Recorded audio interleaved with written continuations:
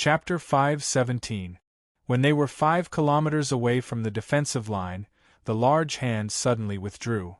Fortunately, the people wrapped in the large hand weren't weak. The 3 Transcendents' transcendent armor were instantly equipped, and they floated in the air as soon as they fell. David increased the energy supply of the wings on his back and stopped not too far away from the 3 Transcendent.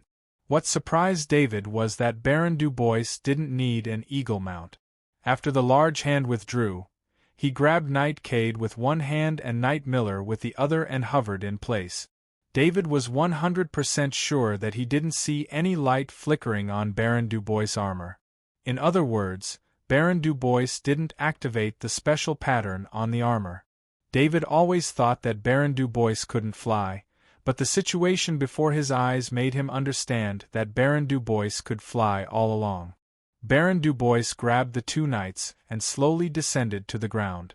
The 3 Transcendent and David also descended. Baron Du Bois, we'll head back first. Transcendent Barclay said goodbye to Baron Du Bois. Baron Du Bois nodded. Lieutenant Colonel David, go to the military to receive your reward when you have time. Transcendent Barclay turned to David and said.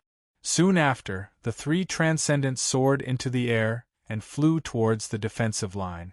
Knight Cade didn't accompany them and quickly left.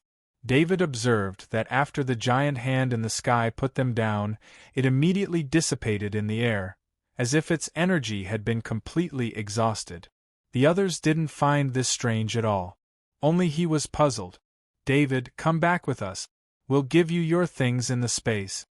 Knight Miller invited David in a good mood after seeing that they were safe after their adventure. Okay. David didn't care. He also wanted to ask Knight Miller about the shadow.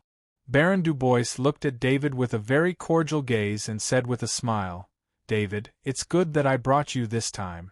Otherwise, Miller would be in danger again. Although Baron Du Bois had brought along a big killer weapon for this mission, it could only be used at the last moment. Using it ahead of time meant that the mission had failed. After paying such a huge price, they were not going to play in the insectoid territory. The ultimate goal was to teach the half-body Spider Queen, who had broken the rules, a lesson. Through this method, he would give a warning to any experts who might go against the agreement. Uncle Du Bois, I don't understand. Since there's such a powerhouse, why didn't they just go and find the half-body Spider Queen?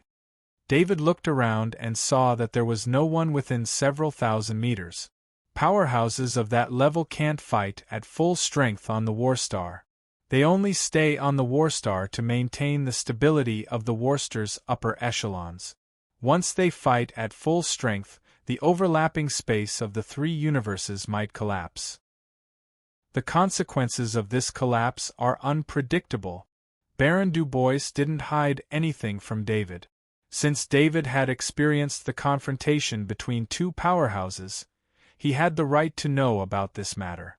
The Warstar's environment was very special. This was the insectoid world, the great world of God, and the Interstellar Federation's universe. For some unknown reason, the 3 universes had overlap.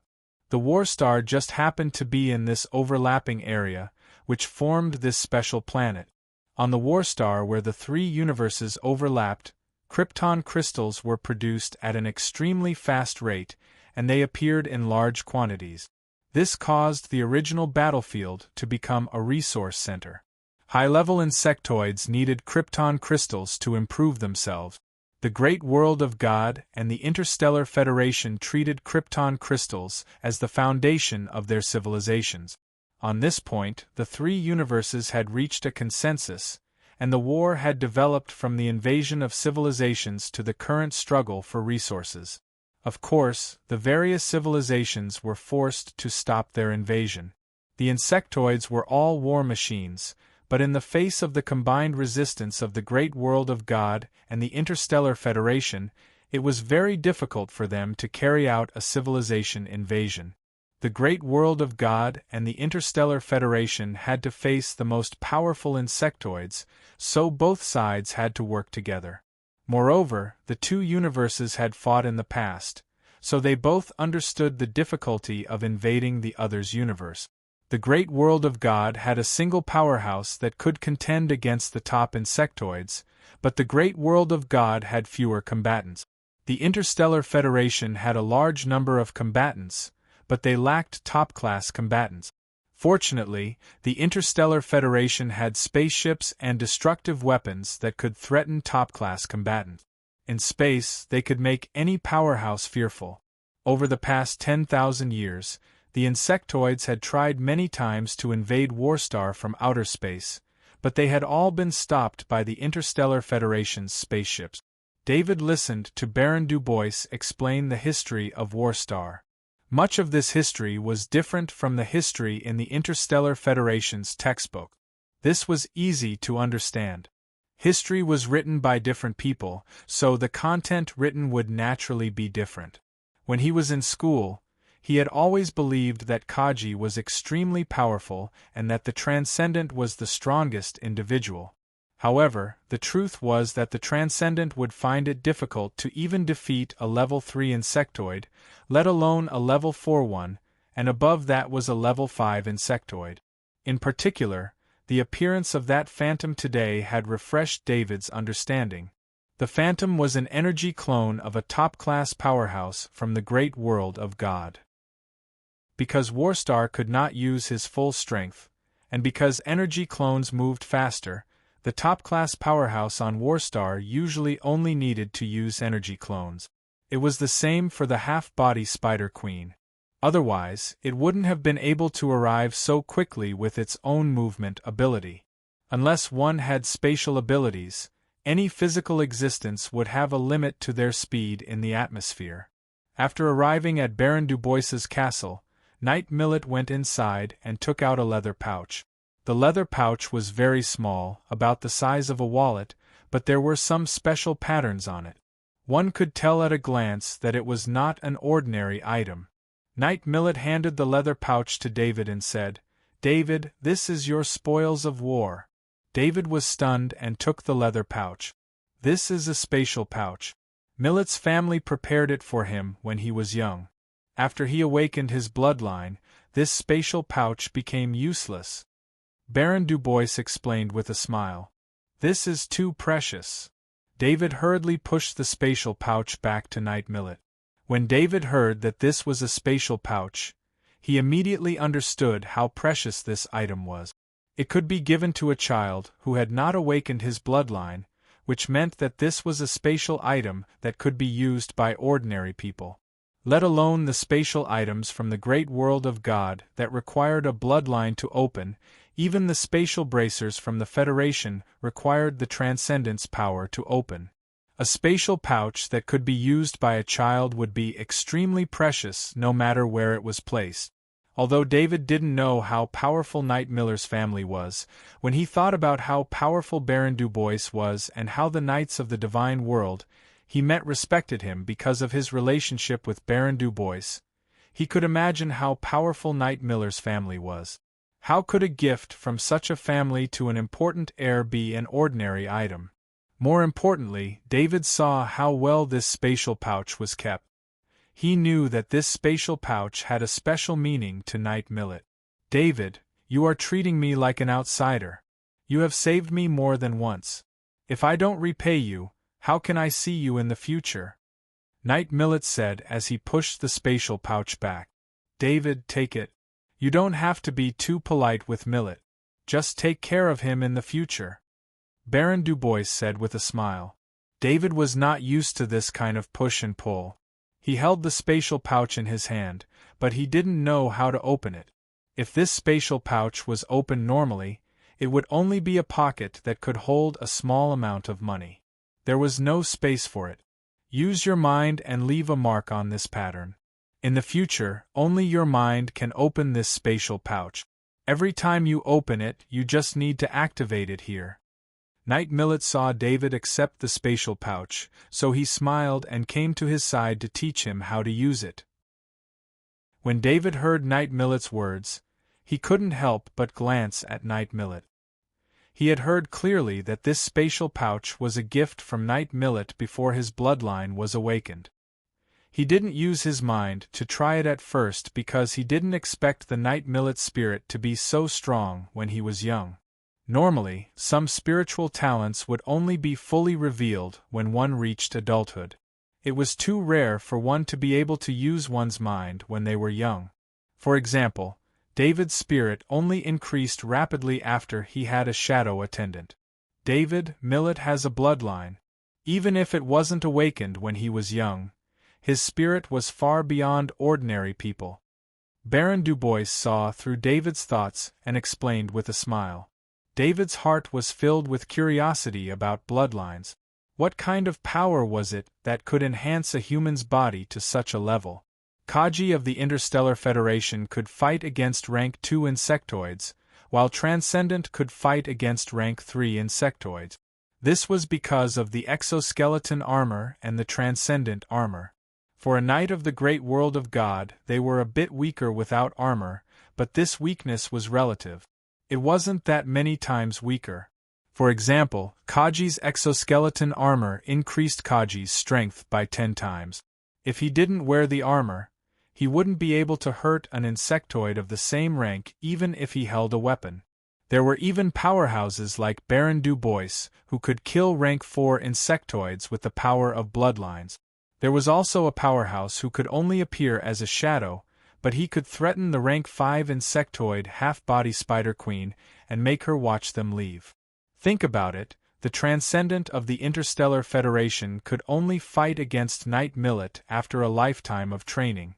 Knight Millet was only in his 20s, yet he already had the strength of a Transcendent who had trained for decades. The power of bloodlines was unimaginable. Knight Millet was a genius, but to be able to become a Transcendent, which one of them wasn't a genius of the Interstellar Federation? With the population of the Interstellar Federation, there was only one Transcendent in 1,000,000,000,000 people. He was definitely a genius among geniuses. David shook his head and threw away his yearning for bloodlines. He wouldn't be able to obtain a bloodline in this life. The biggest accident was the shadow attendant, but the shadow attendant also encountered a dead knight and couldn't obtain a bloodline from the knight's body. This made David completely lose hope in obtaining a bloodline. He was now more envious of the power of bloodlines. David calmed his mind and followed Knight Millet's instructions. He left his mark on the portal bag and opened it. The space inside the portal bag wasn't small. 5 cubic meters of space surprised him. Most Transcendence portal bracers only had 2 cubic meters of space, but this gift for the child had 5 cubic meters of space. There was a large pile of rank 3 meat in the portal bag. The amount far exceeded the harvest this time. David raised his head and looked at Knight Millet. Knight Millet winked at him. Baron Dubois didn't seem to notice Knight Millet's little gesture and said with a smile, "David, this portal bag is your reward for completing the mission. Our great world of God took the initiative to invite you. I will report this to the Warstar Federation's military through official channels."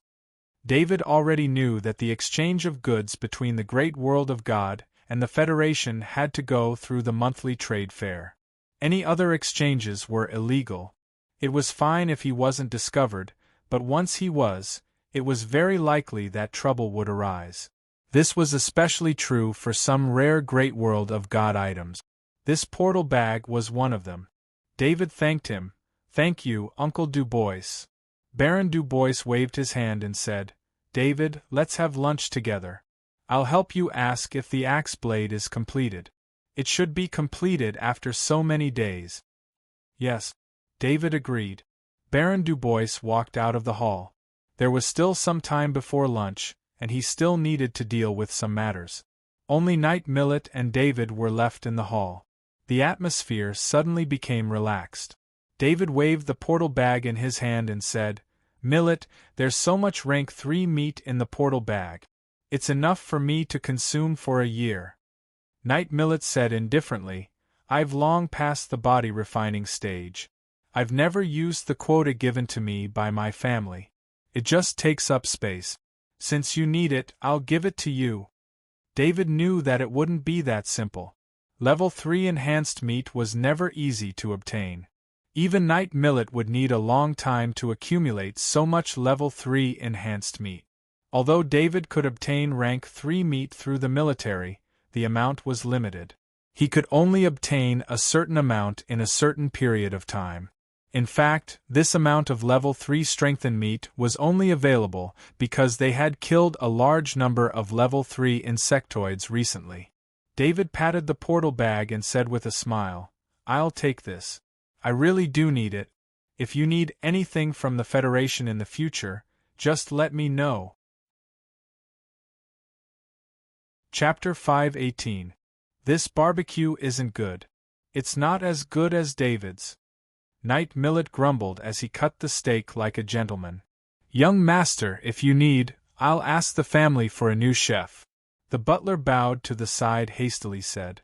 Knight Millet's dissatisfaction with the food meant that he hadn't done his job well, so he naturally attached great importance to it. The chef he'd brought this time was pretty good, but there was still a big gap between him and the family's best butler. The butler couldn't come, so they could only hire a new chef. "Butler, there's no need. No matter who you invite, it's impossible for them to be at David's level," Baron Dubois said to the butler with a smile. Baron Dubois's words stunned the butler, and he turned to look at David. David was a member of the Federation and could save Knight Millet, so he couldn't be too weak. However, as someone who cultivated a combat profession, he did not believe that he could reach such a high level in cooking. Especially when Baron Dubois said that no matter who they invited, it's impossible for them to be at David's level. This sentence included the family's butler. The butler's cooking ability was recognized by everyone in the family. Even in the world of chefs, there were few who could compare to the butler. "The dishes are pretty good," David said to the butler with a smile. "I'll tell the chef." The butler bowed to David. In any case, David's praise would greatly reduce the impact of Knight Millet's complaints, so the chef could stay. "David, don't take any more missions when you return," Baron Dubois said in a deep voice after finishing his meal and putting down his knife and fork. "Uncle Dubois, did something happen?" David asked. "Follow me to the study. Millet, you come as well," Baron Dubois said as he stood up. The three of them arrived at the study, and the butler returned with drinks. This time's revenge on the half-spider queen will definitely incite the insectoids to start an all-out war ahead of time. Every area outside the defensive line is extremely dangerous. Rank 3 and 4 insectoids can appear at any time, Baron Dubois said as he took a sip of his drink. "The Federation doesn't know the consequences of revenge?" David asked with some worry. "David, you're looking down on the Federation too much. The revenge this time is to start an all-out war ahead of time. The insectoids' consumption of Kaji's forces on the front lines is quite high. If this continues, it's not good for the Federation. They hope to start an all-out war," Baron Dubois replied with a smile. David shook his head. He felt that he wasn't suited for politics and trickery. This mission was probably planned by the Galactic Federation and the great world of God. It wasn't just to take revenge on the half-body Spider Queen, but to start an all-out war in advance. Baron Dubois continued, "You don't have to worry about the front lines. The great world of gods has transferred a large amount of fighting power this time. They will go all out to deal with this all-out war. The insectoids are very strong, but they have been suppressed by us for the past 10,000 years." "I understand." David nodded. "This is a rank 5 axe blade. The sharpness effect of your sharp heavy axe is ineffective against weapons of rank 4 and above. Therefore, this rank 5 axe blade gives you an acceleration effect of 10 times a day," Baron Dubois said as he took out a box from his space ring and placed it on the table. David looked at the box and his heartbeat sped up. This was a rank 5 weapon. Although it was only added to a rank 3 heavy axe, it was still a very impressive weapon. Although the sharpness effect of the sharp heavy axe would lose its effect with the addition of this rank 5 axe blade, it was still a rank 5 sharpness, and it wasn't the kind of sharpness that could be forcefully increased. For example, after activating the sharpness effect of the sharp heavy axe, the sharpness of the sharp heavy axe would reach rank 4 for 2 seconds. However, rank 4 was the lowest rank of the sharpness of rank 4. It would be very easy to deal with rank 3 insectoids, but its power wouldn't be much when dealing with rank 4 insectoid. It would be very difficult to even break through a rank 4 insectoid's defense. But it was different now. As long as David was given the opportunity, he could break through the defense of any rank 4 insectoid. David carefully opened the box, and what greeted his eyes was a touch of golden light. David, don't leave any witnesses behind when using this rank 5 axe blade. Otherwise, you'll be in big trouble, Baron Du Bois said indifferently. David was Knight Miller's savior, and Baron Du Bois himself was very fond of David, so he was a noble who followed his heart. Otherwise, he would also be tempted by this rank 5 material. Rank 5 materials were extremely precious. Or rather, precious wasn't the right word. It could be said that every rank 5 material could make powerhouses go crazy. Baron Du Bois had found the Master Alchemist in his name. That Master Alchemist was inextricably linked to his family, so the Master Alchemist had to keep it a secret. Baron Du Bois didn't want to bring any hidden dangers to David because of this rank 5 axe blade, so he repeatedly reminded David to be careful. Uncle Du Bois, I'll be careful. David nodded heavily. Anyone who saw this eye-catching golden light would know what it was as long as he took it out and used it. For his own safety, David wouldn't be lenient. He never considered himself a good person, and he wouldn't kill the innocent. But when it came to his own safety, he would act according to his discretion. David picked up the rank 5 axe blade with his hand. It was very light in his hand. Of course, his finger wasn't heavy to begin with. The interior of the rank 5 axe blade was covered with numerous runes. Under Baron Du Bois' guidance, Lin Yun discovered that this rank 5 axe blade looked simple, but it was actually extremely complicated. Installing a rank 5 axe blade required one to use their mind to activate a specific rune inside the axe blade. This rune would make the rank 5 axe blade stick tightly to the surface of the axe blade, replacing the original blade. As long as one didn't use their mind to activate the rune, the rank 5 axe blade wouldn't leave the heavy axe blade. The acceleration effect could be used 10 times a day, and it also required the mind to activate the rune to obtain the acceleration effect. Thank you, Uncle Du Bois. David sincerely expressed his gratitude. If not for Baron Du Bois' help, David wouldn't have been able to find a master alchemist who could process rank 5 materials. Even if he could, the weapon he made would be far inferior to the rank 5 axe blade in his hand. This is a material you obtained yourself. That master alchemist is very happy to process rank 5 materials, Baron Du Bois said with a smile.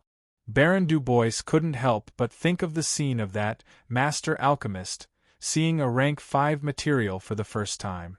That kind of excitement and craziness. If he didn't give the rank 5 material to the master alchemist to process, then that master alchemist might break off all relations with him. Before leaving the castle, Knight Millet secretly gave David a slip of paper. Baron Du Bois pretended not to see it again. With Baron Du Bois' strength, how could he not see Knight Millet's little tricks? After leaving the castle, David had the shadow attendant summon his warhorse. The missions these days made him like riding a warhorse. The warhorse was stable, fast, and had the strength of a peak rank 2 arachnid. Although the warhorse wasn't bound to David, it was still a first-rate mount. David sat on the warhorse and took out the paper given to him by Knight Millet. On it was written the ratio of a kind of feed for the warhorse. Without this kind of feed, the strength of the warhorse's body would slowly decline. If it was a knight's warhorse, this kind of problem wouldn't occur. Ordinary feed could replenish the energy consumed by the warhorse, while knight feed could replenish the energy consumed by the warhorse. The reason why a warhorse could compare to a peak rank 2 arachnid was because it was nurtured by a knight's energy from a young age. The energy flowing in its body was the same as that of a knight. The special formula of feed could maintain the energy of the warhorse, and it wouldn't weaken because of a knight's supply for a long time. There was no need to think too much about it. David knew the importance of this formula. Otherwise, Knight Millet would have given it to him in the beginning, instead of secretly giving it to him when they parted. He did this because he was afraid that Baron Du Bois would object. David memorized the formula in his mind. He then extended a finger and activated the flame ignition spell. A small flame appeared on his finger, and the flame ignited the paper. As he got closer and closer to the 4th Frontline Base's headquarters, he realized that it was very different from before. He had only left for a few days, but there were many more barracks here. There were also countless heavy armored vehicles neatly lined up next to the barracks, which made him very surprised. Of course, every soldier who saw David was also very surprised. Who had seen a Federation soldier riding a warhorse before? Lieutenant Colonel David, welcome back. The soldier on guard said loudly as David rode his warhorse to the front of the base's headquarters. At the same time, he gave a military salute. The soldier's excitement was overflowing. With the arrival of a large number of troops, the atmosphere here was very tense. Seeing David at this time gave the soldier hope of victory. David could always create miracles. Every soldier on the front line could prove this. David returned the salute to the soldier, although it was a bit strange to salute while riding a warhorse. He didn't put the warhorse away. He had no choice but to put it in the summoning ring. He didn't want to do that at this time. Besides, there was still the sonic iron beetle in the summoning ring. The warhorse was indeed uncomfortable inside. Although the warhorse had almost no intelligence, since it had become his mount, he had to give it the best. Lieutenant Colonel, you're back. When David led the warhorse through the gate of the base's headquarters, Lieutenant Mawson appeared in time. Lieutenant Mawson, you came at the right time. Apply for a room for my warhorse. David immediately ordered when he saw Lieutenant Mawson. Yes, Lieutenant Colonel. Lieutenant Mawson replied. Then he continued, General Babington asked you to come over. He's waiting for you in the office. David nodded. He thought about it and temporarily put the warhorse back into the summoning ring. He would release the warhorse after the application for a room was approved. He still needed to prepare food for the warhorse. Lieutenant Mawson's eyes lit up. As an intelligence officer, he knew what the ability to directly make the warhorse disappear was. This was a special space ring that could accommodate life that only a few knights in the great world of God could have. Lieutenant Mawson was not surprised that David could get such a space ring from the great world of God. David was one of the few people in the Federation who could get along well with the great world of God and have a friendly relationship with him. Come in, Transcendent Babington said when he heard the knock on the door. The adjutant opened the door and let David in. David, you're finally back. Just in time for the war. Transcendent Babington said with a smile as he came out from behind his desk. He did not ask about David's mission. He would not ask about that kind of high-level mission. That was the Federation's secret. I saw it. The 4th Frontline Base has expanded again. David sighed as he sat on the sofa. It's not just that. There will be more troops coming to join us. These are all heavy self-propelled Gauss cannons. They are meant to deplete the number of Zergs. Transcendent Babington said with a wry smile. These heavy self-propelled Gauss cannons could only kill level 1 and 2 Zergs from a distance. However, with the speed of level 2 Zergs, it was difficult for them to aim accurately. So, most of the time, the heavy self-propelled Gauss cannons fought in group. The heavy self-propelled Gauss cannons used a blanket attack to attack an area. This way, they could eliminate the level 2 Zergs in the area. However, these heavy self-propelled Gauss cannons had almost no defense. They would be slaughtered if the Zergs got close.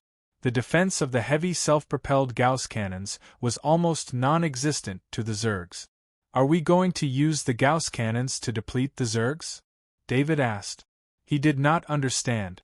David knew that as long as a level 2 Zerg or above entered the heavy self-propelled Gauss cannons area, it would be a nightmare. The great world of God will block the level 3 and 4 Zergs. Our mission is to deal with the level 1 and 2 Zergs. With our Kaji forming a defensive battle formation, as long as the Kaji doesn't fall, the Gauss cannons area will be fine. Transcendent Babington explained. "How many troops are here now?" David asked. He did not need to ask this question. As long as he went back and checked with his authority, he would be able to see the information of all the troops. However, David was very curious at this time, so he asked directly. "There are 10,000 heavy self-propelled Gauss cannons. There are more than 100,000 troops operating the heavy self-propelled Gauss cannons. In addition, there are 5,000 Kaji." Transcendent Babington replied. 5,000 recruits Kaji? David immediately asked when he heard that there were 5,000 Kaji. Of course it's the recruits Kaji. However, a small portion of them are former veterans. These veterans are leading the rest of the recruit. Their combat strength is not bad. Transcendent Babington was very satisfied with 5,000 Kaji. He smiled when he mentioned this. Chapter 519. News began to spread in the 4th Frontline Base that Lieutenant Colonel David had returned. Every veteran who heard this news was extremely excited. The new recruits also began to look forward to meeting this military legend after hearing the veteran's explanation. At this moment, David was sitting in his own dorm. He had added some other things that he needed for the recipe. Lieutenant Mawson had applied to the logistics department, and he believed that it would be delivered soon. The warhorse was placed in a nearby room.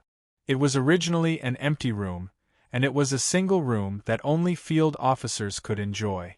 However, when David applied for this room, no soldier objected.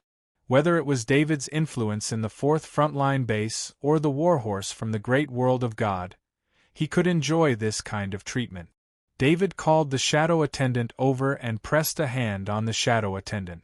This time, he had obtained the soul of a level 4 insectoid and a lot of level 3 insectoid. The soul energy poured into David's soul fortress, but it did not cause any changes. This level of soul energy was probably nothing to David's current soul. David felt a sense of fullness in his soul, and he sensed an increase in his power of will. He ordered the shadow attendant to open the status panel. As expected, his power of will increased by 0.02 reaching 8.05. David could not help but sigh at the difficulty of increasing his power of will in the future. A level 4 insectoid and a few dozen level 3 insectoid souls only increased his power of will by 0.02. Level 4 insectoids were not that easy to kill. This time, they had mobilized so many powerhouses to kill that half-body spider. And this was with the help of the shadow powerhouse.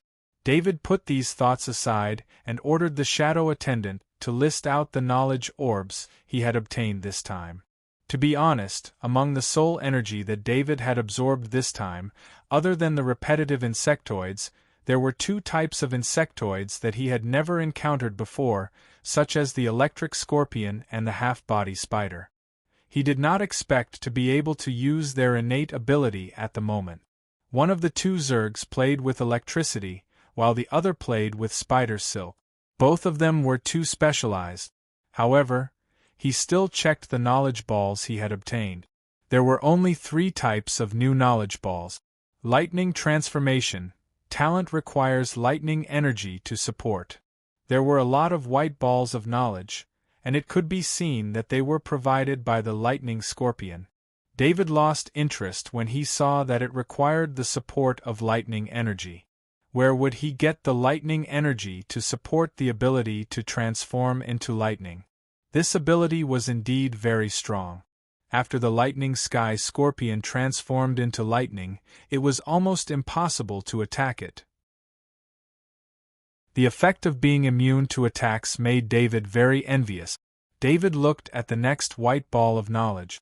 Lightning body. Innate talent requires lightning energy to support. This was the ball of knowledge provided by the lightning sky scorpion king.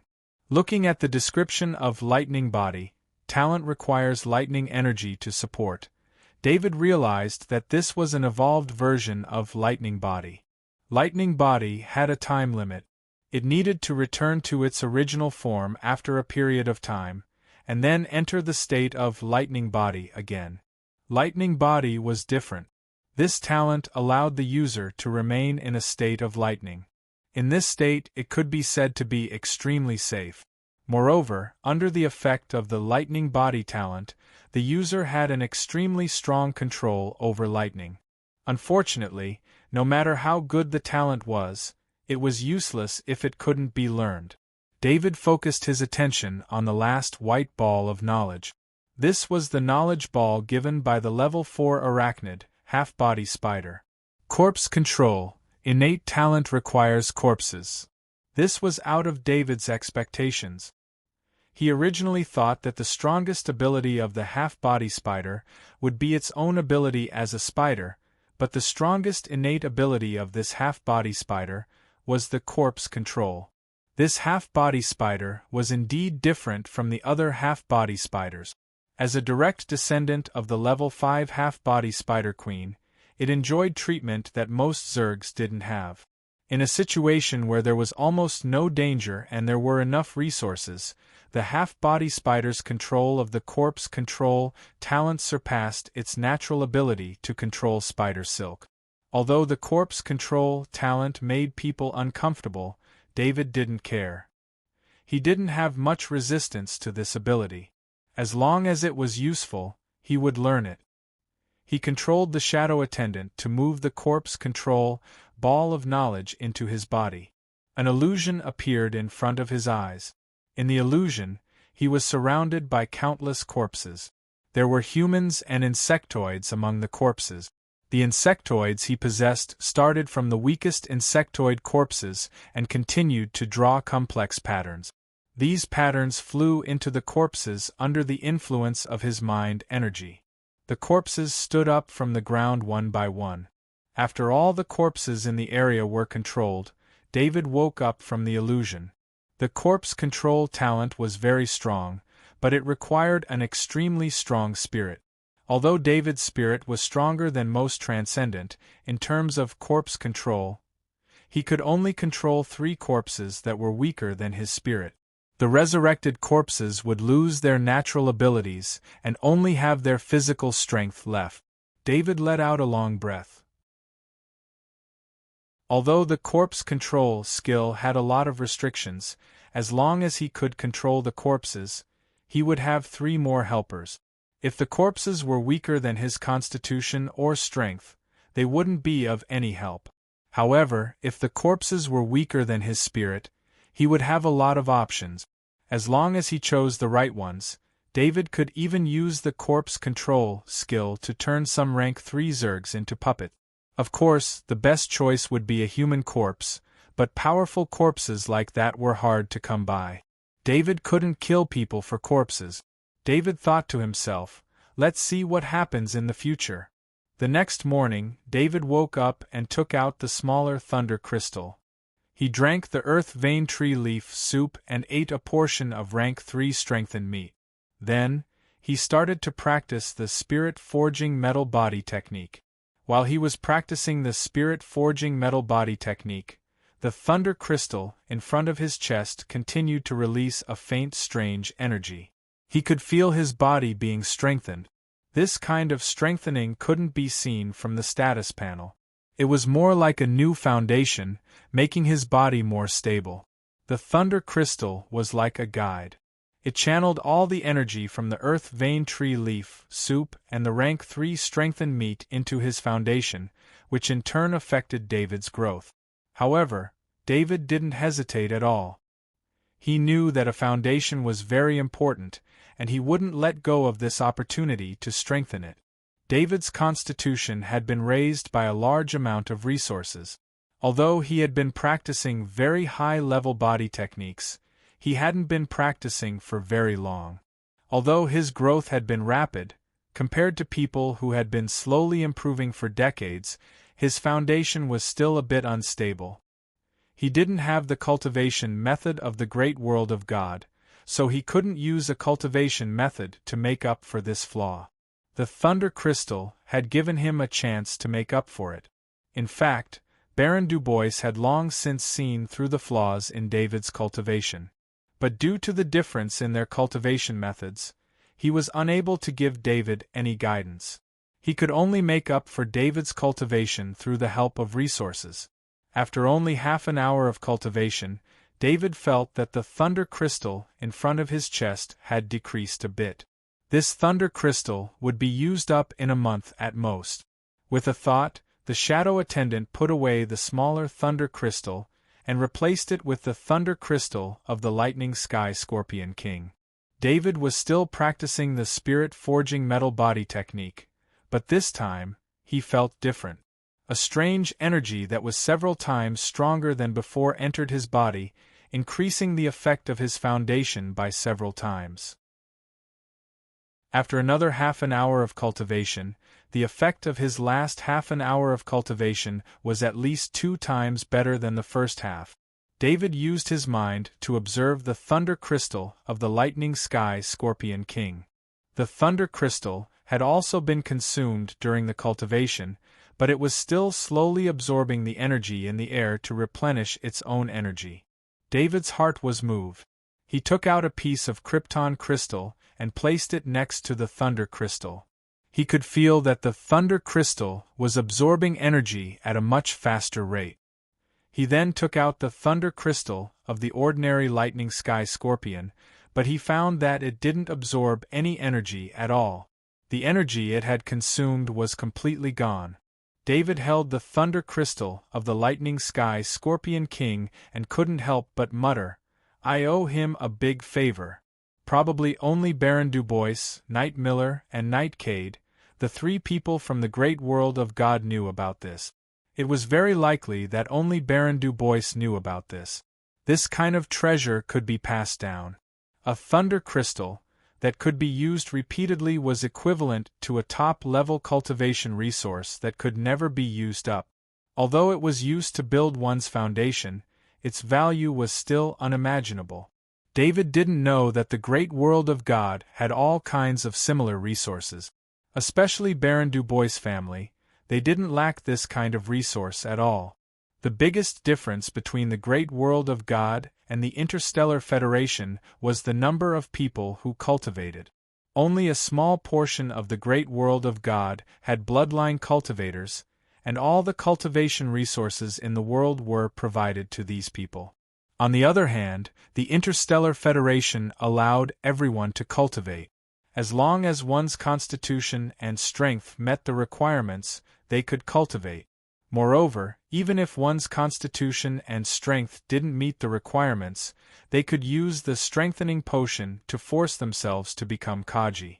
This made a large amount of resources allocated to such people. Therefore, the cultivators of the Interstellar Federation would never be able to imagine the resources provided to the cultivators of the great world of God. After finishing the spirit-forged metal body technique, David continued to cultivate the flexible body technique. As his dexterity increased, the effects of the flexible body technique also decreased. However, David believed that if he continued to cultivate like this, he would definitely be able to raise his dexterity to the limit of a human. After walking out of Destiny, David saw Second Lieutenant Mawson waiting outside. "What's the plan for today?" David asked as he walked towards the Warhorse room not far away. Second Lieutenant Mawson followed and replied, "Lieutenant Colonel, you need to go to the military this afternoon." The military sent an official letter to the headquarters, so there's nothing in the morning. David stopped and turned around to ask, "Are there no attacks from the insectoids at the defensive line?" One had to know that although the insectoids had stopped attacking before, that was because the nearby rank 4 insectoid poisonous fong giant ant had been killed. Although they had gone to kill the rank 4 half-body spider, the territory of the half-body spider was in the depths of the insectoid territory.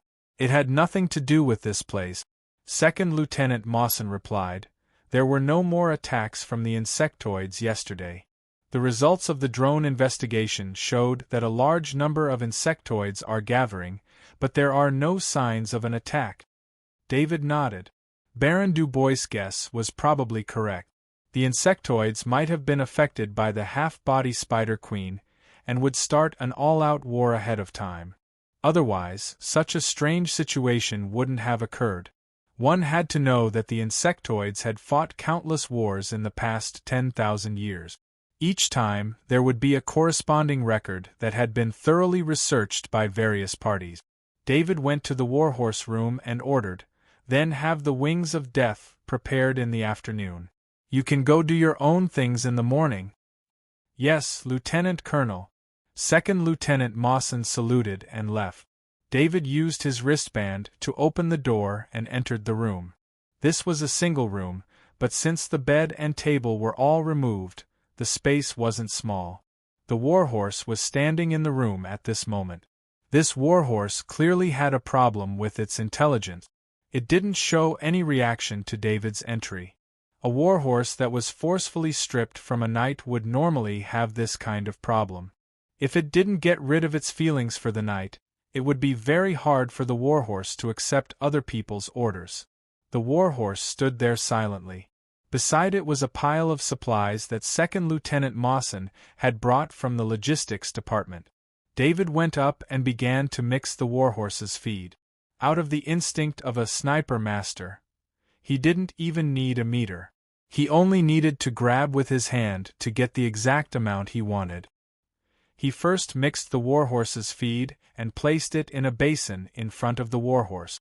This time it should be an instinct.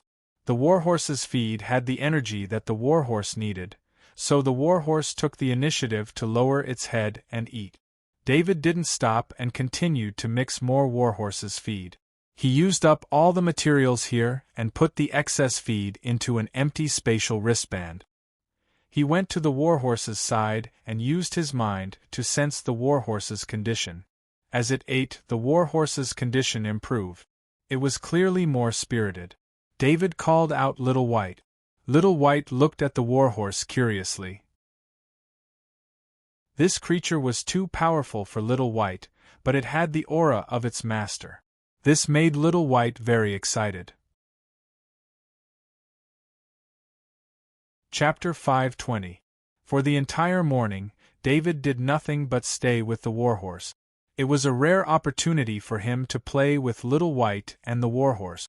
To be more precise, it was Little White playing by itself while the warhorse just stood there in a daze.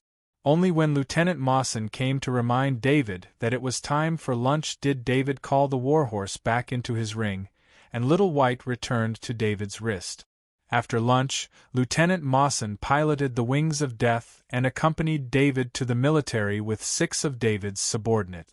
Sitting on the Wings of Death, David discovered that it wasn't just the areas near the defense line that were garrisoned.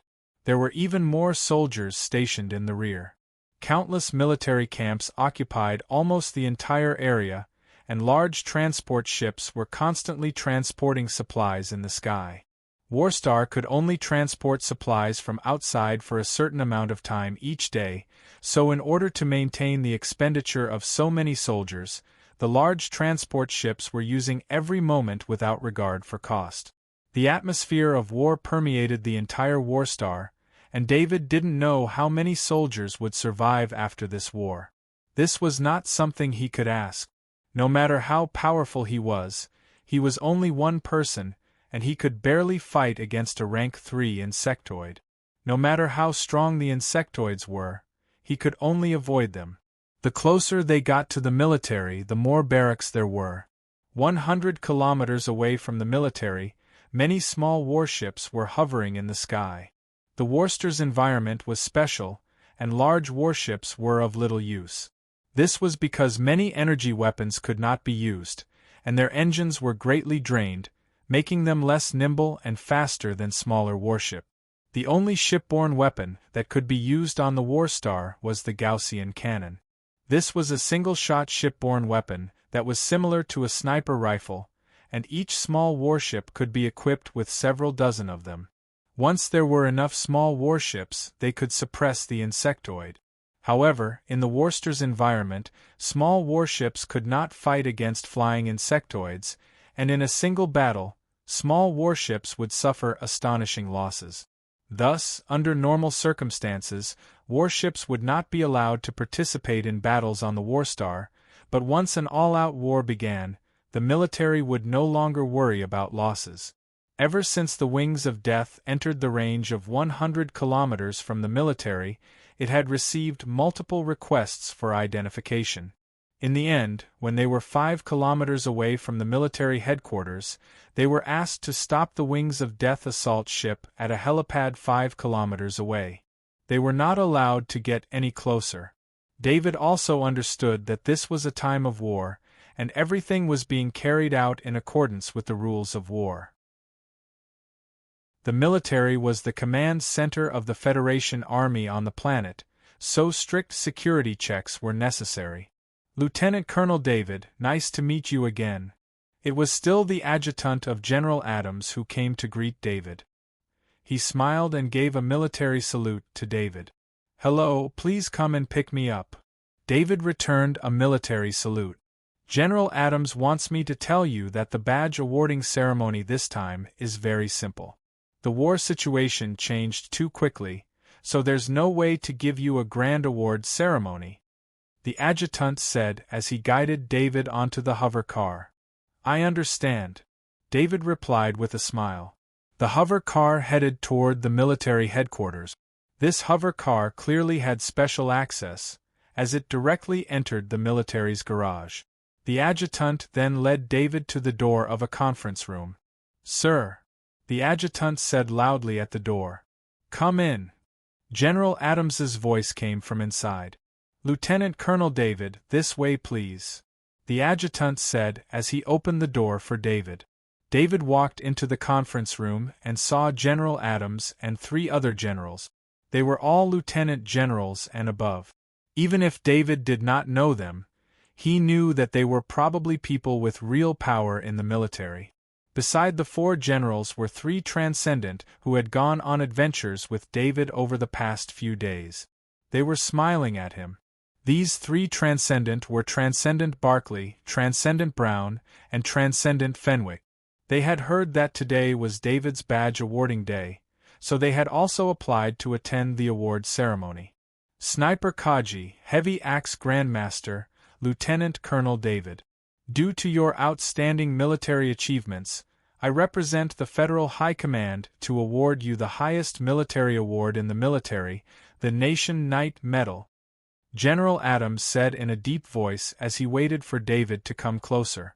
David was currently wearing a field uniform with 2 medals, 1 gold and 1 silver, pinned to his chest. General Adams took the Nation Knight medal from the hands of the adjutant and wore it beside the 2 medals on David's chest. The brilliance of this Nation Knight medal immediately overshadowed the other 2 medals.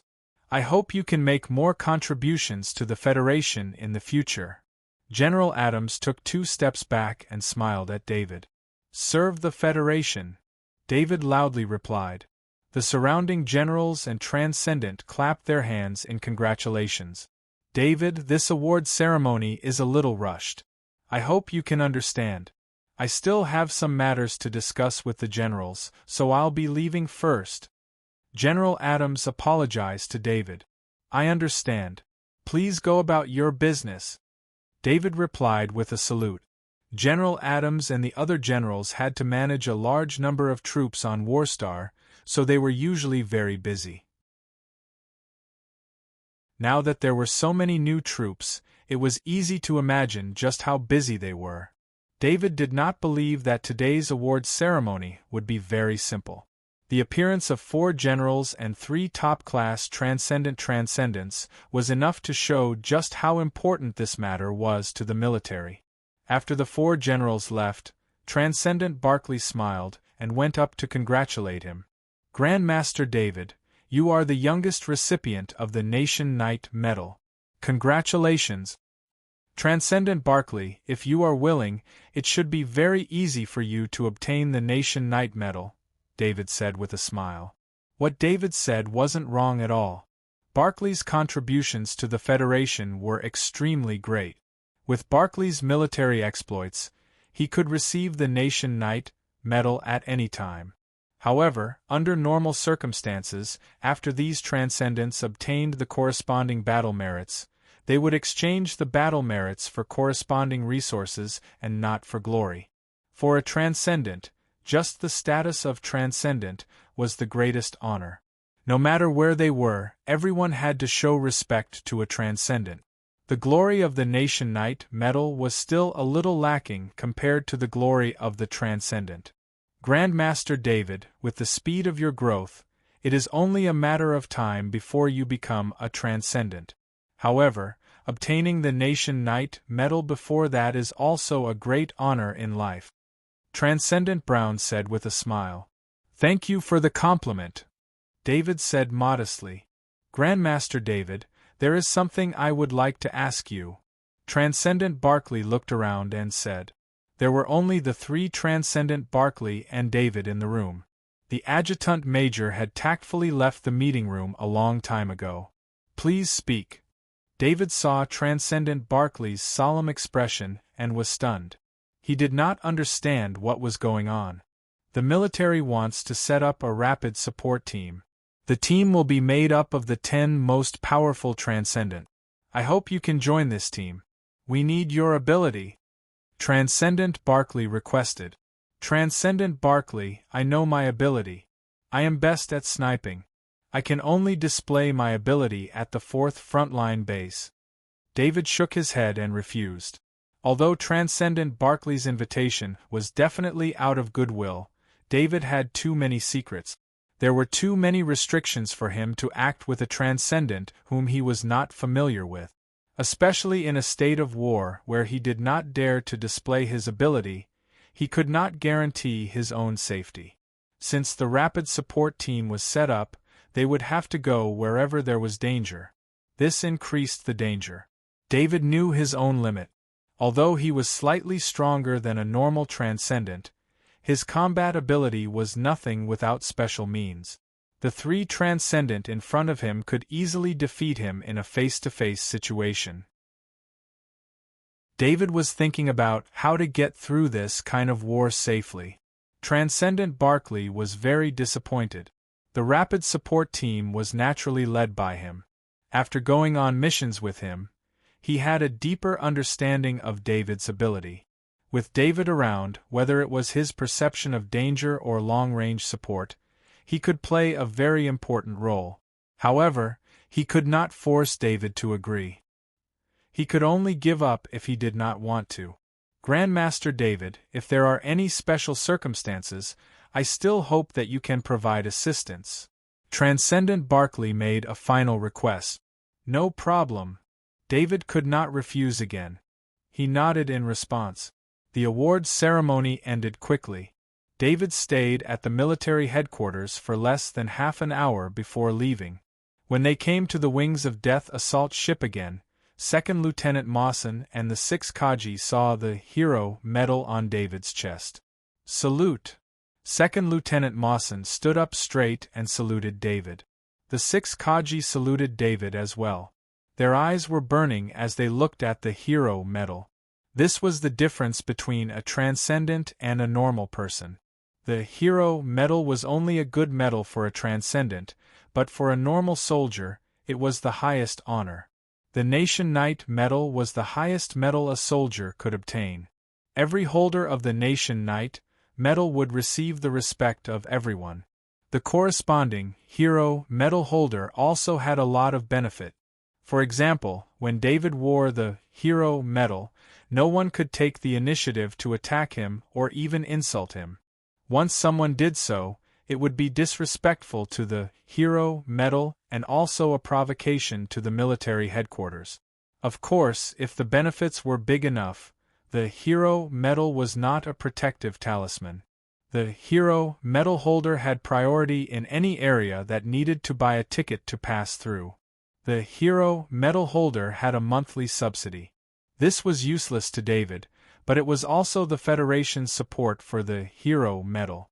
Another thing was that the hero medal holder was exempt from taxes. This was the biggest benefit. The rest of the invisible help was too much. In terms of work and life, the hero medal holder had more convenience than other people. Of course, the most important thing about the hero medal was the honor.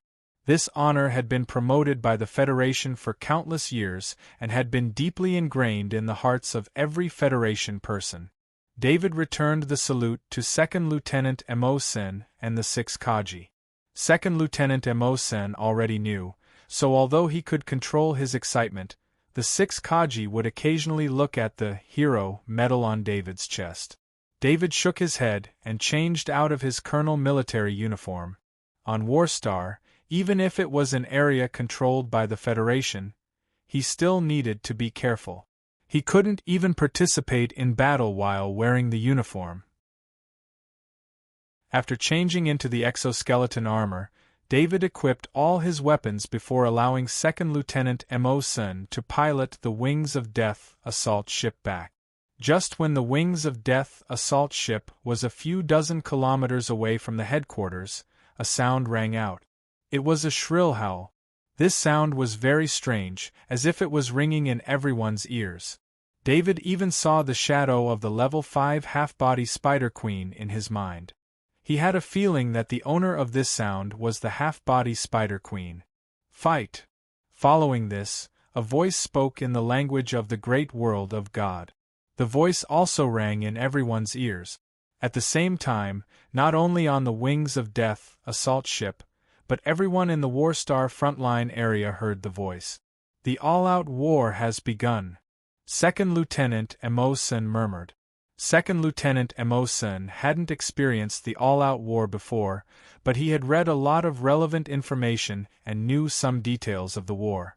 The level 5 insectoids and the supreme powerhouses of the great world of God wouldn't directly participate in the war, but they were the war's overseers.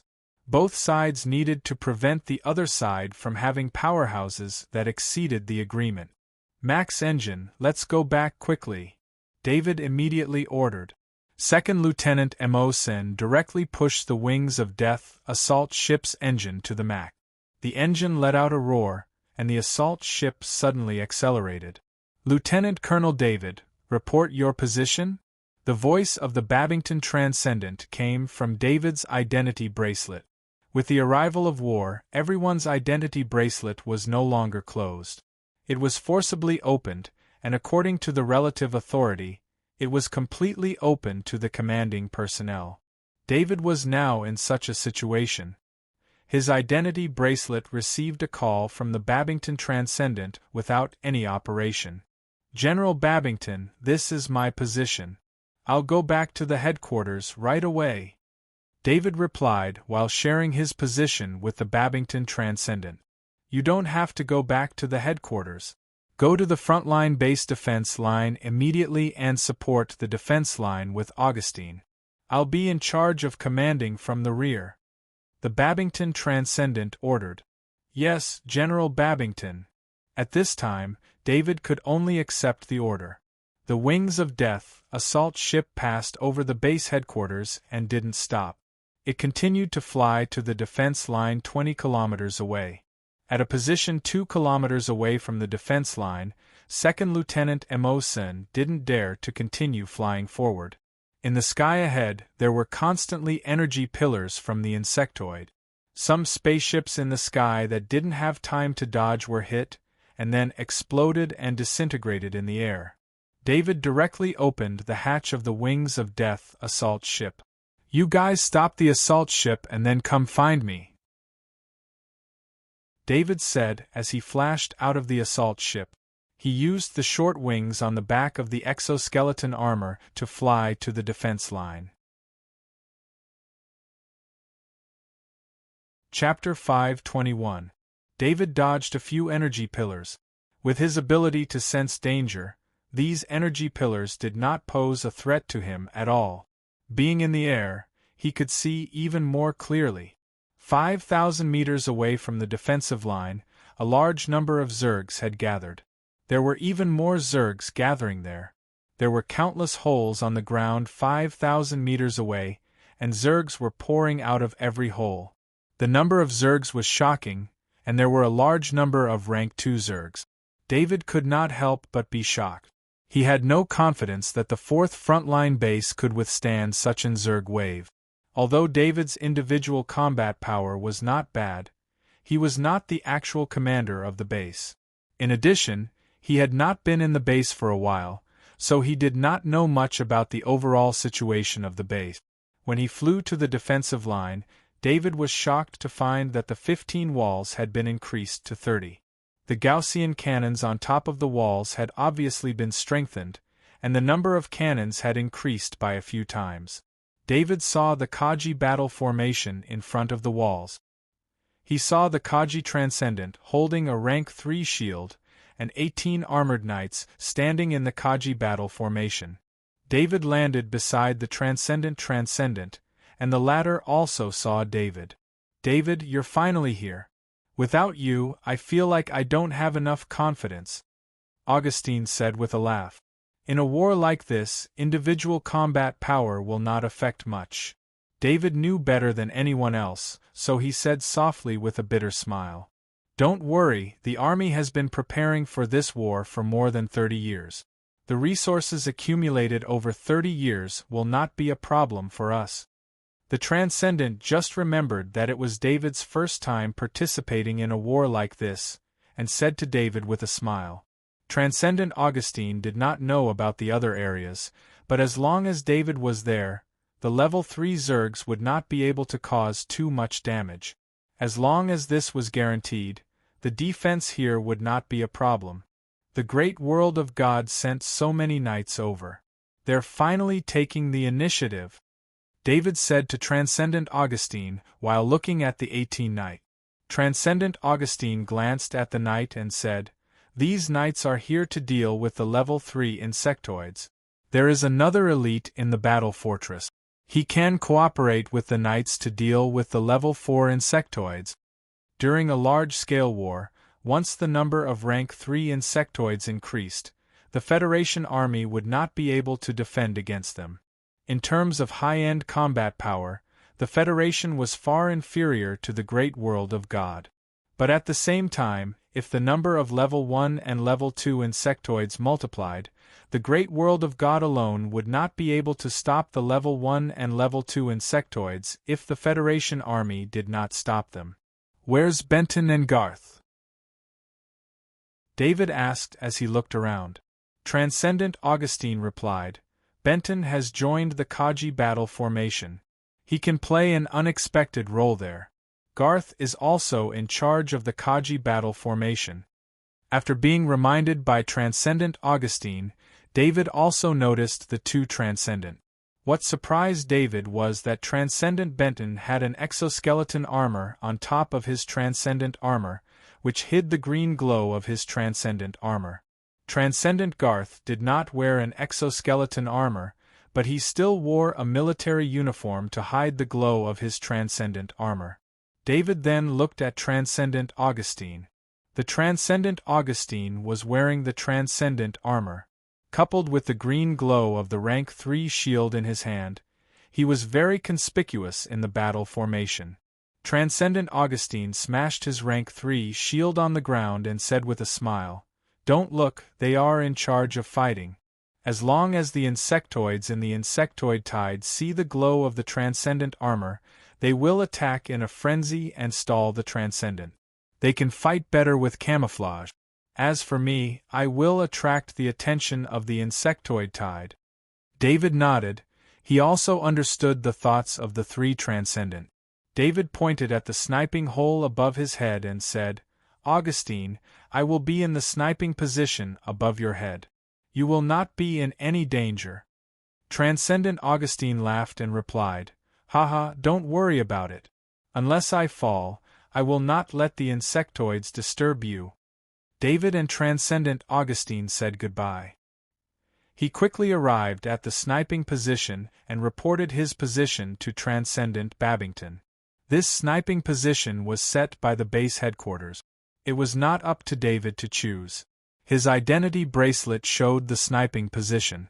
David placed the Roaring Sniper Rifle and the Roaring Sniper Rifle on the ground and prepared for battle. Lieutenant Mawson quickly arrived and reported to David, "Lieutenant Colonel David, these are the supplies that the Logistics Department has requested for you. 3,000 second-grade sniper bullets, 3,000 super large caliber second-grade sniper bullets, and 1,000 super large caliber third-grade sniper bullet. They said that they can provide you with more sniper bullets at any time." Lieutenant Mawson and the 6 Kaji placed a number of ammo boxes next to David. They no longer made a sound and began to help David take out the sniper bullet. In the direction of the insectoids, a level 3 Cyclops beetle stood at the front of the swarm and roared towards the direction of the defense line.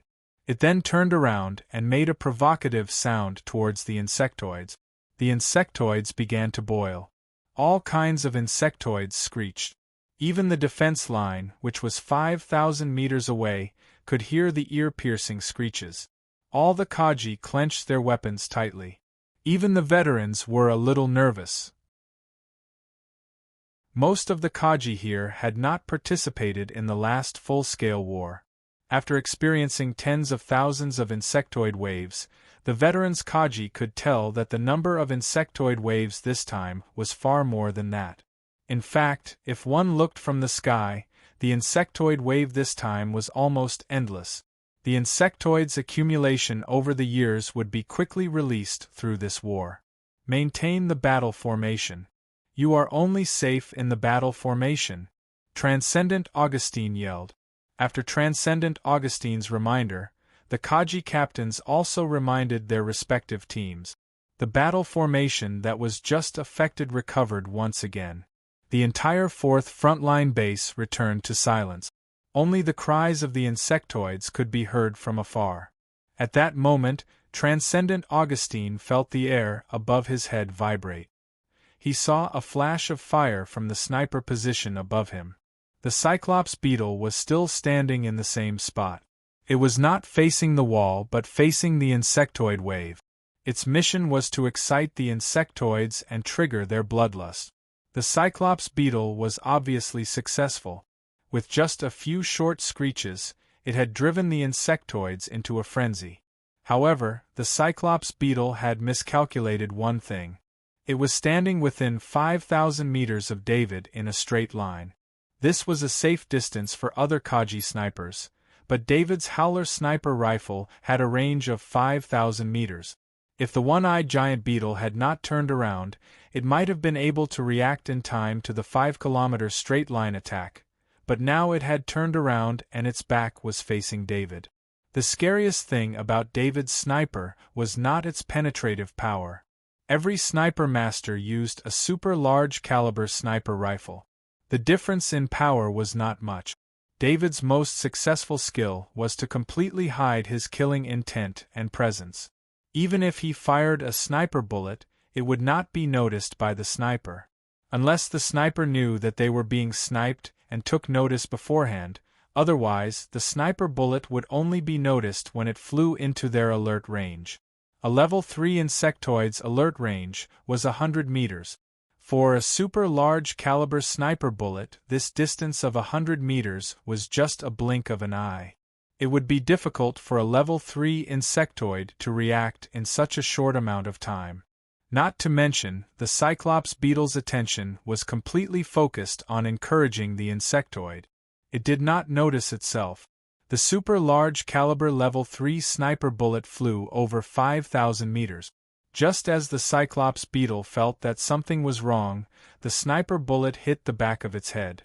The back of the head was an extremely dangerous area. In this area, there was only a layer of skin and skull that protected the most fragile part of the brain.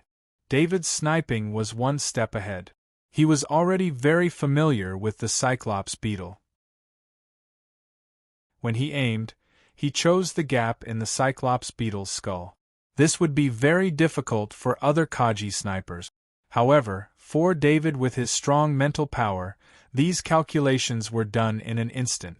The super large caliber level 3 sniper bullet went through the skin at the back of the Cyclops beetle's head and hit the gap in the skull. The resistance of the gap was weaker than the skull. The impact of the sniper bullet going through the gap was not as strong. But right in front of the Cyclops beetle was its fragile brain. The super large caliber level 3 sniper bullet rolled a few rounds inside the Cyclops beetle's brain, turning it into a paste. Just when the insectoids were at their most excited, a green flower of blood appeared on the Cyclops beetle's head. Then, the Cyclops beetle fell in front of countless insectoids. The cries of the insectoids stopped abruptly. Due to the Cyclops beetle's tall stature, it was originally chosen to provoke the insectoids, but now it had become the reason why more insectoids could see it being sniped. Transcendent Babington, who was commanding at the back, saw this shocking scene through the video in front. He could not help but open his mouth wide and was stunned for a moment. But soon, his responsibility as a commander made him suddenly wake up. He understood what had just happened. Transcendent Babington ordered loudly, immediately broadcast the video of David killing the Cyclops beetle to the front of the frontline base's defense line and all the troops behind. Let all the participating soldiers see this scene. Transcendent Babington was very clear about the importance of morale in war. David's long-range kill was a cardiac stimulant. Following the order of Transcendent Babington, the 4th Frontline Base's defense line and the reserve troops behind saw the amazing attack. From the Cyclops beetle's arrogant provocation, then it turned around, to David's sniper, and then the Cyclops beetle fell in front of the insectoids. In the end, the entire insectoids were silent, as if they were scared stiff. In front of the Kaji battle formation at the defense line, a huge projection appeared. All the Kaji who participated in the battle saw the process of David's sniper. David, invincible! No one knew who shouted first, but then all the Kaji shouted loudly. The sound spread farther and farther. From the defense line to the rear, the reserve troops also saw the process of David's sniper. After hearing the shouts from the front line, they also shouted. When David saw the projection in front of him, he was slightly stunned. He did not expect that the process of his sniper would become a propaganda. However, he did not pay attention to this anymore. He did not even pay attention to the shouts after that because the insectoid tide was completely angered by David's provocation. The insectoid tide began to surge towards the defense line. In the past, when there were 100,000 insectoids charging, the range of the insectoid tide could still be seen. However, the insectoid tide today was completely different. It was almost endless. The shadow attendant had already flown into the sky. David was in the best sniper mode. He was waiting. His roaring sniper rifle was loaded with super large caliber level 3 sniper bullet. The level 2 insectoids were not his primary target. This was mainly because there were too many level 2 insectoids. Even if he killed a few, it would not affect the situation. David's sniper target was still focused on the level 3 insectoid. They were the real threat to the defense line. Just when David was scanning the level 3 insectoids through the eyes of the shadow attendant, he suddenly saw a burning light in the distance. Even in the daytime, the light was very eye-catching. The shadow servant flew high enough that he could see very far. At a distance of about 8,000 meters, he could see thousands of explosive spray bugs. These explosive bugs were gathering energy. David felt a sense of danger. He pressed his hand in front of him. Many armor plates appeared from the top, bottom, left, and right of the sniper hole and sealed it. Just when David finished this action, the explosive bugs 8,000 meters away had finished gathering energy. A burning beam of energy was shot forward. The target was David's sniper position. This was the insectoid's revenge for David's sniper. The explosive bugs were like the human's sniper Kaji. They could use long-range energy attack. However, a single explosive bug could only attack with a range of about 2,000 meters, but many of them gathered together could shoot out a super long-range energy attack. David's sniper just now was analyzed by the Cyclops beetle. The insectoids around David's sniper were able to transmit the results to the explosive bug. They could then immediately retaliate. The insectoids specialized in one area. Their talent was even more terrifying than humans. The energy beam hit the sniper hole in the defense wall. However, David had discovered it in advance. The defense wall itself had a special defense against the explosive bug's energy attack. It also had multiple armor plates. The energy beam only pierced through a few armor plates. It did not affect David, who was behind the sniper hole. Chapter 5:22. Change your sniping position, David said to Lieutenant Mawson next to him. After David finished speaking, he changed his sniping position to the sniping position next to him. Lieutenant Mawson and the 6 Kaji helped to transfer the ammo over. "David, are you okay?" Transcendent Augustine asked in the channel when he saw the energy beam coming from afar. "I'm fine. There are thousands of explosive bugs gathering at 8,000 meters away. They are a big threat," David replied in a deep voice. "David, I'll take care of the situation there." Transcendent Babington's voice came from the channel. Transcendent Babington issued a series of orders in the base headquarters. 200 small battleships flew towards the 4th Frontline Base's defense line. The Gauss cannons on top of the 30 defensive walls of the 4th Frontline Base all fired. Gauss shells flew out one after another. They were all rank 2 Gauss shells. The first thing the bugs encountered when they rushed into the range of 5,000 meters was the rank 2 Gauss shells. It didn't matter if they were rank 1 or rank 2 bugs. As long as they were hit by a Gauss shell, they would immediately have a huge hole.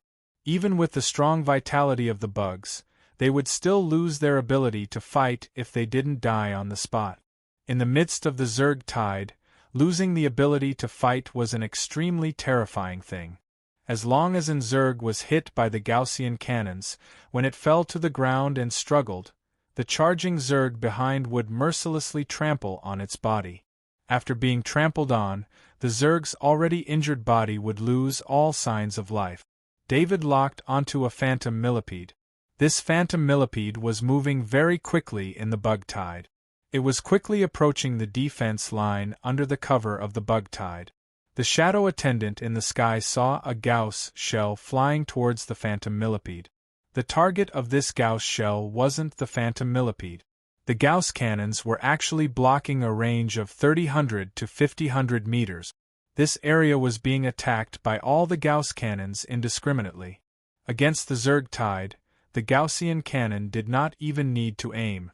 It only needed to fire continuously. The Gauss cannonball shot towards the phantom millipede. The phantom millipede dodged instinctively. Although the Gauss cannonball was only a 2nd grade, it could still cause some damage to a 3rd grade insectoid. Although the damage wasn't fatal, the 3rd grade insectoid would still try to avoid it. Just as the phantom millipede dodged, David fired his roaring sniper rifle. Although the 1,000-legged mirage worm senses were fully activated, there were too many disturbances on the battlefield that affected its judgment. Just the number of Gaussian cannonballs alone was enough to make the phantom millipede unable to sense them, not to mention David's silent sniping, which was even harder to detect. The 1,000-legged phantom worm, which was in the air, could no longer dodge after it sensed the super large grade 3 sniper bullet that was only 100 meters away from it. In fact, even if it was not in the air, it would be difficult for it to make any big dodging movements. Of course, if it wasn't in the air, the phantom millipede, which was an agile 3rd grade insectoid, could still make some small dodging movements to reduce the damage from the sniper. But of course, a sniper master like David wouldn't give the phantom millipede such an opportunity. The super large caliber 3rd grade sniper bullet shot through the phantom millipede's right eye, piercing through the right eye and into the brain. This kind of injury was enough to kill it. Damn it! Just as David's sniping ended, it immediately sensed danger again.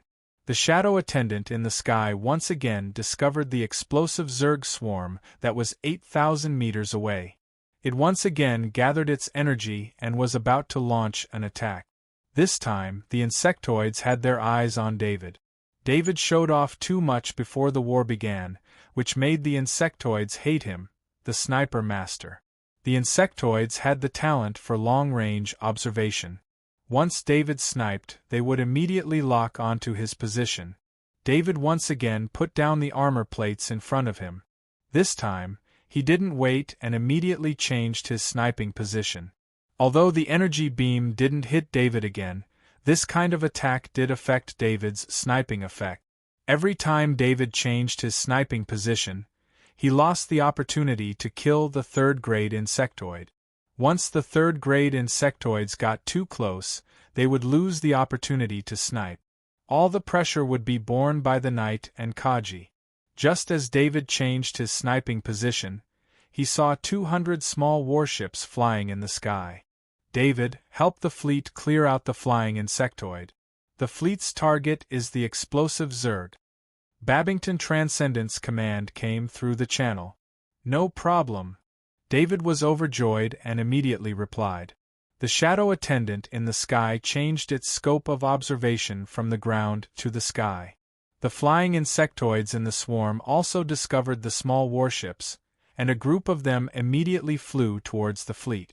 David switched to the super large caliber second-grade sniper bullet and began to rapidly fire. Sniping every 0.5 seconds, David first shot down the stronger second-grade flying insectoid. The small warships also had an autonomous defense system.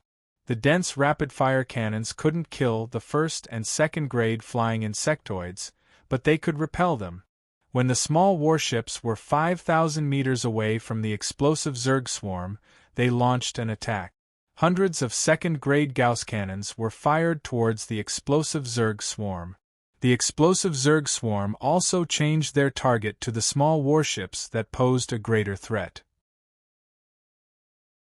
Just as the fleet attacked, a thick energy beam was shot towards the fleet. David saw the energy beam through the shadow attendant, but he didn't even have time to warn them. He could only watch as the energy beam hit the first small warship, penetrated it, and continued to destroy the second and third warship. The explosive Zerg swarm's attack caused 3 small warships to lose their lives. Of course, the small warships also achieved a great result. The explosive Zerg swarm didn't have a strong defense, and they didn't move fast. At least 100 of them were hit by the second-grade Gauss cannons. Among the explosive Zerg swarm that were hit, the ones that died on the spot instinctively triggered the explosive energy in their bodies. Many explosive Zerg swarm self-destructed at the same time. Since the explosive Zerg swarm together and concentrate their energy to attack, they were too close to each other. The explosion caused by the self-destruction created a chain of explosions. Thousands of explosive Zerg swarm didn't have any chance to escape and were all destroyed in the explosion. Even the nearby explosive Zerg swarm were affected. All the Zerg swarm within 10 meters of the explosive Zerg swarm were affected by the explosion. Mission complete. Return. The commander of the small warships ordered loudly. The fleet immediately retreated. They couldn't turn around at this time. Once they did, their weak rear would be exposed to the attack of the flying Zerg. During this time, another 10 or so small warships were shot down by the Zerg. David's Roar sniper rifle's firing speed was too slow, so it could only help the fleet to shoot down a portion of the second-grade flying Zerg. When the small warships retreated to within 3,000 meters of David, David immediately switched to the Roar sniper rifle. With a 0.1 second sniping speed, the flying Zerg that were chasing the fleet in the sky kept falling. The rest of the Kaji snipers could also snipe the flying Zerg, so they entered their sniping range. The small warships didn't suffer any more losses and quickly retreated from the battle. In order to clear out the explosive spray bugs, the fleet of 200 small warships still lost nearly 20 small warships before they even got too deep. This kind of price made David a little shocked. After witnessing this battle, he finally understood why there weren't many warships in the skies of planet Battlestar. Most of them were transport ships. Although using warships to attack the Zerg was effective, it would also consume a lot of resources. This kind of expenditure was not something the military could accept. David switched back to the Roar sniper rifle. The shadow attendant in the sky started to search for the third-grade Zerg again. After the previous battle, the Zerg swarm had advanced to a range of 2,000 meters. From 2,000 meters to 5,000 meters, the shadow attendant needed to search for the third-grade Zerg. Although the shadow attendant wasn't good in other aspects, its observation skills were extremely good. With just a sweep, it found 5 third-grade Zerg in its sniping range. Without the threat of the explosive Zerg swarm, David no longer had anything to worry about. He fired the Roar sniper rifle again. A giant pincer flaming Zerg that was jumping up was hit in the head and fell to the ground. It was then trampled by countless Zergs. The giant pincer flaming Zerg was actually very close to the defensive line. It was about 2,300 meters away from the defensive line. If it was given a few more seconds, it would be able to reach the defensive line along with the Zerg swarm. A group of Knight also discovered the giant pincer flaming Zerg. They activated their energy and prepared to charge out to meet the level 3 giant pincer flaming Zerg. Just as they were about to charge out, the giant pincer flaming Zerg that they had locked onto was killed. The giant pincer flaming Zerg died in a pitiful manner. Its strongest ability was the Transcendent Flame ability. However, it didn't even have the chance to attack before it was killed by a long-range sniper rifle. David and the shadow attendant worked very well together. After the giant pincer flaming Zerg was killed, the movements of the other 4 level 3 Zergs were all monitored by the shadow attendant. When a level 3 Zerg revealed itself during its movement and left the ground, David instantly fired and killed the level 3 Zerg in midair. Only when the level 3 Zerg left the ground was the best time to snipe. This was because the level 3 Zerg's dodging movements were very limited.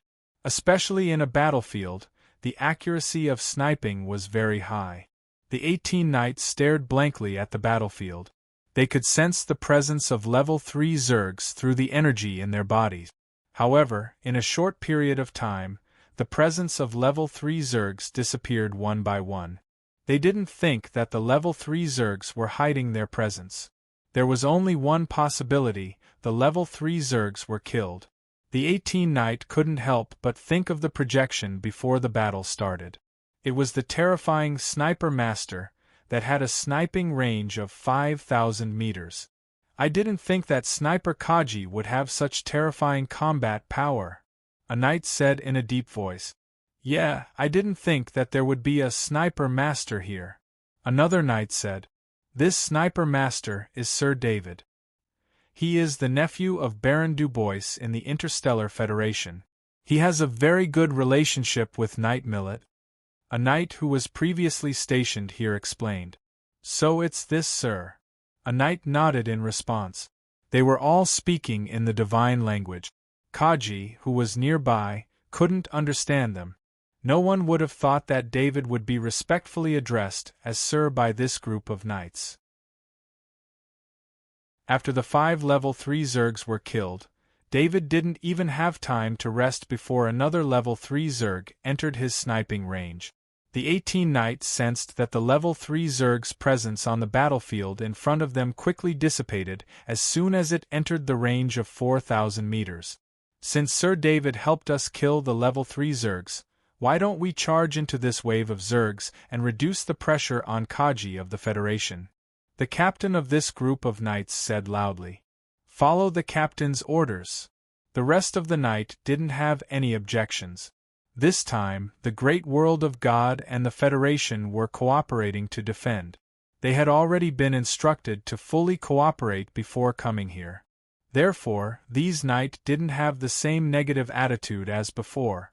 Plus, David had helped them kill the level 3 Zergs, so they wanted to repay him. Form a charging formation, the captain of the knight shouted. Then, just as the Zerg wave was 500 meters away from the defensive line, the 18 Knight lined up in a row. The war horses under them began to trot. The war horses trotted for 5 meters and turned into a medium gallop. After another 10 meters, the war horses turned into a high-speed gallop.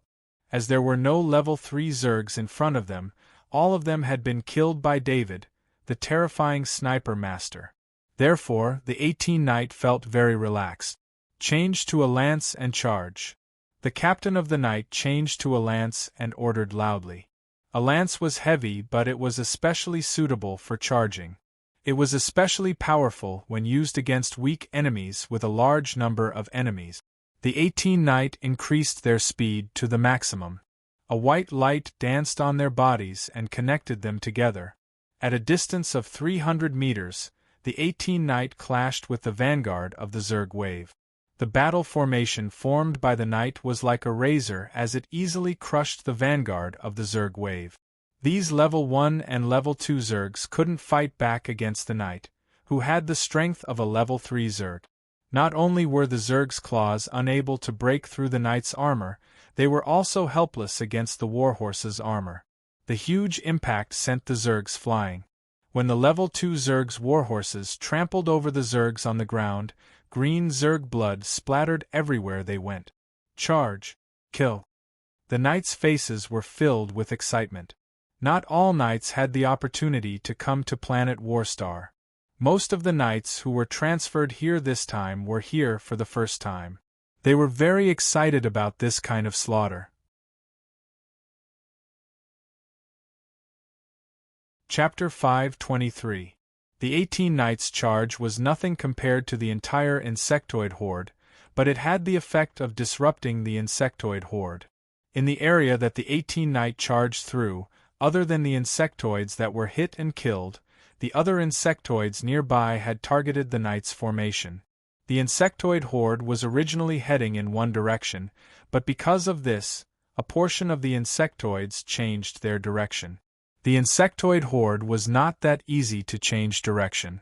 This portion of the insectoids changed their direction and wanted to chase after the 18 Knight, but they ended up colliding with the insectoids in the other directions. The collision was not that serious as the direction of the insectoid horde would not change. However, the 18 Knight continued to charge forward, causing more and more insectoids to change their direction and chase after them. Of course, there were still many insectoids that rushed toward the Kaji's formation. However, due to the chaos in the insectoid horde, the impact of the insectoid horde was greatly reduced. Prepare for the impact. The Augustine Transcendent roared.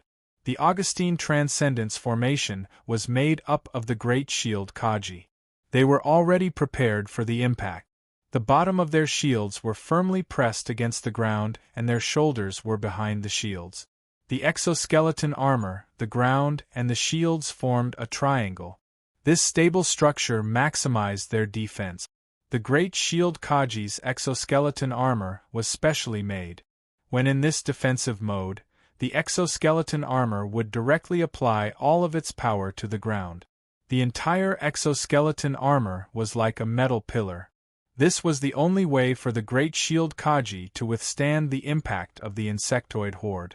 The Augustine Transcendent originally estimated that many Great Shield Kaji would be severely injured or even killed in the first impact of the insectoid horde. However, due to the 18 Knights' charge, this situation was reduced. Spears in the front row. The Benton Transcendent also gave the order. Following the Benton Transcendent's order, the front row of Kaji spears fixed their spears between their shields. The ends of the spears were fixed to the ground. As long as they controlled the direction, the insectoid horde would automatically collide with the spears. These spears were made of level 3 materials and had a terrifying penetrating power against level 1 and level 2 insectoid. Finally, the insectoid horde came into contact with the Kaji's formation. Most of the insectoids collided with the shields, while the unlucky ones collided with the spears and were directly impaled. These unlucky insectoids also saw the spears in front of them, but it was almost impossible for them to change direction. Even if they did not want to, they could only be pushed to the front to the front to. Stab! The Benton Transcendent's level 3 spears in his hand to the insectoid horde to Takagi to his, to Takagi. Kaji twos, Tokajiz's tus to the kiss to Takagi's completed. Just as the first round of spear thrusts ended, the second round of spear thrusts came from behind. The first round of Kaji were basically all Kaji who had experienced at least a few battles. The second round of Kaji had many new recruits. This was a helpless move.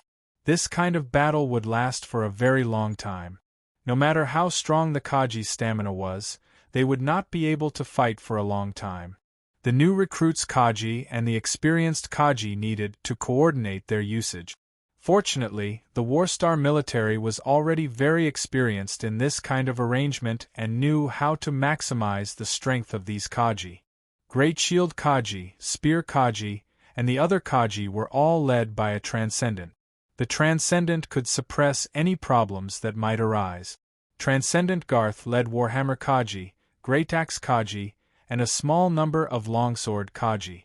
Under the coordination of the battle formation, they continuously killed the injured insectoids on the ground. At the same time, they continuously cleaned up the corpses on the ground to prevent them from affecting the operation of the Kaji battle formation. Medic Kaji was also busy.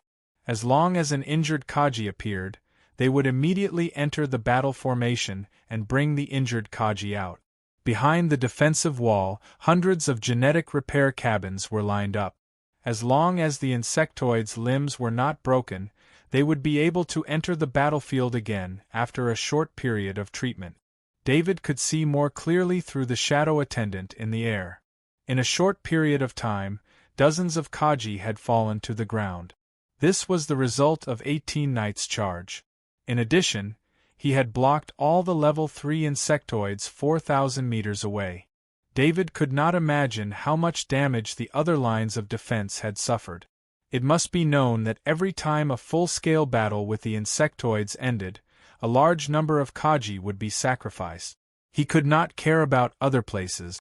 He could only do his best to take care of the battlefield in front of him. Perhaps it was because David had continuously killed level 3 insectoids, but the insectoids in charge of commanding the insectoids here were not idiots. There had been no level 3 insectoids appearing for 10 seconds. David did not wait any longer. He did not care what the insectoids were planning. All he needed to do was to keep on sniping. He put the roaring sniper rifle aside and switched to the roaring sniper rifle. He then shifted his target to the level 2 insectoids in front of him. He began to snipe once every 0.1 seconds. Using the normal Kaji sniper rifle, David's sniping speed had reached the limit of the sniper rifle. First, the nearby Kaji noticed something unusual. Even in the chaotic battlefield, David's sniping style had caught the attention of the other Kaji snipers. There were 200 Kaji snipers on the battlefield. 100 of them were newly transferred. Is this a sniper master? A Kaji sniper who had just arrived asked softly. They could not imagine that the difference between a Kaji sniper and a sniper master would be so huge. The legendary sniper master did not have this kind of sniping ability. Even after some exaggerated propaganda, they had never had this kind of shooting speed. If they did not see the result of David's sniping, they would have thought that David was holding a rapid-fire assault rifle. Of course, the Kaji snipers also knew that this was impossible. Other than the sniper rifle used by the Kaji sniper, the only single hot weapon that could kill the insectoids was the sniper rifle. Don't be distracted. Snipe with all your strength. The captain of the Kaji sniper team said in a deep voice through the channel. The captain's voice woke up some of the Kaji snipers who were distracted. They began to snipe the insectoids again. Scanning detected a large number of flying insectoids. The voice of the Babington Transcendent appeared in the channel. Without the reminder of the Babington Transcendent, David also saw the scene in the distance through the shadow attendant. The flying insectoids that appeared this time could be said to be covering the sky and the sun. They were like a black cloud that was rushing towards them. When David saw this scene, there was a sense of powerlessness in his heart. No matter how fast his sniping speed was, it was impossible to kill so many flying insectoids. The flying insectoids were very fast. It did not take long for them to enter the distance of 3 kilometers. David was about to turn the sniper rifle's muzzle. Even if the effect was a little small, it could also share some of the pressure of the defense line against the air. David, you focus on the insectoids on the ground. Don't worry about these flying insectoids. The Babington Transcendent had been paying attention to David's situation. It was because of David that the 4th Frontline Base's defense line was so relaxed. So when he saw David's movement, he immediately stopped him. David did not ask why. He knew that the Babington Transcendent would not lie. He began to clean up the level 2 insectoids on the ground again. The top of the defensive wall opened and hundreds of rapid-fire anti-air cannons appeared.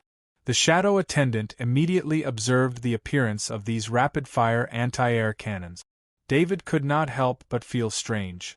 Although the rapid-fire anti-air cannons had the function of anti-air, even if they used level 2 grade ammunition, with the attack power of the rapid-fire anti-air cannons, it would be difficult to cause too much damage to the flying insectoid. The rapid-fire anti-air cannons were a defensive weapon designed for the purpose of rapid firing. Their penetration power was insufficient. Even if they shot out level 2 grade ammunition, at most, they would only cause some minor injuries to the flying insectoid. This kind of injury was not much of a threat to the insectoids. The most important thing was that the rapid-fire anti-air cannon's firing speed was too fast. It required too much level 2 grade ammunition. Even if the military wanted to use this kind of weapon, it would be difficult to bear the long-term consumption. However, to David's surprise, the rapid-fire anti-air cannons did not shoot level 2 grade ammunition. They were not even grade 2 grade ammunition. Instead, they were warheads made of ordinary materials. In a short period of time, hundreds of rapid-fire anti-air cannons fired hundreds of thousands of warheads. These warheads flew towards the flying insectoids in the sky. When the warheads hit the flying insectoids, the warheads themselves were made of ordinary materials. As a result, the warheads directly exploded. The warheads did not cause any damage to the flying insectoids, but after the warheads exploded, the strange liquid in the warheads stuck to the flying insectoids' bodies. An iron wing bat bug was hit by several warheads. This kind of dense barrage was simply impossible to dodge in the air. The iron wing bat bug was surrounded by flying insectoids, so it could only take the warheads head-on. When the warheads hit the iron wing bat insect, it did not feel any pain. The warheads could not even break through its tough skin, let alone hurt it. Just when the iron wing bat insect wanted to continue flying, it suddenly realized that there was a problem with its wings. The sticky liquid made it very difficult to flap its wings. This was very troublesome for the flying iron wing bat insect. Once it could not flap its wings, it would lose its ability to fly. The iron wing bat bug wanted to shake its wings, but this action caused its wings to be stuck even more, and it fell down like a rock. When it fell, the iron wing bat insect saw a large number of its companions falling down like it. This was the special ammunition that the Federation used to deal with the flying insectoid. This type of non-lethal warhead had an extremely viscous liquid in it. This liquid was developed based on research on the arachnid. Although this liquid was produced in large quantities, it could only affect the flying insectoids for a short period of time.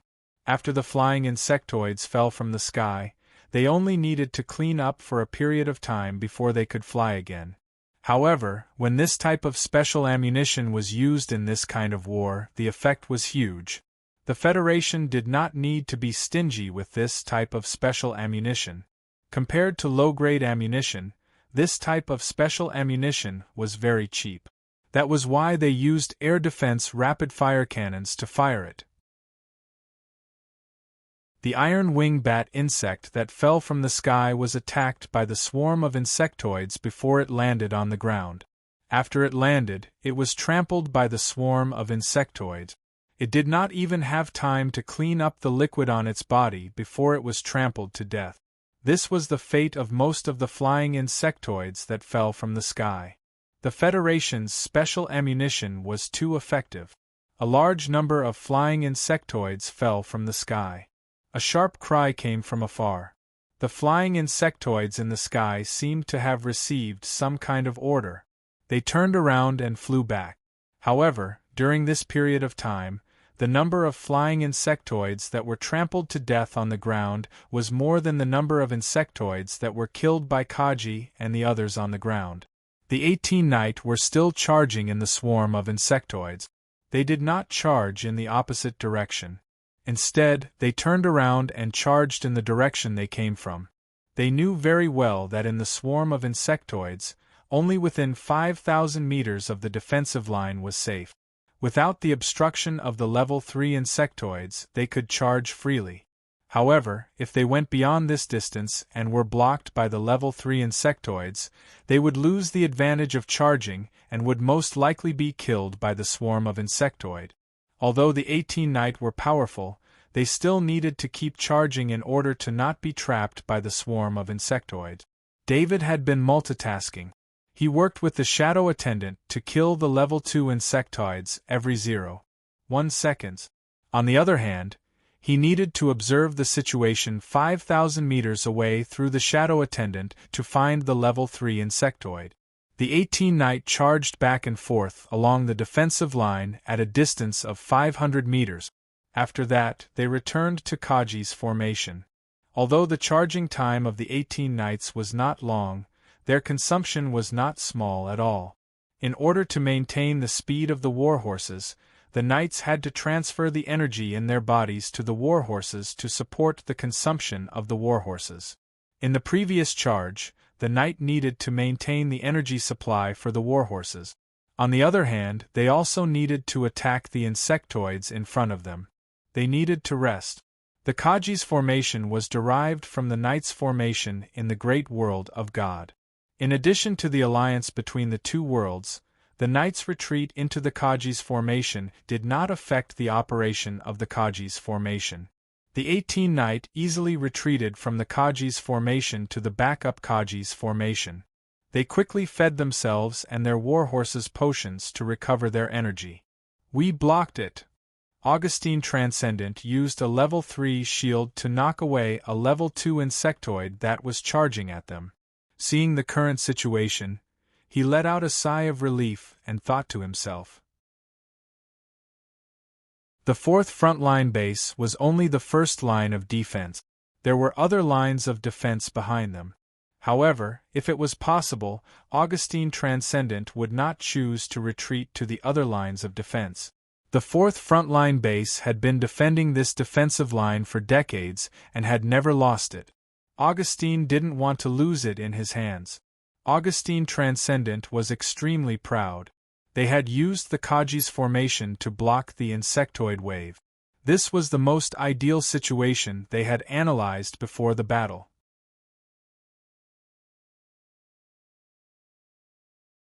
Chapter 524. David and the 200 snipers. Kaji's sniping had greatly reduced the pressure on the defensive line.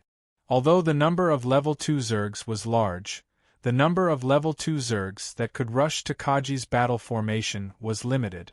In addition, there were 3 Transcendent in Kaji's battle formation. Without the interference of level 3 Zergs, the 3 Transcendent played a huge role. Transcendent Babington, who was sitting in the base headquarters, also wanted to go to the defensive line, but his role in the headquarters was also very important. Transcendent Babington looked at the video from the defensive line with the same pride on his face as Transcendent Augustine. He knew more about the battle situation than the people at the defensive line. More than half of the defensive lines had been broken, and the second defensive line had begun to be used. The defensive lines that had not been broken were also in imminent danger and could be lost at any time. In fact, the military had been prepared for this situation for a long time, so there were many defensive lines. As long as they could not support the defensive line, they could immediately retreat to the next defensive line. These additional defensive lines were heavily deployed to consume the Zerg tide through space. At the same time, the closer they were to the Federation's territory, the more effective the military fortifications that had been deployed there.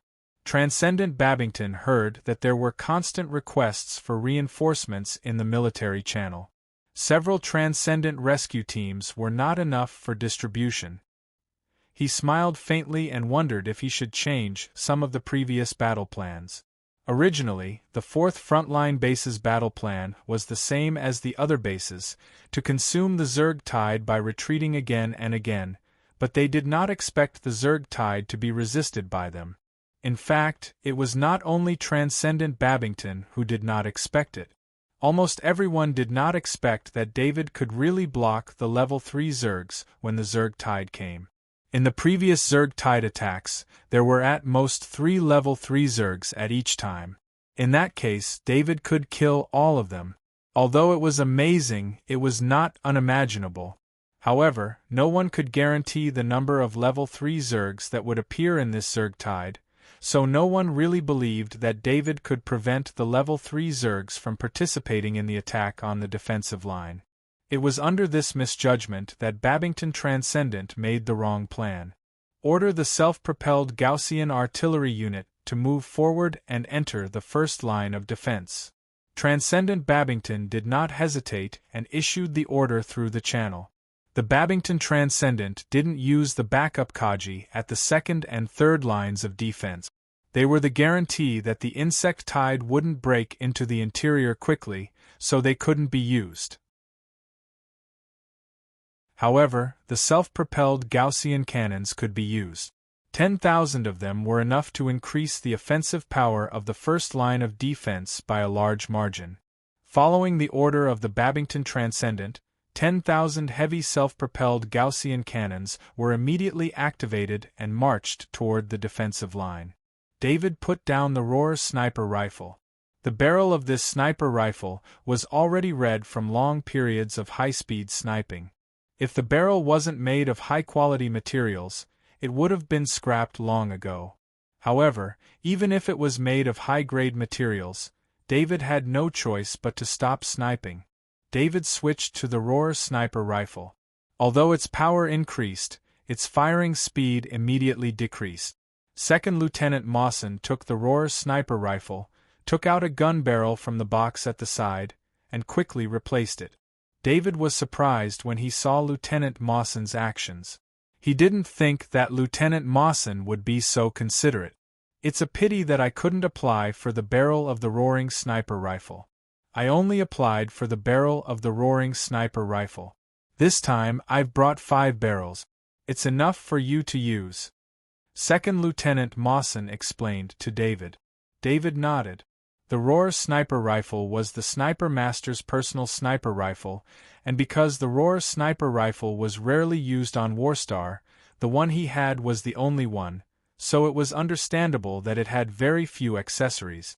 Here you go, said Second Lieutenant Mawson as he handed the Roer sniper rifle with a new barrel to David. David took the Roer sniper rifle and the magazine that Lieutenant Harcourt had prepared for him before returning to sniping mode. Lieutenant Mawson looked at David and smiled. He wasn't very strong, and the contributions he could make on the battlefield were very limited, but he had a great advantage over the others. He was an intelligence officer and could analyze all kinds of information to make the best preparations. This logistics preparation for David was done after Lieutenant Mawson analyzed David's abilities and began making various preparations before David returned. As long as he could ensure David's fighting strength, he would have made a great contribution to this war. The insectoid tide had left far too many corpses in front of the defensive line. Some of the corpses near Kaji's formation were dragged away, while the rest were trampled to pieces by the insectoid tide. The entire battlefield, starting from Kaji's formation and extending for 5,000 meters towards the insectoids, was covered in green insectoid blood. There were insectoid corpses that were killed by David and Kaji's snipers. There were also insectoids that were killed by the Gaussian cannons. Of course, most of them were flying insectoids that were trampled to death after falling from the sky. Second team of Shield Kaji, forward! Transcendent Augustine ordered loudly. A row of large Shield Kajis stood up from the reserve team with shields in their hands. They put down their masks one by one excitedly. It was finally their turn to fight. After seeing the battle in front of them, they were eager to give it a try. Up until now, the Kaji's formation had consumed a lot of Kajis, and the most direct ones were the large Shield Kajis. The constant impact of the insectoid tide had injured these large Shield Kajis, mostly from shock. As for the other Kajis, they had also experienced a long battle and were showing signs of fatigue. In a battle like this, of course, it was impossible to let the Kajis expend all their energy. The insectoid tide had yet to end, and this batch of Kajis had to be redeployed. The priority to replace Kajis were of course the large Shield Kajis. The rest of the Kajis were very easy to replace. As long as there was a stable defense, the Spear Kajis would not even interrupt the assassination process. The second team of large Shield Kajis entered the formation and stood behind the first team of large Shield Kajis. They placed the shields in their hands behind the first team of large Shield Kajis' back. First team, retreat! Transcendent Augustine ordered loudly as the Spear Kajis' first round of assassination. Under the cover of the assassination, the first team of large Shield Kajis withdrew their shields and retreated. A perfect rotation was completed, and the second team of large Shield Kajis was quickly replaced by the first team of large Shield Kajis. After only 20 seconds, the entire defense line of Kaji's formation was replaced by a group of energetic Kajis. The Kajis that left the Kaji's formation were immediately taken over by the staff. Food and medicine were distributed, and Kaji's medical staff began to examine the Kaji's body through the Kaji's exoskeleton armor and began to perform different treatments. Just when everything was going well, David saw 6 huge figures appear behind the insectoid tide through the eyes of the shadow attendant. It was 6 armor-piercing beetles. David's expression changed when he saw this. The defense of the armor-piercing beetles was not something that could be directly destroyed by the roaring sniper rifle in his hand. Only by attacking the vulnerable parts of the armor-piercing beetles would he be able to kill them.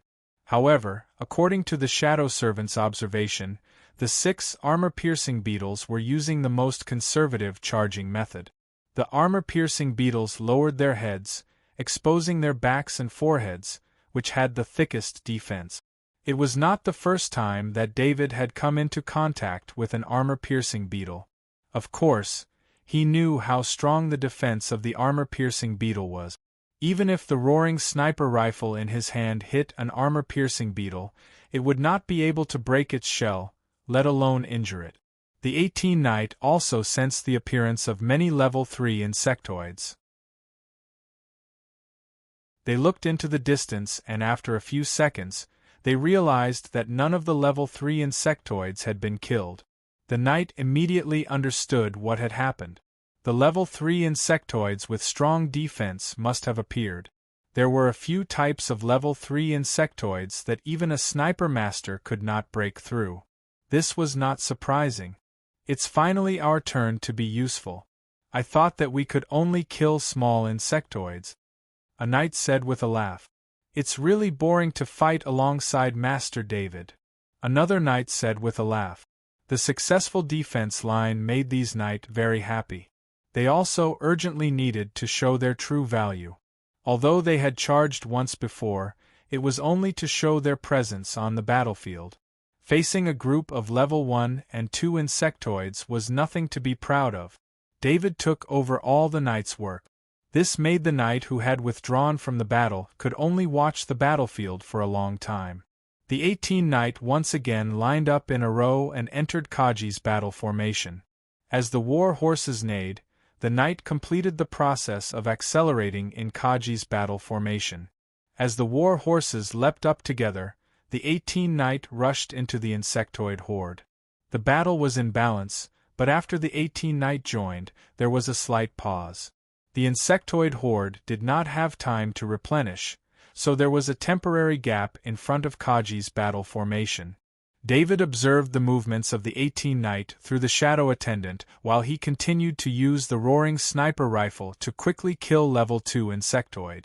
Since the shadow attendant could be 100 meters away from him, the souls of the dead insectoids in front of Kaji's battle formation could be absorbed by the shadow attendant. Therefore, the shadow attendant was very active at this time. It would appear in front of the battle formation from time to time and quickly return to the sky. Fortunately, the shadow attendant's movement was very fast. In addition, the shadow attendant seemed to have found a pattern. It did not immediately go over when there was an insectoid soul. Instead, it would wait for a certain period of time before flying down to collect an insectoid soul. Of course, some of the dead Kaji's souls would also be absorbed by the shadow attendant. This was something that David could not control. The 18 knight were very brave. When they charged into the insectoid horde, it was as if they were unstoppable. Relying on their senses towards level 3 insectoids, the knight charged in the direction of the 6 armor-piercing longhorn beetles. The 6 armor-piercing longhorn beetles obviously also noticed the 18 knight and began to speed up. Previously, the 6 armor-piercing longhorn beetles were surging along with the insectoid horde, so they were not charging at their best speed. Now that they accelerated, they immediately knocked away the insectoids in front of them. Some of the smaller insectoids that could not dodge in time were even trampled to death by the accelerated armor-piercing longhorn beetles. The 6 armor-piercing longhorn beetles accelerated at full speed while the 18 knight maintained their charging speed. From the observation point of the shadow attendant in the sky, they could see that there were 2 tunnels filled with insectoid corpses in the middle of the insectoid horde. These 2 tunnels were about to connect. The 18 knight had more numbers, but the armor-piercing longhorn beetles were bigger, so the effect was more or less the same. Change formation, the captain of the knight said in a deep voice. The captain of the knight could already see the 6 armor-piercing longhorn beetles. After realizing that they were the armor-piercing longhorn beetles with terrifying defense, he immediately ordered the formation to change. The 18 knight formed a conical formation with the captain in front and the rest of the knight behind. At the same time, a white light kept dancing on their bodies. The captain of the knight sensed the energy from the other knight. He had a long shield in his left hand and a rank 3 lance in his right hand. If he wanted to break through the defense of the armor-piercing longhorn beetles, a lighter weapon would not be able to do much. Most importantly, if he used a grade 3 heavy sword, he would be hit by the armor-piercing longhorn beetle before he could even attack it in a face-to-face battle. Sharpness, strength, armor. The captain of the knight continuously buffed himself with many equipment effects. The energy shared by the other knight dyed the long shield in his left hand into a shining white light shield. At the same time, the rank 3 lance in his right hand's sharpness effect intersected with the light of the knight's energy. The rank 3 lance's white light had an additional hint of coldness. In the sniper position, David stopped sniping and switched to the roar sniper rifle. A super large caliber level 3 sniper bullet was loaded into the chamber. Finally, the conical formation formed by the 18 knight and the 6 armor-piercing longhorn beetles collided. Everyone on the battlefield felt the ground shake. The captain of the knight's beam shield blocked the sharp claws of the armor-piercing longhorn beetles. All the impact was shared by the 18 knight through the formation. The flashing white light flashed on the 18 knight's body. Under the knight's helmet, the knight's face turned abnormally red at the same time. However, no matter how strong the impact was, after being shared by the 18 knight, the impact on each knight was still within their tolerance range. If it wasn't for the fact that they were charging in the middle of an insect tide, The 18 Knight could have used their speed to split up the 6 armor-piercing longhorn beetles instead of fighting them head-on. The captain of the Knight's rank 3 lance in his right hand was buffed with sharpness. The tip of the lance pierced through the armor-piercing longhorn beetle's spine and severed its nerves. The armor-piercing longhorn beetle let out a miserable cry and fell to the ground. The captain of the Knight loosened his grip. Since they were charging, he had no choice but to let go of the rank 3 lance in order to maintain the momentum of the Knight formation.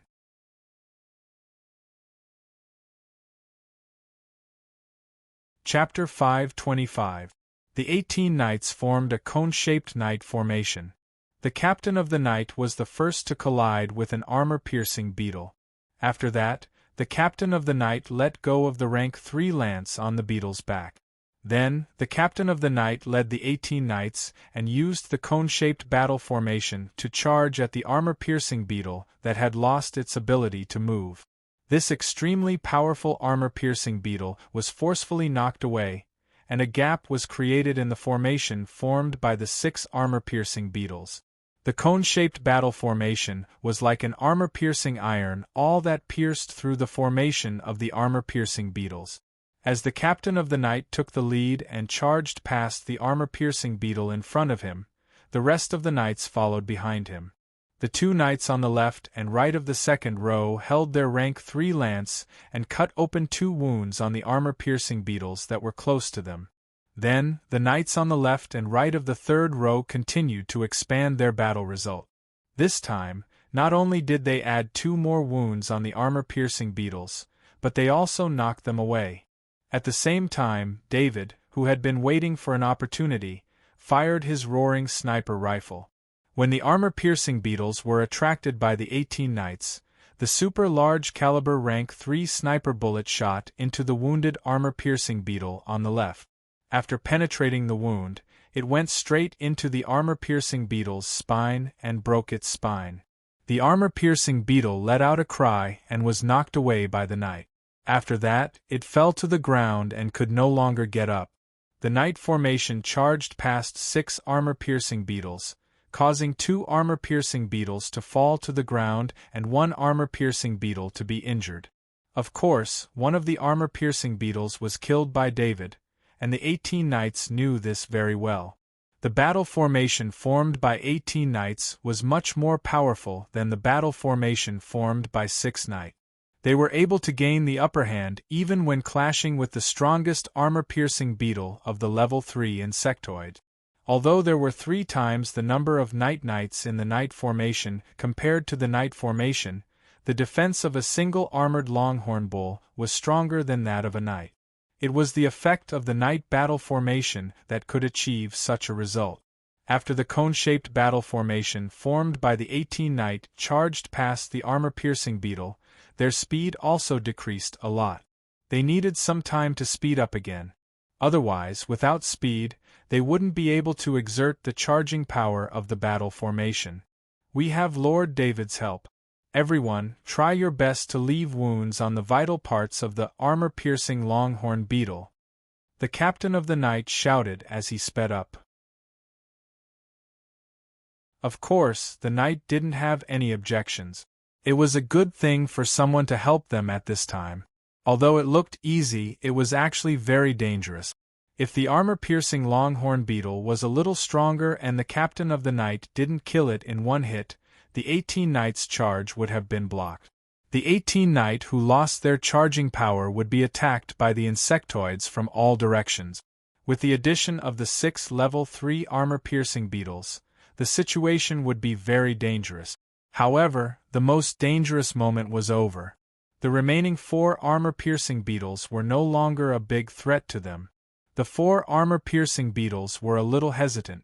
They didn't know if they should chase after the 18 Knight or continue to charge towards the defensive line. After thinking about the order of the insectoids, the 4 armor-piercing beetles didn't chase after the 18 Knight. Instead, they continued to charge towards the defensive line and kept accelerating. They wanted to get rid of the 18 Knight. At this time, David locked onto the injured armor-piercing beetle. He couldn't break through the defense of the armor-piercing beetle, but the injured part had lost the defense of the outer shell and exposed the relatively weaker parts inside. David shot again. This armor-piercing beetle was injured on the right side of the center of its back. There was no vital part under the long wound. However, he didn't want to waste this opportunity. With the recovery speed of the armor-piercing beetle, the wounds on its body would be mostly healed in a while. By then, he wouldn't be able to break through its defense even if he wanted to. This time, David chose to stagger the armor-piercing beetle's bones.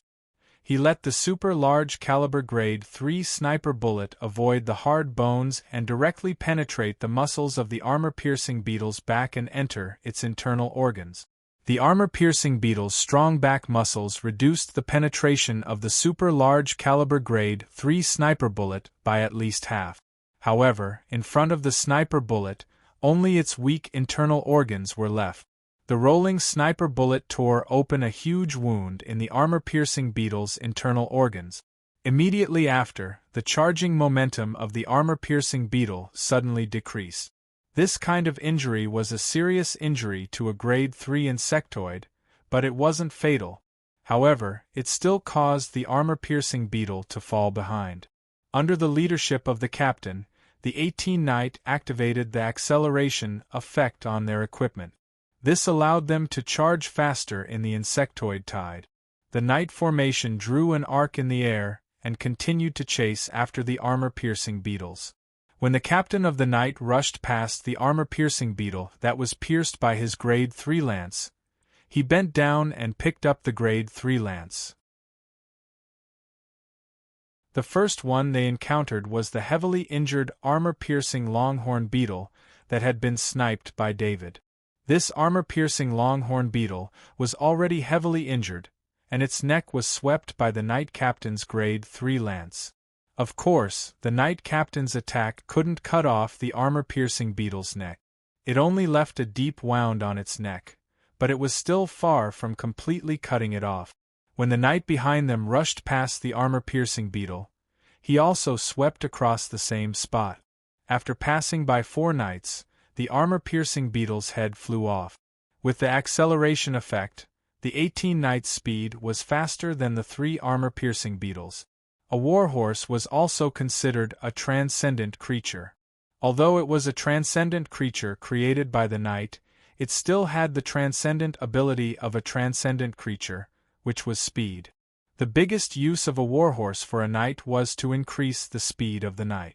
This allowed the Knight to focus on increasing his defense and attack without having to worry about speed. The 3 armor-piercing beetles also felt that the 18 Knights behind them were getting closer and closer. They couldn't charge forward recklessly anymore. Otherwise, they would expose their backs to the 18 Knight. Instinctively, the 3 armor-piercing beetles turned around. The other insectoids that couldn't stop in time bumped into them, but they were all sent flying. Change to short lances. The captain of the Knight commanded loudly. The 18 Knights put away their grade 3 lance and changed to grade 3 short lances. Throw 3 rounds. The captain of the Knight commanded again. The Knights' formation changed. 5 Knights formed a row with the captain, while the rest of the Knights formed 2 rows behind them. When they were 30 meters away from the armor-piercing beetles, the 6 Knights in the first row roared and threw 6 grade 3 short lances towards the 3 armor-piercing beetles. The 3 armor-piercing beetles lowered their heads and threw the carcasses in front of them towards the 6 grade 3 short lances. The 6 grade 3 short lances pierced through the carcasses. Although they consumed some kinetic energy, they still hit the armor-piercing beetles. The 6 grade 3 short lances pierced through the armor-piercing beetles' bodies and got stuck in their muscles. The 6 Knights in the first row separated to the left and right, while the 6 Knights in the second row continued to throw their grade 3 short lances. David's roaring sniper rifle was the first to fire. A super-large caliber level 3 sniper bullet shot through the back door of an armor-piercing longhorn beetle that was exposed in front of him. This armor-piercing beetle had used all of its strength on defense, which made its shell harder. At the same time, its muscles could provide more resistance. However, after the sniper bullet entered the back door, the strength of the armored beetle dissipated under the intense pain from the back door. The armor-piercing longhorn beetle didn't have enough time to protect its vitals when it was attacked by the 2 Grade 3 short spears. One of the Grade 3 short spears pierced through the armor-piercing longhorn beetle's neck. The other one pierced through the eye of the armor-piercing beetle. With the momentum of the charge, the Grade 3 short lances launched by the knight were extremely powerful. At the same time, the energy attached to the short lances increased their destructive power. The result of the second round surprised even the knight. The Grade 3 short lances he threw directly pierced through the brain of the armor-piercing beetle, killing it instantly. The 6th knight in the second row separated to the left and right, and the third round of throwing began again. This time, there were only 2 targets left. One of the armor-piercing beetles was afraid that its back door would end up like its comrade. It wanted to turn around to protect its back door, but it was also worried about the Grade 3 short lances in front of it. This caused it to lose focus. The Grade 3 short lances pierced through the ear of the armor-piercing beetle and went straight into its brain. After 3 rounds of shooting, there was only 1 armor-piercing beetle left among the 18 knights' enemies. At this time, they had already rushed to the front of the last armor-piercing beetle. Without the command of the knight captain, each of the knights equipped themselves with a Grade 3 lance. After the 18 Grade 3 lances swept across the armor-piercing longhorn beetle, no matter how strong its defense was, it couldn't withstand it. Return. The knight captain didn't continue to fight. After killing their target, he immediately shouted. After passing through Kaji's battle formation and arriving at the safe zone, the 18 knight gave a knight's salute to David's direction. Although David didn't show up, his role was very important. Without David's help, they wouldn't have been able to finish the battle so quickly. David saw the knight's actions, but he was in the sniper's position on the defensive wall, so he couldn't return the salute. He could only smile. Our reinforcements are here. Augustine Transcendent reported loudly after receiving the message from Babington Transcendent. The Kajis cried out in excitement. The battle was unexpectedly smooth, so their morale was high. Now that they heard about reinforcements, their confidence in resisting the insect tide was strengthened. 10,000 heavy self-propelled Gaussian cannons approached the defensive line. This unit didn't need to enter the defensive line, so they began to prepare behind the defensive line. 8 fixing devices extended out from the heavy self-propelled Gaussian cannons. The fixing devices extended to the ground and then popped out to lock the heavy self-propelled Gaussian cannons in place. The recoil of the Gaussian cannons was very strong. If the heavy self-propelled Gaussian cannons weren't locked to the ground, 1 round of shooting would cause the heavy self-propelled Gaussian cannons to deviate. Part of the defensive wall that affected the firing of the heavy self-propelled Gaussian cannons changed direction and opened up the attacking area. 10,000 heavy self-propelled Gaussian cannons formed a huge rectangular area. Every heavy self-propelled Gaussian cannons raised their barrels, and a huge energy wave reverberated in the area. Those who had never seen such a scene would never be able to imagine 10,000 heavy self-propelled Gaussian cannons firing at the same time. As 10,000 loud sounds rang out almost simultaneously, everyone on the battlefield, including the insectoids, was shocked. In the area between 3,000 and 4,000 meters, it was as if the insect tide had been hit by a giant club. Almost none of the insectoids in this area survived. David was dumbfounded at the result of the 10,000 heavy self-propelled Gaussian cannons. Shouldn't they have brought out such an attack earlier? If that was the case, they wouldn't have needed to spend so much effort. However, he didn't know that while the heavy self-propelled Gaussian cannons were very powerful, they had a natural weakness. First of all, the heavy self-propelled Gaussian cannons had a very low attack frequency. Each attack needed 30 seconds before the second attack could be launched. Secondly, the attack range of the heavy self-propelled Gaussian cannons was fixed. Once the area between 3,000 and 4,000 meters was fixed, it would be very troublesome to adjust it temporarily. At the same time, the closest attack range of the heavy self-propelled Gaussian cannons was 2,000 meters. In other words, the insectoids would no longer be threatened by the heavy self-propelled Gaussian cannons when they were 2,000 meters away. The last and most important point was that the heavy self-propelled Gaussian cannons had no defense. With 10,000 heavy self-propelled Gaussian cannons together, as long as one insectoid entered, it would be a nightmare.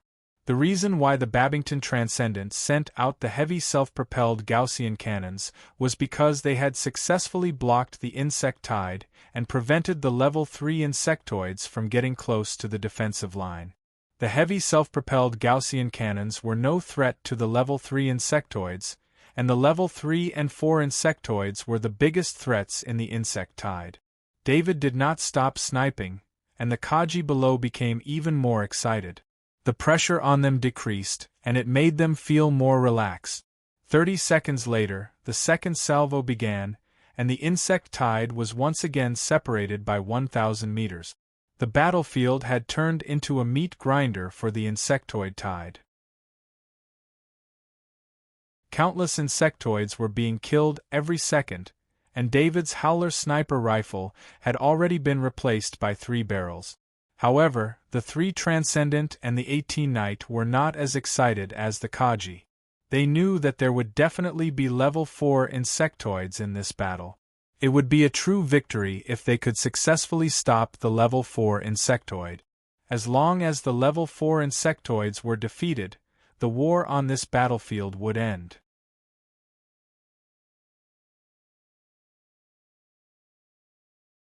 Chapter 526. The reason why an all-out war with the insectoids was so scary was because it was a war that targeted every single defense line at the same time. Whether it was in terms of scope or scale, it was a hellish war. Every all-out war required the Interstellar Federation and the Great World of God to constantly deplete the insectoid's strength.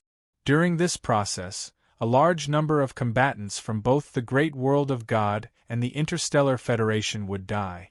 At the end of every all-out war, most of the military's black warships would be dispatched to deliver the message of death to all parts of the Federation. At that time, black warships could be seen everywhere in space. A large number of warships were painted black to complete this huge task. The 4th Frontline Base's defense line was still lucky so far. On one hand, David was there. David and the 18 Knights of the Great World of God kept the level 3 insectoids outside the defense line, not allowing the level 3 insectoids to cause any harm to the defense line. On the other hand, it was also because of David. David's relationship with the Great World of God made the Knights of the Great World of God extremely respectful of David. This also made the Knights very active in combat, which greatly reduced the pressure on the Kaji of the Federation. Of course, under the command of the 3 Transcendent, this batch of Kaji also exploded with extraordinary combat power. From the beginning of the war until now, they did not let the defense line fall for even a second. The battle that started in the morning lasted until the afternoon. Even though the defense line had been rotated many times, the Kaji were now full of fatigue. David was also tired. The continuous sniping was not only because of the sniper rifle, but also because of the excessive consumption of his powerful spirit, which made him faintly dizzy. However, he did not rest for a moment. As long as he kept sniping, he could reduce the casualties of the Kaji. The Transcendent of Babington looked at the projection in front of him, which showed the current situation of the war. Among all the defense lines, only the 4th Frontline Base's defense line was still holding. The rest of the defense lines had been broken, and the insectoid tide was advancing. The war had entered a state of attrition, and the reserve forces had built 6 lines of defense. Each line of defense was defended by a large number of Kaji and Gaussian cannons. The purpose of these defensive lines was to protect the retreating troops, allowing them to receive treatment and recovery at the next defensive line so that they could participate in the defensive battle. Through the lines of defense, the number of the insect horde was depleted. The extended battle line gave the exhausted Kaji soldiers time to rest. A large number of reserve troops and military facilities were constantly dealing damage to the insect horde. Transcendent Babington was very worried about the flank of the 4th frontline base. He was always paying attention to the latest battle situation. As long as the insect tide on both sides changed direction, he would let the 4th frontline base retreat. Of course, it was rare for the bug horde to change directions.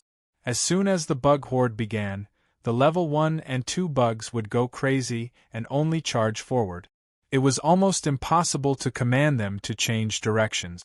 However, Transcendent Babington did not dare to be careless.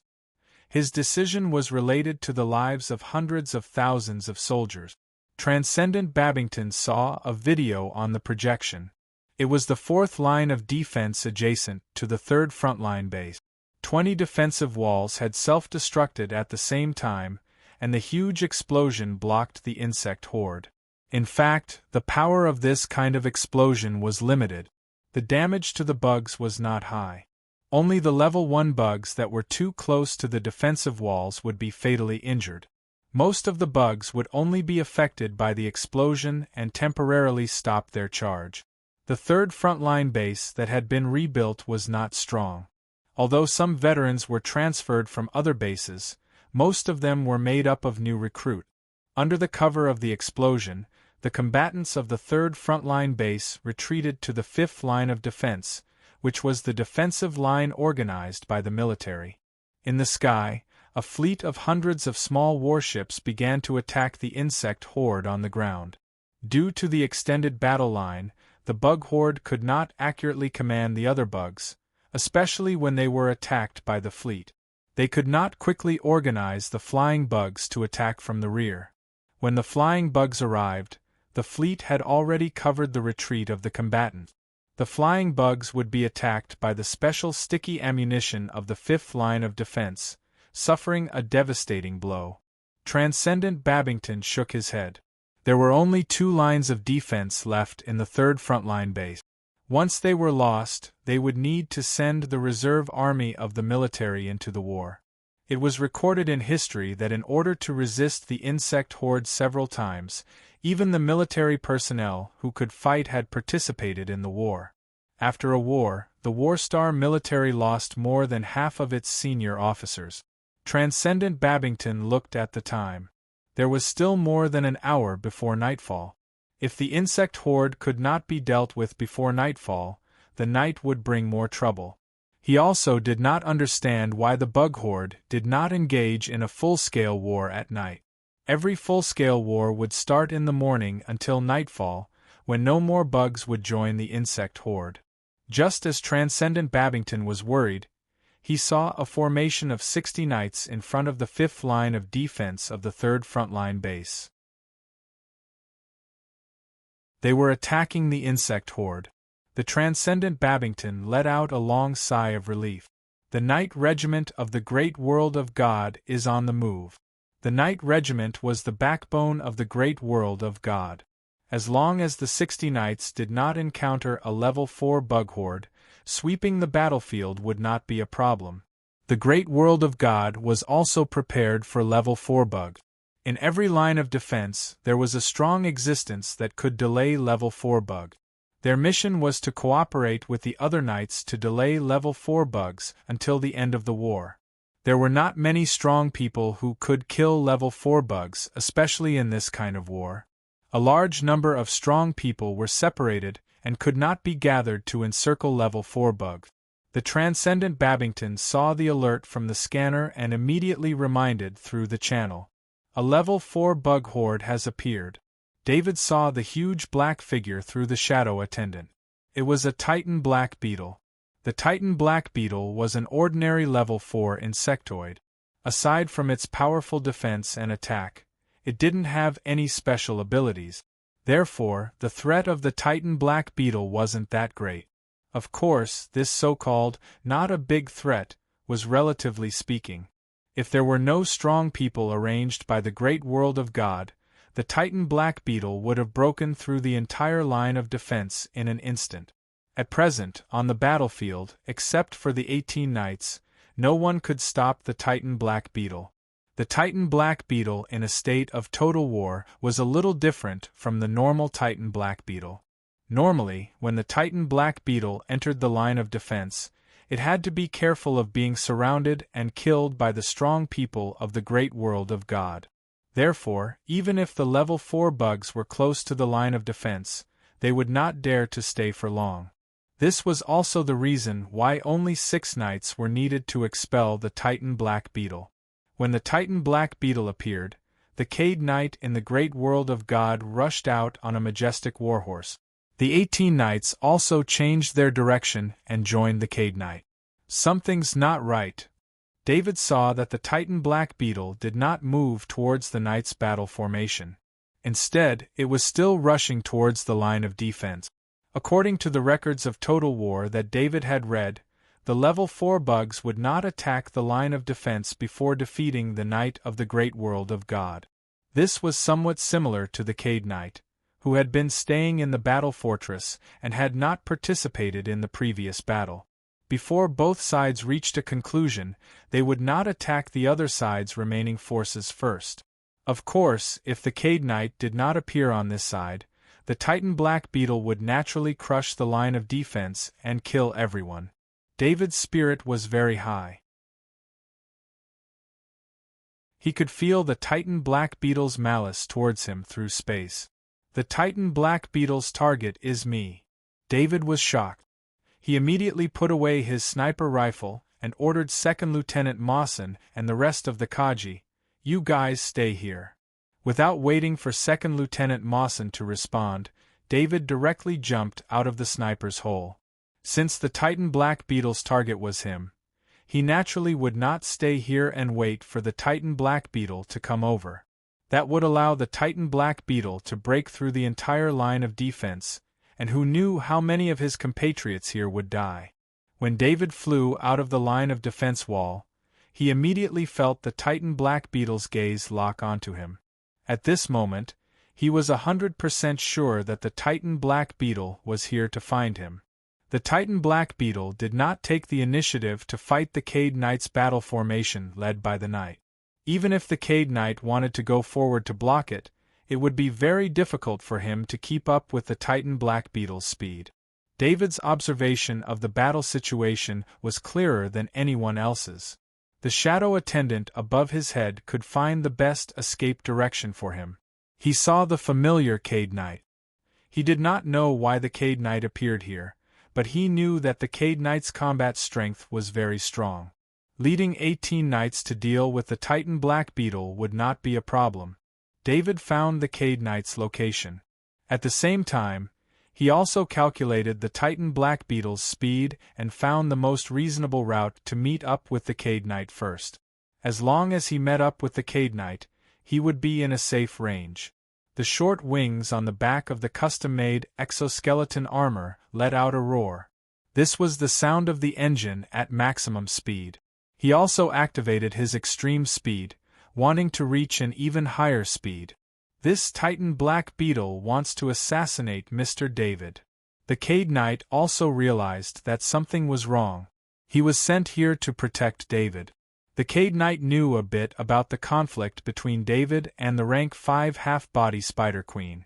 Baron Dubois had told him about it before he came here. It was because he knew David that he was sent here.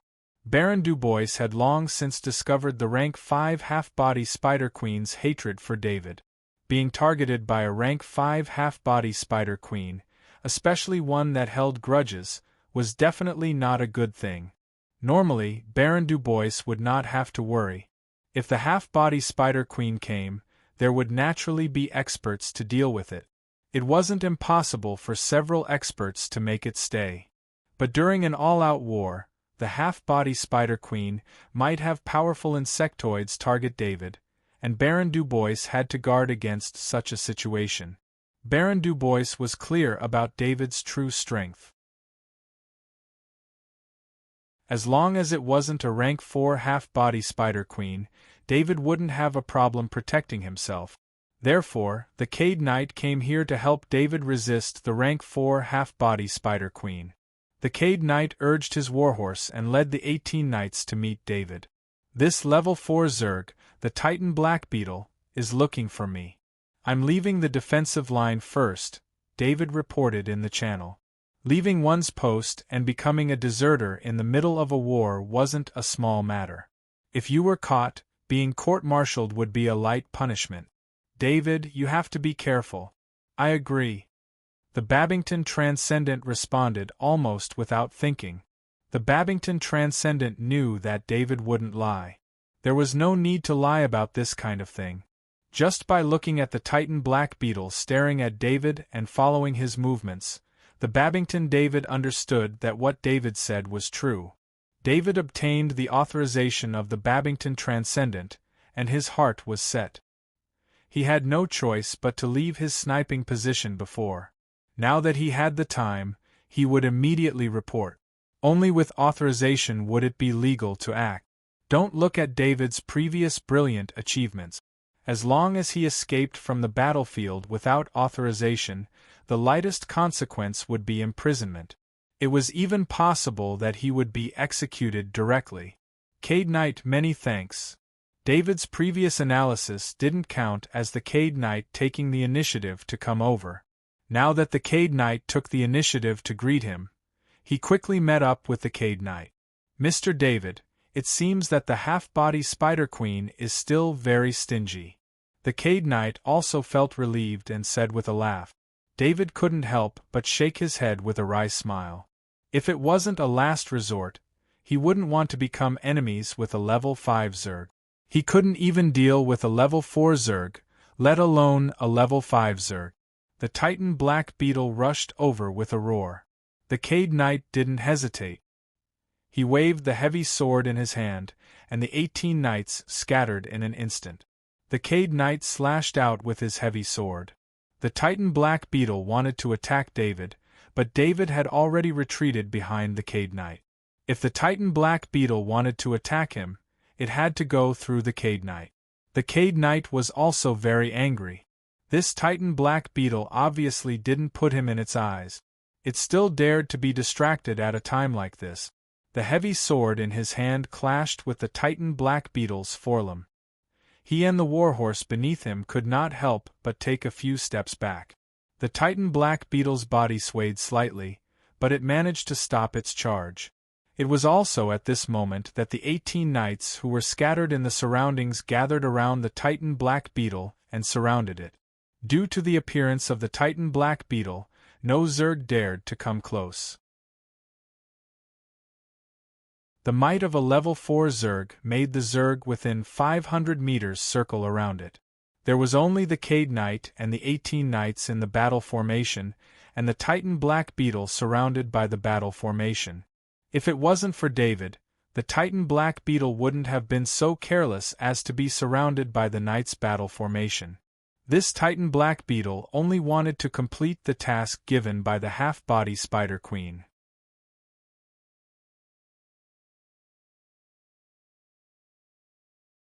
Chapter 527. David carefully distanced himself from the Titan Black Beetle. Although the Titan Black Beetle was surrounded by the Knights' formation, it would still be dangerous if he got too close. Level 4 insectoids were very scary. The Titan Black Beetle wasn't a particularly strong level 4 insectoid, but even so, the Cade Knight and his 18 knights couldn't end the battle quickly. Wounds would appear on the Titan Black Beetle's body from time to time, but its strong recovery ability would heal the wounds in just a few breaths. The Cade Knight wasn't in a hurry. He couldn't guarantee that he would be able to kill the insectoid in one shot. That would require him to continuously consume the life force of the Titan Black Beetle. This time, he had successfully surrounded the Titan Black Beetle in the Knight's formation. He was already very satisfied. As long as he had some time, the Titan Black Beetle would die without a doubt. David didn't return to his sniping position. Currently, the impact of the insectoid wave had slowed down. The 10,000 Gaussian cannons were a huge blow to the insectoid wave. As long as there were no level 3 insectoids, David wasn't going to participate in the battle anymore. Since he knew that the level 5 insectoid half-body Spider Queen wanted to attack him, he wouldn't risk his life. David knew that in the entire battlefield, standing next to the knight was the safest. Other places were useless against level 4 insectoid. He looked at the battle on the side. The knight's formation had many variations and the strength of the Titan black beetle. At such a close distance, it was an eye-opener for him. From what he could see, the Cade Knight's strength was probably just barely able to resist the level 4 Titan black beetle. His true strength was slightly weaker than the Titan black beetle. However, with the formation of 18 knights, the Cade Knight was clearly suppressing the Titan black beetle. Although David was watching the battle in front of him, the shadow attendant had been carefully observing the situation in the sky. The shadow attendant saw a small zerg. The reason why David paid attention to this zerg was that it had broken away from the zerg swarm and was rushing towards them. This insectoid was very skinny. Or rather, it wasn't skinny. Instead, it had a naturally slender body. It was only about 1.5 meters tall. An insectoid of this height and slender body would definitely not be taken seriously on the battlefield. This was because the combat strength of most insectoids was directly proportional to their size. The larger the insectoid, the more powerful its combat strength would be. The insectoid's body looked like a praying mantis. However, the praying mantis had a pair of blade-like forelimbs that were retracted into its forelimbs, making it look extremely harmless. What caught David's attention was the fact that the mantis had escaped from the bug horde. The bug horde had a special emotional impact on the weak insectoids, which would cause them to lose what little rationality they had. Even a rank 2 insectoid would only follow the bug horde and charge forward in a straight line. There were only two outcomes. One was to kill all the enemies in front of them, and the other was to be killed by the enemies. Otherwise, they would not stop. However, this mantis was very strange. It had actually broken away from the bug horde and was approaching the lone battlefield. One must know that the Titan black beetle's aura was extremely terrifying. Normal insectoids would not dare to approach this area. Even with David standing on the side, no insectoid dared to approach. However, this mantis dared to approach. Although its speed was only that of a normal rank 1 insectoid, it did not seem to be a threat at all. Even with David's perception, he could not sense any threat from it. David had to be prepared for anything strange. He immediately activated extreme speed and vitality enhancement. At the same time, he took out a rank 3 shield and held it in his left hand. This rank 3 shield had a finger imprint on it. It was caused by a rank 5 insectoid, the half-body Spider Queen, through a wormhole. Just when David took out the rank 3 shield, the mantis clearly had a trace of spirit fluctuation. David's sensitive mind instantly sensed a powerful aura that was trying its best to hide. He was shocked and immediately realized that this praying mantis was not as simple as it seemed. Of course, this mantis was not simple. It was an assassin mantis, an extremely rare species among the insectoids. The assassin mantis were all specially bred by rank 5 insectoids to help them do some special things. The assassin mantis was a midget selected from a type of level 2 arachnid called the ghost mantis. This was also a genetic mutation. The originally 3-meter-tall ghost mantis with a slender body had mutated into a 1.5-meter-tall species with a slender body. The ghost mantis was born with the ability to hide their aura. This ability was also retained by the assassin mantis. This assassin mantis was raised by the level 5 arachnid half-body Spider Queen. It wasn't easy to find a dwarf from the ghost mantis race. After so many years, the half-body Spider Queen had only found a single ghost mantis. With a large supply of resources and some secret techniques that would cause great damage to the Zerg race, this assassin mantis was barely able to reach level 4. A rank 4 insectoid that was only 1.5 meters long and could hide its aura. As long as it could get close to an enemy, even a rank 4 insectoid would be assassinated. Of course, the half-body Spider Queen's goal was not to assassinate a rank 4 insectoid. Instead, it was to breed an assassin mantis that could assassinate a rank 5 insectoid. Of course, this did not require the assassin mantis to reach rank 5. It only needed to continuously use precious materials to strengthen the blade of the assassin mantis. Among the insectoids, the mantis race had a stronger attack power than other insectoids of the same rank. Its thin and sharp blade could easily break through the defenses of other insectoids of the same rank. The weakness of the mantis race was also very obvious. While they had a stronger attack power, they also lost the defenses of other insectoids of the same rank. Their slender bodies could swing out faster blades, but they could not block attacks of the same rank. However, as an assassin, the mantis race was definitely the most suitable.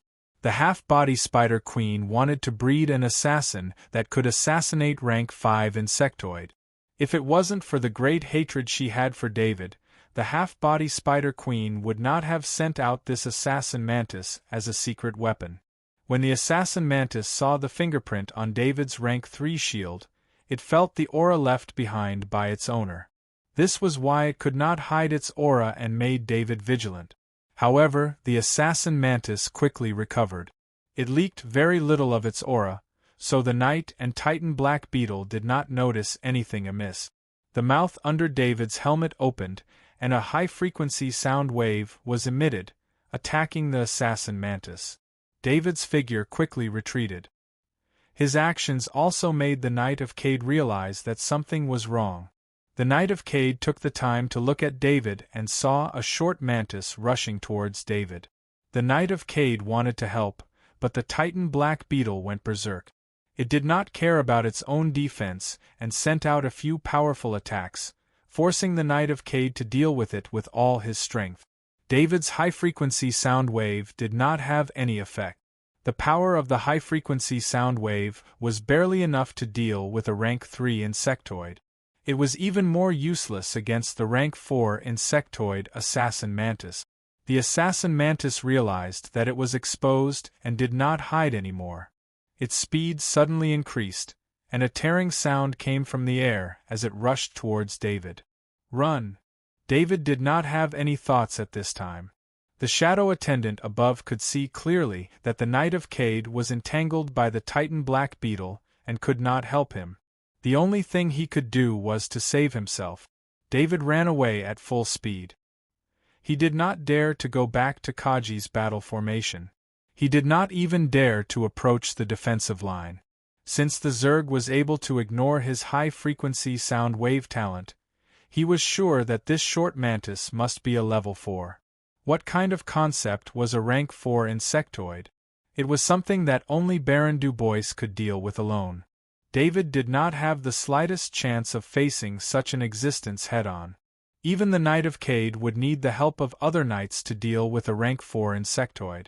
Of course, David was not completely helpless. If he summoned the Sonic Iron Beetle, he would be able to fight the Assassin Mantis. However, summoning the Sonic Iron Beetle here was basically telling the military that he had turned a rank 4 insectoid into a puppet.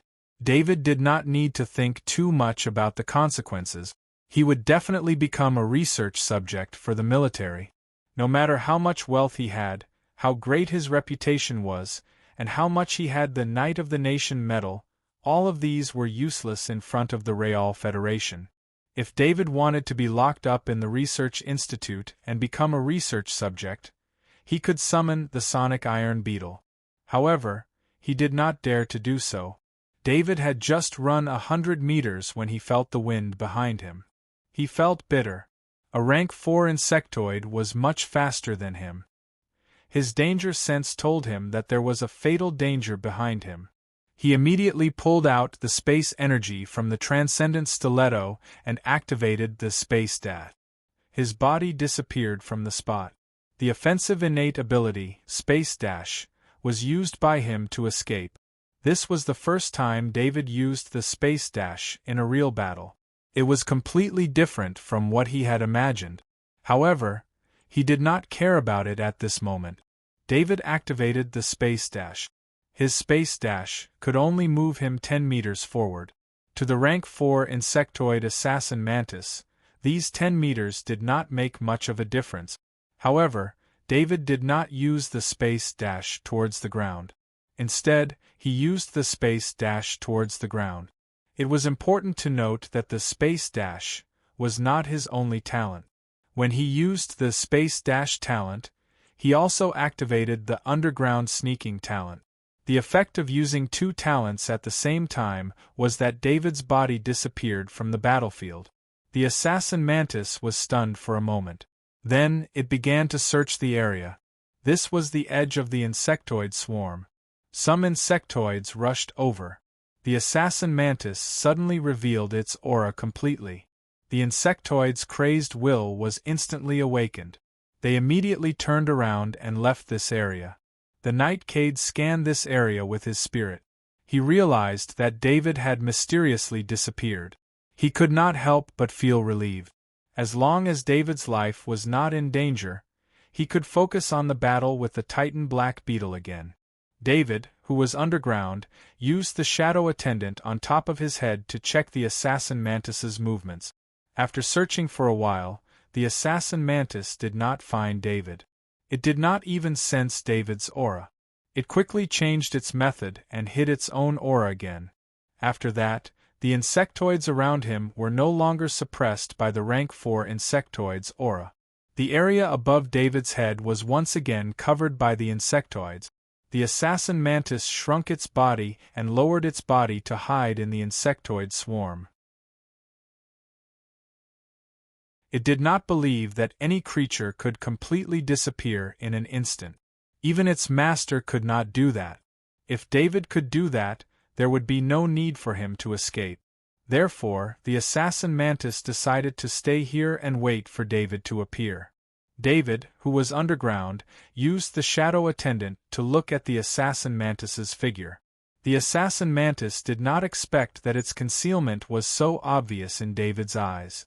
If David did nothing and just stayed here, waiting for the Nightcade to finish his battle and come back to support him, that would be the safest choice.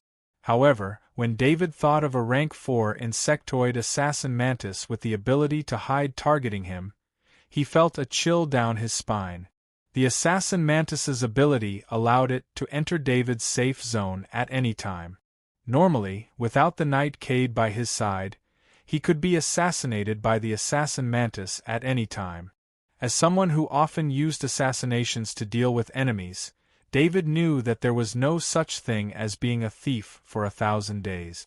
For his safety in the future, he decided to take the risk.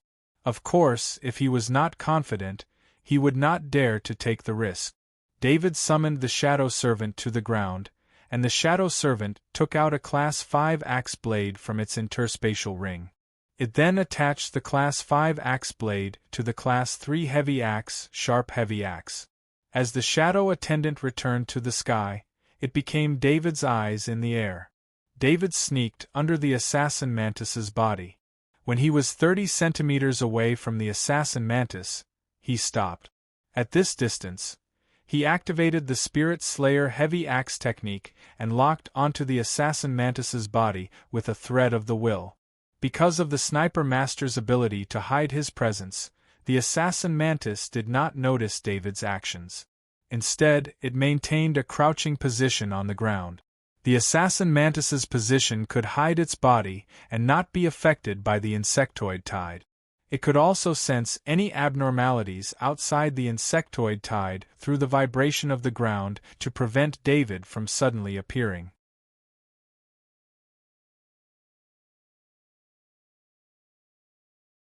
Chapter 528.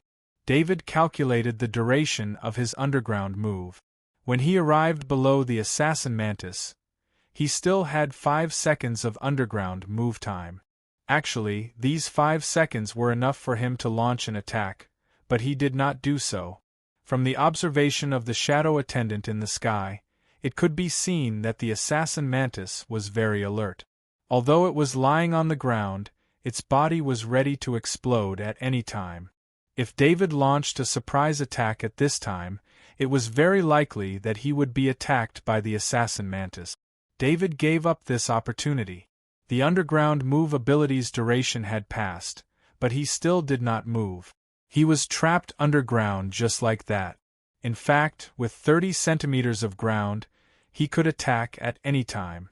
Of course, such an attack would first trigger 30 centimeters of ground before attacking the assassin mantis.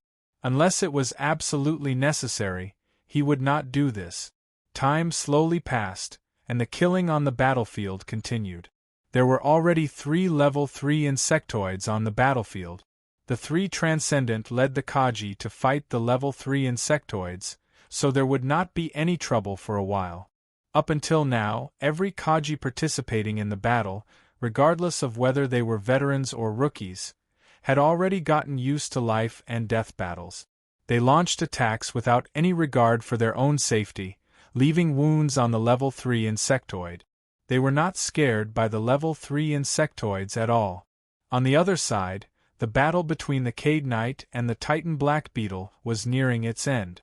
The Titan Black Beetle had been continuously injured and recovering for a long time. The 18 Knights had used the sharpness effect on the Titan Black Beetle's body. The wounds on the Titan Black Beetle's body had not healed for a long time. For the level 4 Titan Black Beetle, this meant that its life force had been greatly depleted.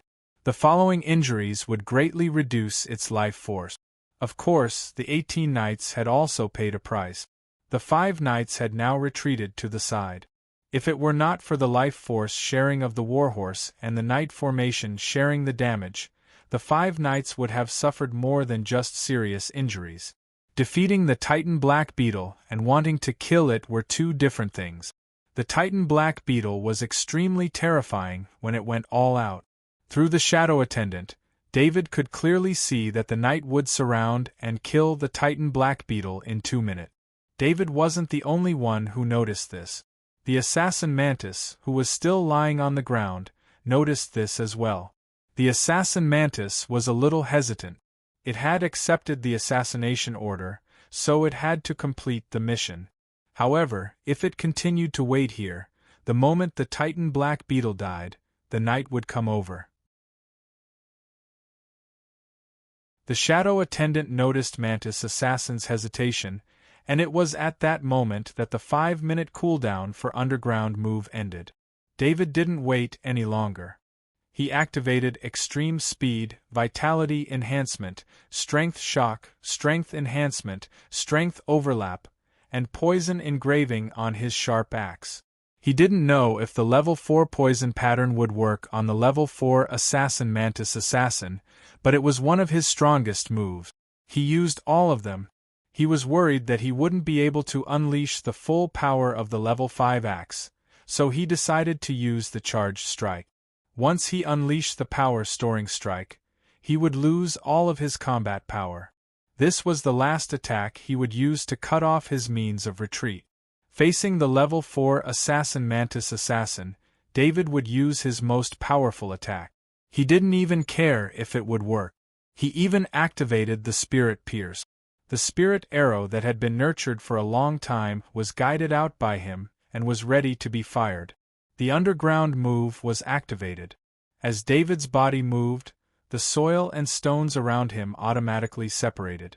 David's spirit thread locked onto the Assassin Mantis Assassin again. He tried his best to focus all of his strength into the sharp heavy axe in his hand. The moment before he launched the attack, he activated the acceleration effect on the level 5 axe. David's heart was calm. It was the first time he swung his heavy axe against a level 4 insectoid, but he wasn't worried at all. Instead, he was very focused. It was like a volcano eruption. Before the eruption, there wasn't any movement, but once it happened, it would be earth-shattering. David's attack wasn't that exaggerated, but if anyone knew how much of his innate ability he had used, it would be even more exaggerated than an earth-shattering attack.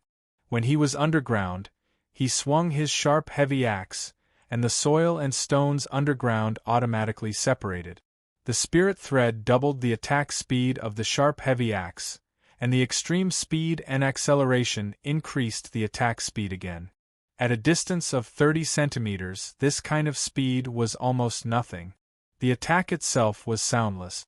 Even the sound of the slash breaking through the air was isolated due to the underground move. When the attack came out of the ground, it had already reached the assassin mantis.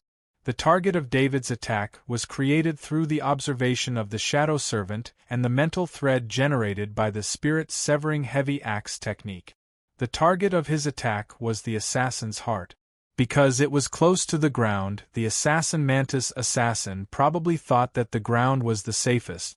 David also wanted to attack the assassin mantis assassin's head, but the assassin mantis assassin's head was always facing up.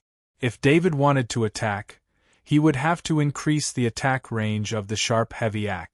David had his own considerations. The level 5 axe must not be exposed. This was a must.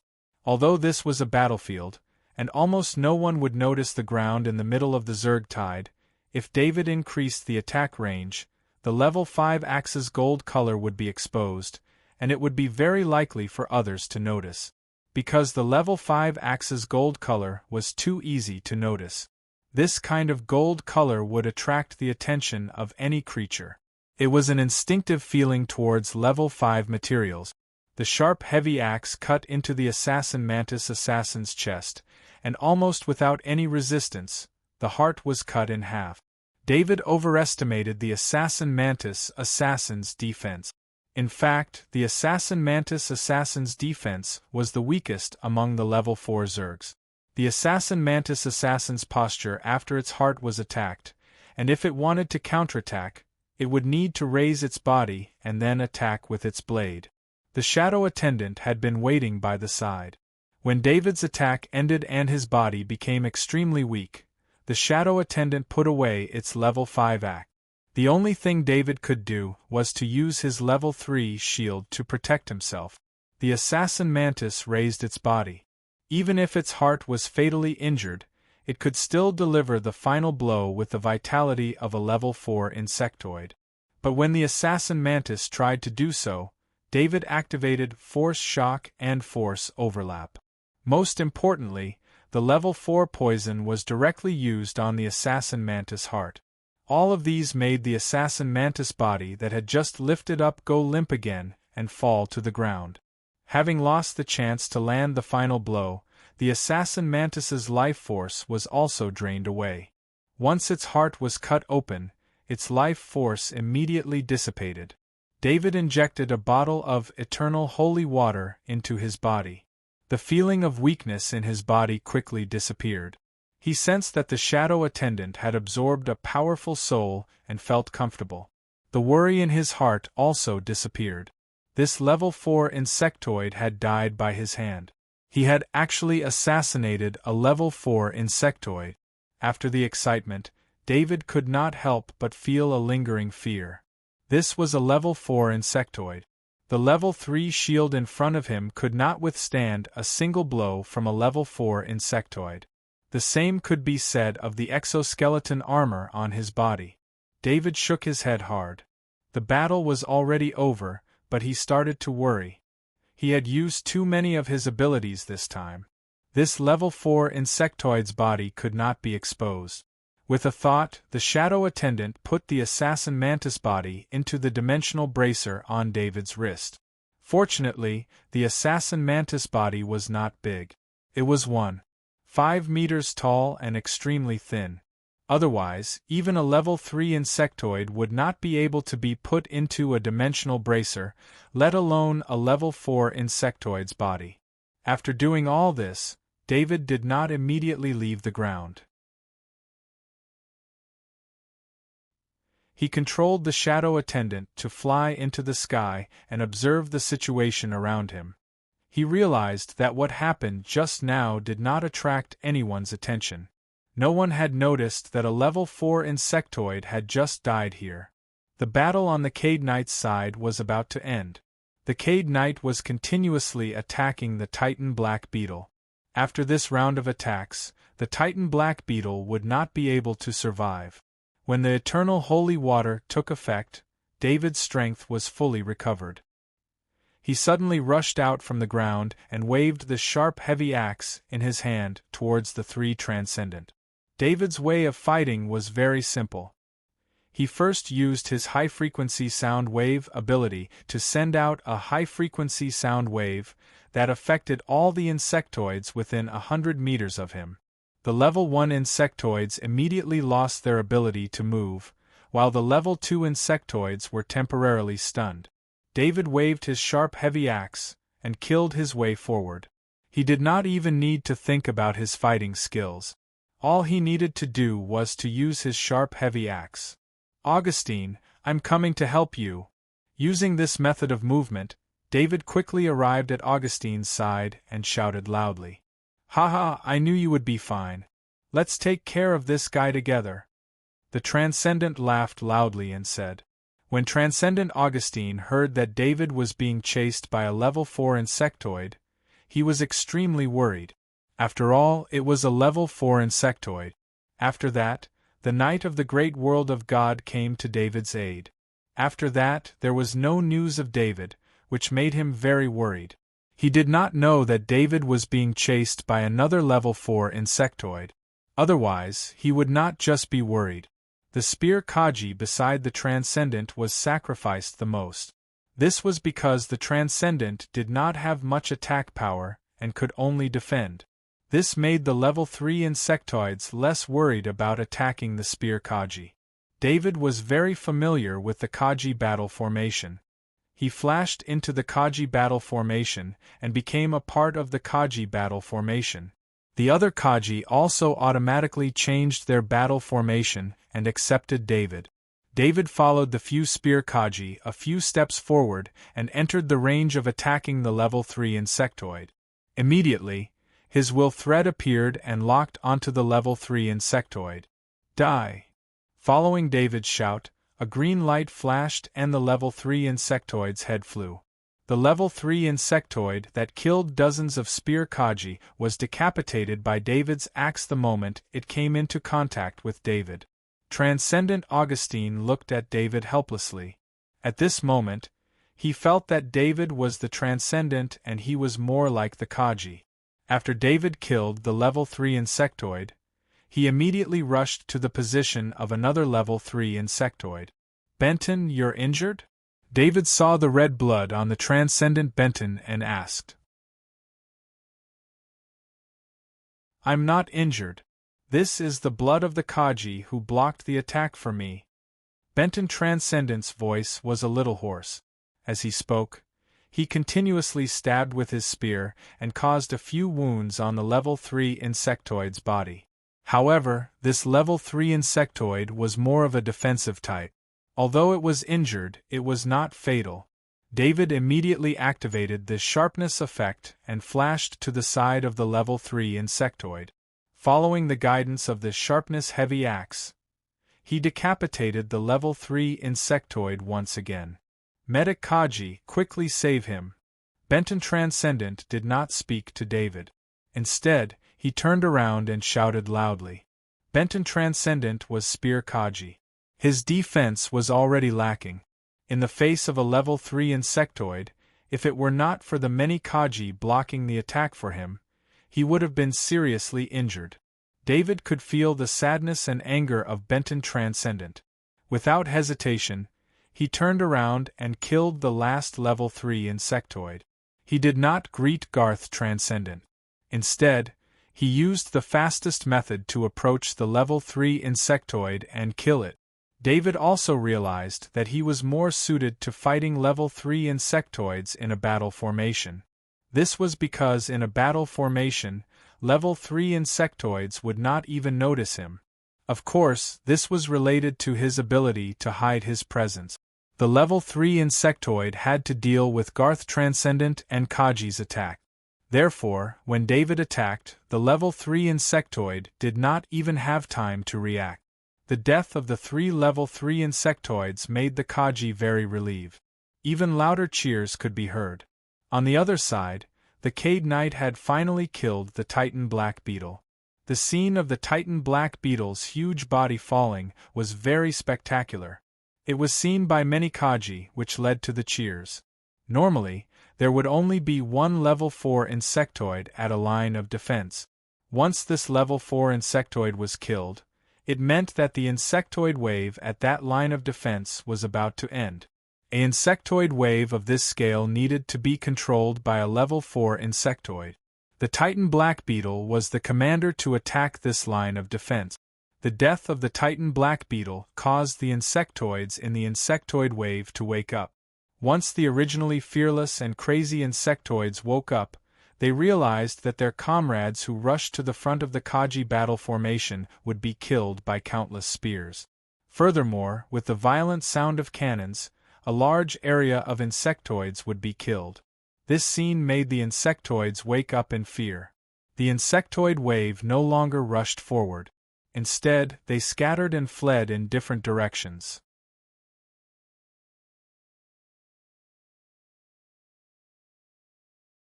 Chapter 529. Weave 1.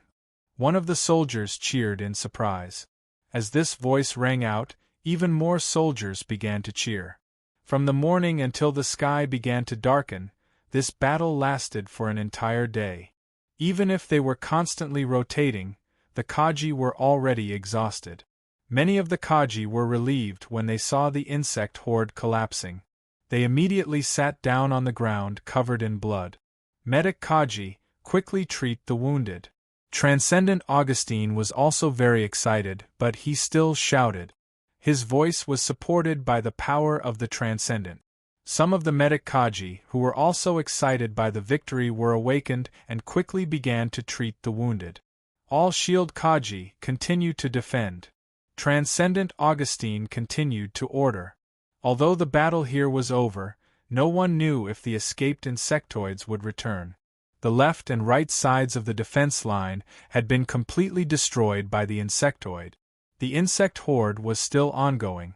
No insectoids were coming, but once the insectoids woke up from their madness, it was hard to say if they would attack the fourth frontline base. Yes. The shield Kaji replied loudly and raised their shields again. David did not stop there. When the Titan black beetle was killed, he rushed towards the Cade Knight. The soul of a level 4 insectoid was a good reward for him. He did not want to waste it. Also, the Titan black beetle was a level 4 insectoid that he did not get a soul from before. Perhaps some unexpected knowledge orbs would appear. Mr. David, are you okay? The Cade Knight looked at David with a questioning gaze. The Cade Knight was 100% sure that a level 4 insectoid had appeared and wanted to kill David. He did not understand how David escaped from the level 4 insectoid's pursuit, nor did he understand how the level 4 insectoid disappeared. When the assassin mantis was hiding in the insect tide, Knight Cade did not notice the assassin mantis figure at all. Even when David launched his fatal strike, Knight Cade, who was attacking with all his might, did not notice it at all. The main reason for this was that David's attack was too fast. It was so fast that the assassin praying mantis did not even have time to react before it died. Everything started and ended silently. Thank you for your concern, Knight Cade. I'm fine. David replied with a smile. He pointed at the body of the level 4 insectoid, the Titan black beetle, and continued, You killed the Titan black beetle. I'm afraid that not many people in this war can achieve such a feat. The Knight Cade smiled. With so many knights around, and the fact that the Titan black beetle lost its usual intelligence because it wanted to kill you, you have a part of the credit for killing this Titan black beetle. He did not mention the disappearance of the level 4 insectoid. The disappearance of the level 4 insectoid was related to David's miraculous method of disappearing. He would not ask about it in this kind of situation. While they were chatting, the shadow attendant had already absorbed the soul of the Titan black beetle. What? The insectoid horde at the 4th frontline base's defense line has collapsed? General Adams asked in disbelief after hearing the latest battle report. There was still an hour until nightfall. If the insectoid horde had not been defeated by nightfall, the insectoids would be able to use the darkness to defend the area that they had already conquered. In one night, the insectoids would be able to dig out countless holes in the area that they were attacking. After that, if the military wanted to counterattack, they would have to pay a huge price. Not only would they have to face the insectoids on the ground and in the sky, but they would also have to face the insectoids that suddenly appeared from underground. The number of casualties caused by counterattacking would not be less than the number of casualties caused by defending. Almost every inch of land would have to be fought for with lives. However, it was different now. The 4th Frontline Base's defense line did not retreat. It was as if a path had been built to the front. The military could easily send a large number of troops directly to the 4th Frontline Base's defense line and then advance from the 4th Frontline Base's defense line to both sides. This way, the insectoid horde would be attacked from both the front and the flanks at the same time. With the characteristics of the insectoid horde, if there was an attack from both sides at the same time, it would definitely cause chaos. General Adams stood in front of a huge map. His hand moved the arrows that represented each troop and rearranged the upcoming battle.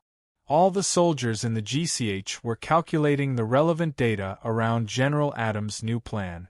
As the orders were sent out, a large number of reserve troops were dispatched. The heavy self-propelled Gaussian cannons and small warship fleets were all sent out to the 4th Frontline Base's defense line. The mobilization was very fast. When the Kaji soldiers at the 4th Frontline Base's defense line had only rested for about 20 minutes, they were greeted with hundreds of thousands of troops. The counterattack this time did not require the 4th Frontline Base to attack. Their mission was still to defend this line of defense. The Nightcade returned to the battle fortress beside the 4th Frontline Base's defense line alone. There were only 18 knights left. The injured knight had taken the medicine and rested for a while. He was now able to continue fighting. David returned to his special sniper position. The battle that belonged to the 4th Frontline Base was considered to have ended at this moment. The military did not plan to send out this tired army that had just won a battle. This line of defense still needed to be defended. Second Lieutenant Mawson, call me if you need anything. I'll rest next door. David was thinking about the body of the assassin Mantis. There was no point in staying here, so he ordered Second Lieutenant Mawson. Lieutenant Colonel, you go rest. I'll call you if there's anything. Second Lieutenant Mawson immediately responded. David nodded and opened the door next to him. The room next to him was a lounge. Although it was very simple, it was wartime, so there was nothing to pay attention to. As soon as he entered the lounge, David summoned the shadow attendant. After that, the body of the assassin Mantis was removed from the portal item by the shadow attendant. The 1.5-meter-tall assassin Mantis looked very thin and weak. If David had not fought with it before, he would not have believed that it was a level 4 insectoid. David did not want to hand over the body of the assassin Mantis. If he handed over the body of a level 4 insectoid that he had used too many of his innate abilities to kill, it would bring him a lot of unnecessary trouble. He first used his mind to draw the poison pattern and used it to absorb the poison from the assassin Mantis body. Otherwise, he would not be able to harvest materials from the body of the level 4 insectoid assassin Mantis. As wisps of black mist flew out of the assassin Mantis body, the poison pattern disappeared after absorbing the last wisp of black mist. It was only then that David dared to touch the assassin Mantis body with his hand. Although he had the poison innate ability, he did not dare to touch a body that was corroded by poison directly. This was the second time he had come into close contact with a level 4 insectoid. This assassin Mantis did not look like a level 4 insectoid at all. David estimated that the materials that it produced would be greatly reduced. He carefully pulled out the hidden blades of the assassin Mantis, revealing 2 blades that glowed with a faint purple light. These 2 light purple blade edges, even without testing, were terrifyingly sharp just by looking at them. David recalled that the assassin mantis defense was quite weak.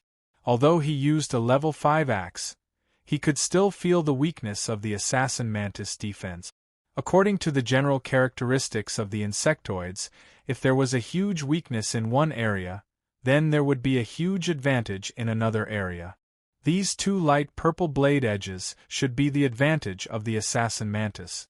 David did not know much about the assassin mantis, but after seeing the two blades, he naturally had this idea. The Federation did not have any description of the assassin mantis. Perhaps it was like the level 3 insectoid electric scorpion. It was a species that the Federation had not come into contact with. David did not immediately start dissecting the materials. On one hand, he did not have a decomposition knife that could dissect the corpse of a level 4 insectoid. This would require a level 4 decomposition knife at the very least. On the other hand, he was hesitating. He was hesitating over whether or not he could dissect the assassin mantis corpse and turn it into a puppet. After David obtained the corpse controlling technique, his idea was to choose all 3 of his puppets to be humans. This would make things more convenient, and he could not always stay on planet Battlestar. Large insectoid bodies could not appear in peaceful areas, and the moment they appeared, they would attract a lot of attention. Although the insectoids created with the corpse controlling technique would be stronger, David did not want to do this. However, this assassin mantis was completely different. Its body size fit the requirements perfectly. With a height of 1.5 meters and a small body, it could completely conceal its insectoid body. As long as he made a large set of clothes for the assassin mantis, even if the assassin mantis was seen by others, they would only think that it was a person with a strange body and not an insectoid. What David was hesitating about was how strong the mind of the assassin mantis was. Was it stronger than David's own mind? If his mind wasn't strong enough, then he wouldn't be able to complete the necromancy. David recalled the knowledge of the corpse controlling technique. The knowledge of the corpse controlling technique flowed in his mind. He discovered that if he wanted to use the corpse controlling technique to control a corpse that was stronger than him, not only did his mind need to be stronger than the corpse's previous body, but he also needed an important material. In the corpse controlling technique knowledge, that material was a kryptonite, but this kryptonite was different from all the other kryptonite David had seen before. This kryptonite was light gold in color. David had never seen this type of kryptonite in his memory, but the corpse controlling technique knowledge said that this was a kryptonite. David shook his head. Even if he wanted to turn the assassin mantis into a puppet, he could not do it. He needed to find this light gold kryptonite first. David did not immediately absorb the soul energy in the shadow attendant. According to the corpse controlling technique knowledge, using the corpse controlling technique would consume a lot of the caster's mind. In his mind, if the shadow attendant had soul energy in its body, he could absorb the soul energy into its body when he used the corpse controlling technique to restore its mind to a certain extent. Although this method was very wasteful, using the precious soul energy that could permanently increase one's mind to restore one's mind, it could avoid the possibility of not being able to use the corpse controlling technique due to his weak mind. These were all David's guesses. No one had the opportunity to absorb soul energy at any time. For example, the half-body spider that was killed could only use the corpse controlling technique to turn a level 3 insectoid into a puppet. A level 4 insectoid could not be turned into a puppet because of the rules of the insectoid. On the other hand, the half-body spider's mind was not enough to use the corpse controlling technique to make a level 4 insectoid puppet. This was why the level 5 insectoid half-body spider queen gave the non-sentient sonic boom beetle to the half-body spider and gave it the secret method again. However, it benefited David. David let the shadow attendant put away the assassin mantis body. At this moment, he felt a wave of exhaustion. After a day of fighting, he was almost always in a state of mind explosion. This caused his mind to be greatly exhausted. He had also experienced a life and death battle. Although the battle was short, it was still very dangerous. David originally did not plan to really rest, but now he could not hold on any longer. He fell into a deep sleep in the lounge. There was a shadow attendant standing at the door. If anything happened, it would immediately wake him up. While David was resting, the Federal Army and the Knights from the great world of gods fought together. They used the 4th frontline base as a base that was deep in the rear of the insect swarm to attack the insect swarm on both sides.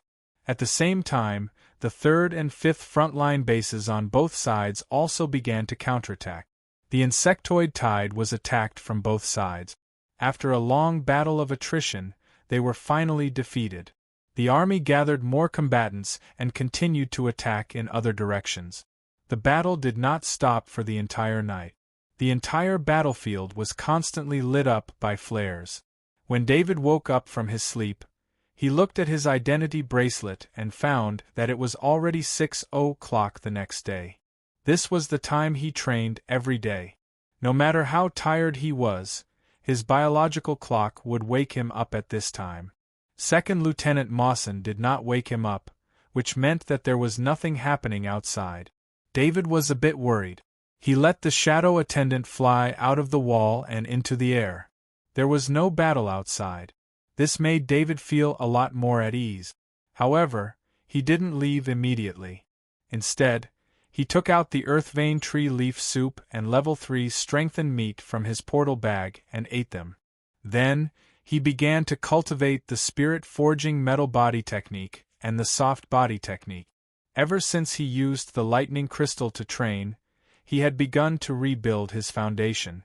This delayed him from reaching the peak state of Kaji, so he had to use every opportunity to train. After consuming the energy of the earth vein tree leaf and level 3 strengthened meat, David stopped training and opened the door to walk out.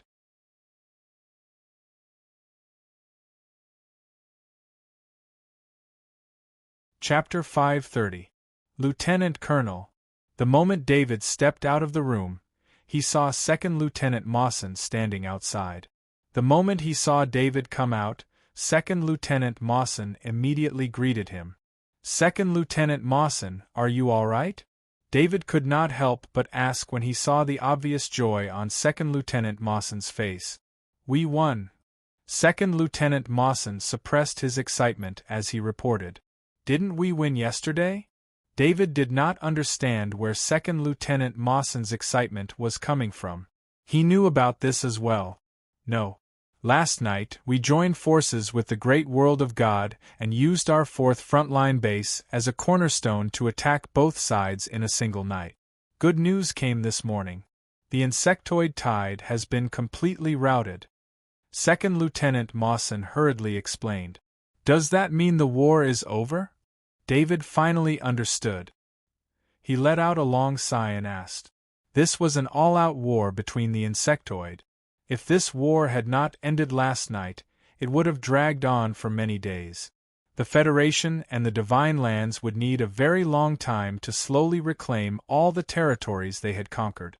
During this time, Warstar would once again become a meat grinder, with humans and insectoids dying in large numbers in this meat grinder war. Yes, the war is over. After this, we just need to keep clearing out the remaining insectoids, Second Lieutenant Mawson said with a smile. David also happily waved his fist. He did not think that this war would end any time soon, but who would have thought that the military would be so decisive? They had used the 4th frontline base to defeat the insectoid tide first to end the war in a single night. "Let's go out and take a look," David excitedly said. Walking out of the defensive wall, the outside was still filled with the stench of blood. The logisticians were still cleaning up the insectoid corpses. The number of insectoids killed this time was so great that it was difficult to count. The logisticians were constantly busy, and even now they had not been able to completely clean up. The military had obtained a large number of materials this time. Not only would they recover what they had lost in this war, but they would also have a lot more in store. Only a small number of Kaji were standing guard outside the defensive wall. The rest of the Kaji had already returned to their usual routine. "Do you know how many soldiers we sacrificed?" David asked in a deep voice when he saw that there were only insect corpses left on the battlefield yesterday. There were no soldiers' corpses. "The casualties have been calculated. The 4th Frontline Base lost 6,543 Kaji soldiers this time, and 1,400 were disabled." Second Lieutenant Emosen replied without thinking. This number had been reverberating in Second Lieutenant Mawson's mind ever since he found out, so he blurted it out when David asked. David was stunned. He had prepared the best medical treatment the day before. Even the gene repair cabin had been prepared inside the defensive wall. Ordinary injuries could be healed through the gene repair cabin. During the battle, he was able to keep the level 3 insectoids at a distance of 3 kilometers. Other than the 3 level 3 insectoids that managed to get close to him when he was being chased, none of the level 3 insectoids were able to get close to him. In addition, David had been killing a large number of powerful level 2 Zergs over a long period of time, reducing the pressure on the defensive line. Even so, there were still nearly 7,000 casualties. Then, how many Kaji soldiers had died in the other bases? How many soldiers had died? Just think about it. In an ordinary city of the Federation, the number of Kaji soldiers was less than 100, and that included many old Kaji soldiers who had lost their ability to fight. From this, one could see just how great the losses had been in this battle. "Do you know the losses of the entire Warstar base?" David softly asked. Second Lieutenant Mawson was taken aback, but he still replied, "The casualties haven't been calculated yet, but I do know that over 700,000 Kaji soldiers have died, and over 3 million soldiers from the other branches of the military have died." David did not say anything else. In truth, he had already guessed that Second Lieutenant Mawson was special. This was because Second Lieutenant Mawson knew a lot of information that ordinary officers could not, but he did not sense any malice from Second Lieutenant Mawson, so it did not matter. It was basically impossible for an officer like Second Lieutenant Mawson to hide his emotions in front of David. David's senses were extremely sharp, and unless one could surpass him in terms of mental strength, it was impossible to escape his senses. David was momentarily stunned when he heard such a huge number. In truth, such losses were not considered high in the past insectoid wars. In fact, it was an extremely rare occurrence. On average, the losses of the Federation's army in an insectoid war would be double the losses this time. However, this time was different. David had personally participated in this war. He had seen Kaji's death and the insectoid invasion. This feeling was completely different from reading those cold numbers in textbooks. "You go ahead. I'll stay here for a while." David sat on a rock and said to Second Lieutenant Mawson. "Yes." Second Lieutenant Mawson immediately replied. Second Lieutenant Mawson had a lot of work to do. David's inspector work was all done by Second Lieutenant Mawson. During the course of the war, there had been a number of violations of discipline by the soldiers, which Second Lieutenant Mawson had to deal with. Second Lieutenant Mawson thought of David's age. He also knew how big of an impact it was to hear the number of sacrifices.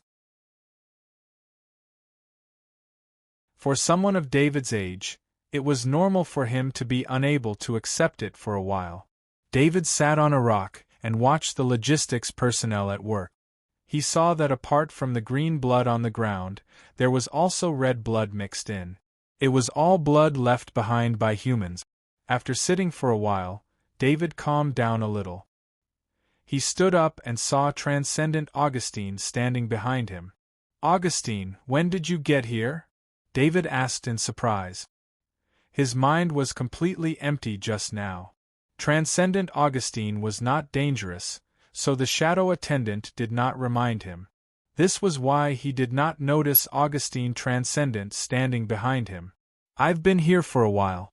I saw that you were thinking about something here, so I didn't disturb you. Are you in a bad mood? Transcendent Augustine asked with concern. It's nothing. I just didn't expect so many soldiers to be sacrificed in a war. David said with a bitter smile. This is war. We sacrificed a lot, but the insectoids died even more. This time, because of you, the number of casualties in the 4th frontline base was the lowest among all the bases. And because of your help, the war ended early. You saved millions of soldiers. Transcendent Augustine said in a deep voice. This is not my work alone. Every soldier in the base is a hero. Without them, the defense line would not have been able to hold. David shook his head. Let's not talk about this. Do you know what day it was yesterday? Transcendent Augustine asked with a smile. He did not want to talk about this heavy topic. Yesterday, other than the day the insectoids launched an all-out war, what day was it? David did not react for a moment. He did not remember yesterday having any special meaning. Yesterday was the day of the strongest freshman finals. Transcendent Augustine looked at David and said with a smile. David could not help but be stunned. He had almost forgotten that he had signed up for this competition. He calculated the time. It was almost the day of the competition. However, after he was recruited, he had been fighting and did not have time to think about his school. The strongest freshman. David mumbled to himself. If it weren't for the all-out war with the insectoids, he would be holding the strongest freshman medal and celebrating his victory. When he was in school, David was interested in the strongest freshman competition because it would bring him a lot of resources. At the same time, it also meant that he was the strongest person of his generation. It was just that David felt that watching the strongest freshman competition was like watching children playing house. Compared to the all-out war with the insectoids, the strongest freshman competition was nothing. I know you signed up for the strongest freshman. What a pity. If you had participated, the strongest freshman would have been yours. Transcendent Augustine wanted to lighten David's mood with this light-hearted topic. Transcendent Augustine had seen David's file. This was one of the Transcendent's privileges. It included the information about the strongest freshman registration. When Transcendent Augustine saw this information, he imagined that David would really participate in the strongest freshman competition. He knew that David was a heavy axe grandmaster. If a heavy axe grandmaster participated in the strongest freshman competition, who would be able to take a hit from David? Transcendent Augustine thought that even if he were to fight David, he would not be the one to survive, let alone the strongest freshman competition. The strongest freshman competition is not as exciting as fighting on the battlefield, David said with a smile and a wave of his hand. In fact, in the strongest freshman competition that ended yesterday, the student who won the strongest freshman title, Dean, did not receive the cheers he deserved. This was because the students from the Iridia Star Zone, Cater Star Zone, Volgo Star Zone, and Syrah Star Zone all looked at the strongest freshman with disdain. If David was here, he would not have won the strongest freshman title. A student who knew David said to the other students around him, "Can Dean take a hit from David's axe?" This was David's classmate, Mike. His voice was very loud, so many students present heard him. Even Dean, who had just received the strongest freshman award, heard it. He looked at Mike with eyes full of anger. The one below the stage, if this David you speak of is really capable, why doesn't he come up and fight me? Dean was also very proud. He loudly reprimanded Mike. That's because David's combat power is too strong. He was directly recruited by the military. Your combat power is not even worthy of carrying David's shoes. Mike did not hold back with his words. He was also very dissatisfied. The first college of Iridia was 100% sure that the strongest freshman title was in the bag. Correspondingly, the school also favored them, but the recruitment of the military made all of this disappear. Mike only needed to see the pride on Dean's face to feel very unhappy. He wanted to say it out loud. Dean was also stunned. How could a first-year student be recruited? It should be known that the strongest first-year student was only a peak Kaji. A peak Kaji would not be of much use even if he went to the Battlestar. He did not believe it, but he could tell that Mike was not lying. Just as Dudo was about to say something, a student suddenly exclaimed, "God, David actually received the Nation Knight Medal." This student had heard everyone discussing David's information, so he also looked up David's information on Skynet. In the latest information on David, there was an announcement from the Battlestar military that David had received the Nation Knight Medal. How is this possible? Did David sacrifice himself? The other students could not believe it. David had only been in the military for 3 months. It was too strange for him to receive the Nation Knight Medal in such a short period of time. Not to mention, the military rarely awarded the Nation Knight Medal to active duty soldiers. Moreover, the recipients of the Nation Knight Medal were rarely healthy. Many were awarded posthumously. The Nation Knight Medal was the highest medal awarded by the military. The strongest freshman and the Nation Knight Medal could not be compared at all. The strongest freshman was only the strongest first-year student. In the following semester, as they learned more and learned more, it would be very difficult for the strongest freshman to remain the strongest. Moreover, this strongest freshman could only be compared to the first-year student. The upperclassmen were much stronger than this strongest freshman. David didn't sacrifice himself. He's already a lieutenant colonel. A student reported the results of the investigation. If I can achieve David's achievements in the Battlestar, I'll be satisfied. Stop dreaming. David is a monster that was recruited in his first year. How can you compare to him? The students seemed to have forgotten that this was the venue where the strongest freshman award ceremony was being held. They all began to discuss David. None of the students here were simple. To be able to participate in this competition as freshmen required a large amount of resources, and they all had factions supporting them. Thus, they were able to find out some information about David on the Battlestar. Of course, this information was very simple, with only a few words. However, these few words were enough to excite the students. David actually killed 8 level 3 insectoids alone in 3 days. I really want to see David fight with my own eyes. Those were level 3 insectoid.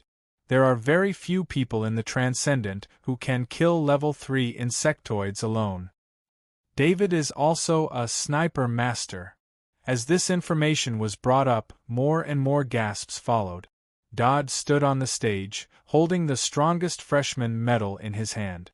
He should be the one giving his acceptance speech, but he did not want to say a single word. He even felt that the strongest freshman medal in his hand was a little hot, and he wanted to leave this place as soon as possible. Dodd did not have any opinions about David.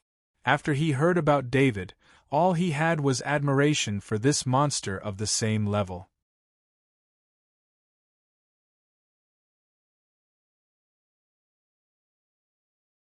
Chapter 531. The war was over.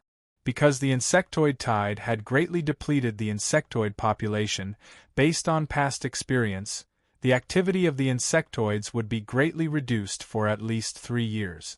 For this reason, David only stayed at the 4th Forward Base's defensive wall for 3 days before returning to headquarters. This war had nurtured a large number of veterans who had experienced the war. With these veterans, the 4th Forward Base's defensive line might be the strongest in all of Warstar. Of course, many of the veterans would be transferred away, and the veterans who had made contributions would be promoted. However, the 4th Forward Base's establishment wasn't enough for so many veterans to be promoted. During these 3 days, batch after batch of commendations had been issued. Lieutenant Colonel David, the general has been waiting for you. The Babington Transcendence adjutant had been waiting for David at the entrance of the base when he returned. "Thank you," David replied with a smile. He handed the equipment to Second Lieutenant Mawson and had him bring it back to his dormitory. Then, he went to the Babington Transcendence office. He had not returned to the headquarters for many days. Every soldier here would take the initiative to stop and salute David when they saw him. David saw respect in every soldier's eyes. All the soldiers knew that in this war, David was the one who made the 4th Forward Base suffer the least losses, so this respect came from the bottom of their hearts. David returned the salutes along the way.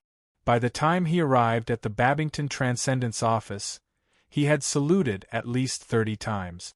Feeling the enthusiasm of the soldiers at headquarters, when David arrived at the office door, the door opened automatically. "David, come in and have a seat." The Babington Transcendent personally opened the office door and welcomed David in. "Babington, what's the matter?"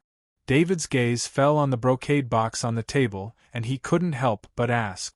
"Many soldiers who participated in the war have received commendations these past few days. Do you have any objections?" The Babington Transcendent asked with a smile as he poured water for David. "What do I have to say about that? The military should have a decision on the reward," David said with an indifferent smile. To be honest, even the Nation Knight medal was a dream of his in the past. With David's current strength, he didn't have many thoughts about awards. His eyes were set further away. David's immediate goal was to become a transcendent. He was very confident that he could become a transcendent, so he didn't really care about the military's reward. The Transcendent Babington put down the cup in his hand and sat down. "You don't have an opinion, but I do. For your commendation, I will submit a joint report with Benton and the others to request that your commendation be implemented. We can't let the heroes who have achieved outstanding military service not get the honor they deserve. Actually, you don't have to do this. The Nation Knight medal is enough for me," David said gratefully. The Transcendent Babington waved his hand and said, "This is not your business. If the military doesn't give you the honor equivalent to your military service, then many soldiers will have objections, and the morale of the army will be slack. The surviving soldiers are more or less grateful to you in their hearts. Without you, who knows how long this war would have lasted?" What David didn't know was that after a round of commendations, he still hadn't received one. This had long made the soldiers who knew about it angry. It wasn't just the soldiers in the 4th Frontline Base who were angry. Almost all the soldiers who participated in the war benefited from David's magical performance in the war. Therefore, the military didn't only receive reports from the 4th Frontline Base. The Transcendent Babington turned around and said with a chuckle, "It is said that the military is very entangled with your military service. They want to award you a medal, but what medal can be compared to the Nation Knight medal? Are they going to award you another Nation Knight medal? You know, the Nation Knight medal you received last time was already the highest level." He had a lot of friends in the military, and some news couldn't be hidden from him. The Transcendent Babington knew that the military had held many meetings about David's commendation. However, there were some fixed rules in the military that limited the rewards that people proposed. The Transcendent Babington had never seen the military have a headache because of too many military merit. The Transcendent Babington pushed the brocade box in front of David and said, "David, this is the rank of colonel. It is a way for the military to stabilize the morale of the army. Of course, this doesn't match your military merit. The military is still discussing the plan. I believe there will be a final decision soon." The rank of colonel. Although David had already guessed it, he was still very surprised. The military had a strict system for promotion. For example, David was promoted from major to lieutenant colonel last time. This was a special case. The military had no choice but to promote his military rank because of his unquestionable military merit. This time, he was promoted again, which allowed him to be promoted 2 ranks in just 3 months. This promotion speed violated many of the military's systems. Listening to the transcendent Babington's tone, this was not the final plan. David opened the brocade box in front of him and saw a set of colonel ranks inside. He was not happy. In the conference room of the Warstar Military Department, a meeting about David's commendation was being held. This is David's military merits. Are you really going to respond to this by promoting him by one rank?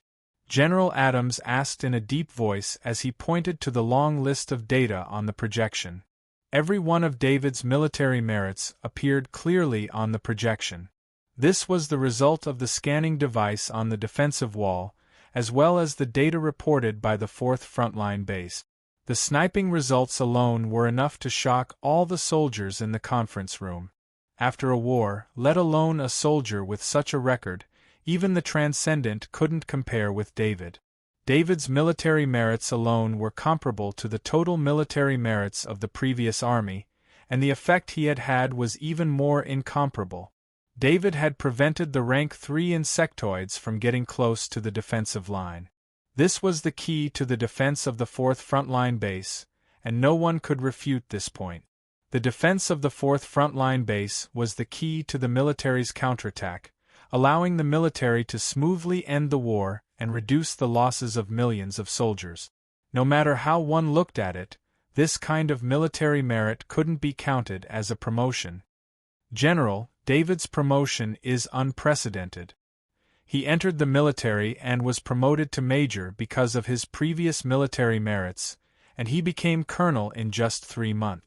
This kind of promotion speed exceeds the military's regulations. According to your opinion, having David directly promoted to Major General doesn't comply with the military's regulations, especially when David only has a high school education. Colonel Cavill, who was in charge of military merits, firmly said. Although General Adams was the most powerful general on planet Warstar, Colonel Cavill was directly under the command of the highest command. Moreover, the soldiers in charge of assessing military merits were all hardliners, so they would only follow the regulations.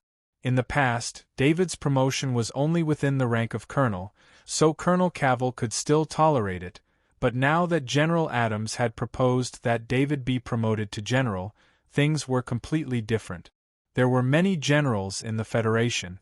Some were slowly promoted based on seniority, some were promoted based on military merits, and some were directly promoted from Transcendent to Major General.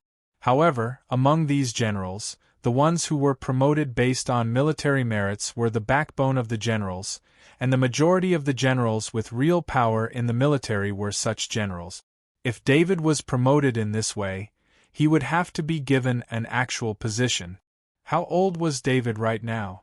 If he became a general now, then even if he didn't have any military merits in the future and just slowly worked his way up based on seniority, he would become a commanding officer of an army in his 40s at the very least. Colonel Cavill couldn't imagine letting a youth become a general. An 18-year-old general would make him the laughingstock of the military merit system. General Adams slammed his hand on the conference table as he stood up and said, "Colonel Cavill, why are you talking about high school qualifications? Look at David's college entrance exam result. He entered the first college of Iridia as the top scholar in high school. Why doesn't he have a college degree? It's because our military forcefully recruited him. Now, you're talking to me about some college degree? You should be saying that to all the students who were recruited." Colonel Cavill's expression changed. He thought about what he had said in the conference room. If those students who were recruited found out, his days would be difficult. It had to be known that every student who was recruited was an absolute genius, and these geniuses would become elites in the military in the future. General Adams, Colonel Cavill, how about this? Since the war is over, why don't we let David go to the military academy for a year and then be promoted to the rank of Major General? This would be better for David. General North stood up and tried to smooth things over. General North, your idea is good. I agree. General Adams's eyes flashed with a smile as he nodded and said. General North and General Adams had worked together for many years, and they knew each other very well. Although they didn't talk to each other in advance, General North already knew what General Adams was planning. I will sign for confirmation, but I have my reservations, Colonel Cavill said in a deep voice. There wasn't much difference between 18 and 19 years old, but entering the military academy for a year was equivalent to solving the problem of academic qualifications. This would also reduce the violation of military regulations. General Adams nodded. He felt that this kind of operation was worthy of his old friend's son. Even if David was now promoted to Major General and had real power in his hands, he couldn't really control it because David didn't have the knowledge to manage an army.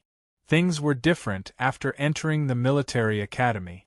Even though it was only 1 year, this kind of 1-year course was completely focused on teaching students how to become a commanding officer in the military. After 1 year, not only would they be able to obtain a university degree from the military academy, they would also be able to grasp the relevant knowledge of a commanding officer. David could become a major general in a year and manage an army. After that, his future in the military would be smooth. David didn't know that General Adams had put in a lot of effort for his future. Of course, the premise of General Adams doing this was also because of David's achievements. Without these dazzling achievements, General Adams wouldn't have done this for him. David left the Babington Transcendence office with the rank of colonel. Immediately, the news of his promotion to colonel spread. Although this kind of promotion still made the soldiers dissatisfied, their mood stabilized. He had just asked for leave from the Babington Transcendent. He needed to go to Baron Dubois' castle. There were some things he didn't understand that he needed to ask Baron Dubois. Before going to Baron Dubois' castle, he first returned to his dormitory and took out some ingredients from his space item. These ingredients were prepared by David before he was drafted. They were perfectly preserved in the space item. The special space inside the space item made the ingredients as fresh as before. David completely used the Interstellar Federation's ingredients to make 10 dishes for 3 people. This time, he couldn't visit Baron Dubois' castle empty-handed. He didn't have many things that he could take out. With Baron Dubois' status, what hadn't he seen before? Only the Interstellar Federation dishes made by his Grandmaster cooking ability could be considered a good gift. In the past, David had this kind of craftsmanship. Without revealing that he could open space items, he couldn't treat the dishes as gift. He couldn't just bring a cold dish over and reheat it. That would be too rude. But now it was different. David had a space bag. This was a space item that could be used as long as one's mind was focused. This allowed him to openly use the space item in front of Baron Dubois. After finishing the dishes, he put them in the space bag. He didn't ride the Wings of Death assault ship, nor did he let his subordinates follow him. He only rode a warhorse and left the base. On the way from the 4th Frontline Base's headquarters to Baron Dubois' castle, David killed a dozen Rank 2 insectoids and over 100 Rank 1 insectoids.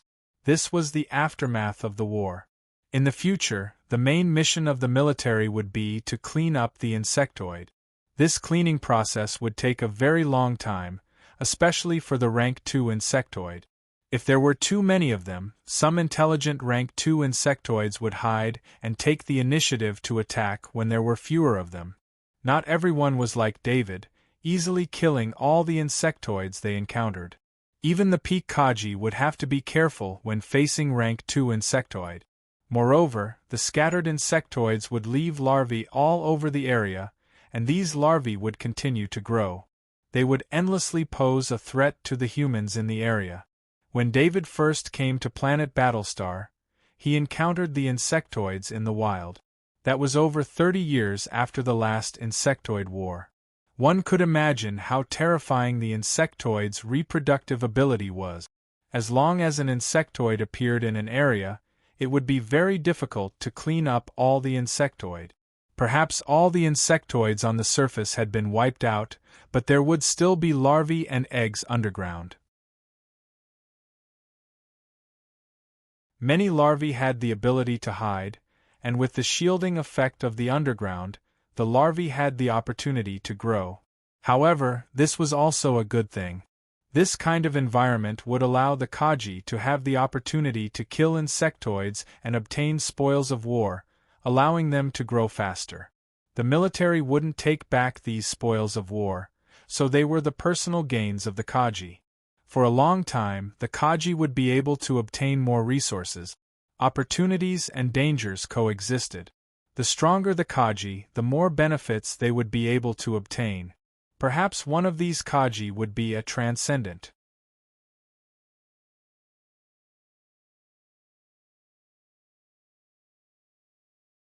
Chapter 532.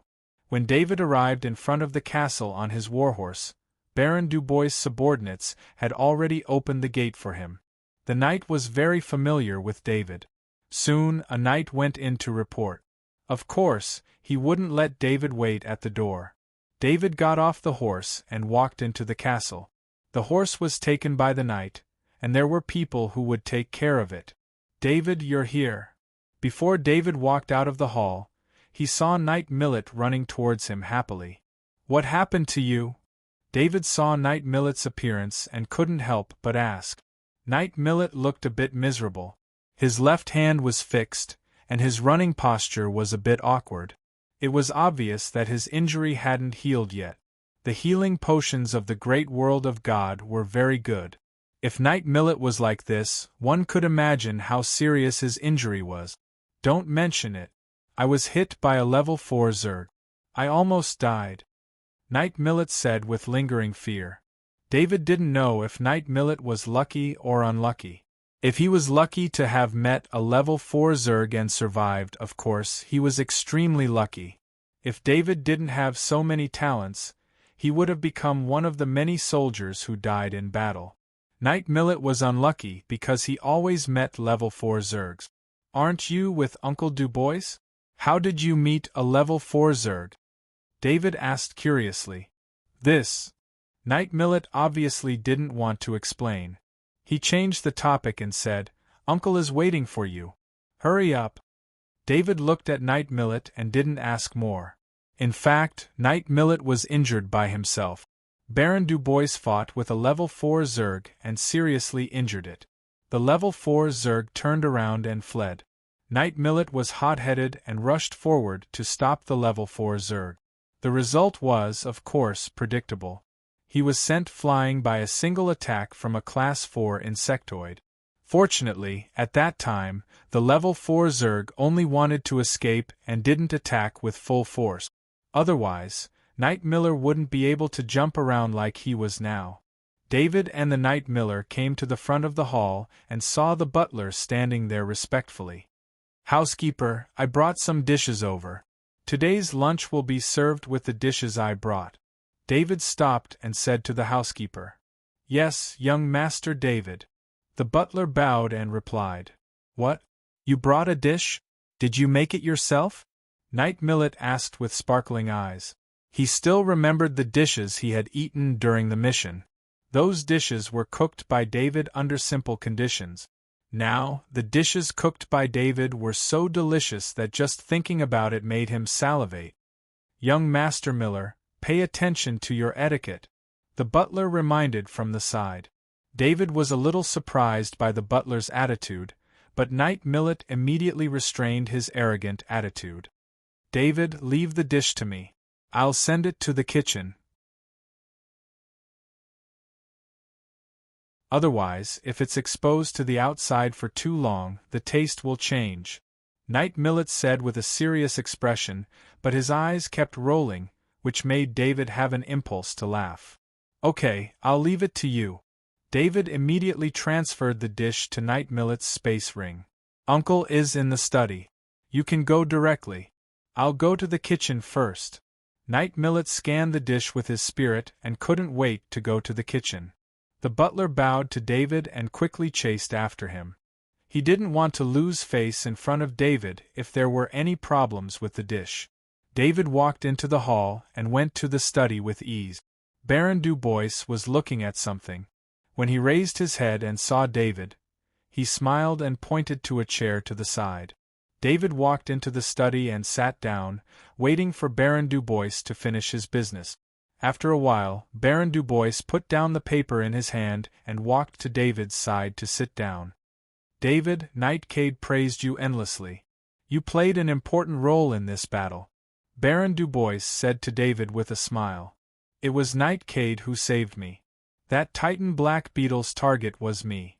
If it wasn't for the Nightcade, I wouldn't have been safe. David also expressed his gratitude to the knight. It seems that the half-body Spider Queen is still very vengeful. You should be more careful on Warstar in the future. Baron Du Bois also knew about this matter and warned. Thank you for your concern, Uncle Du Bois.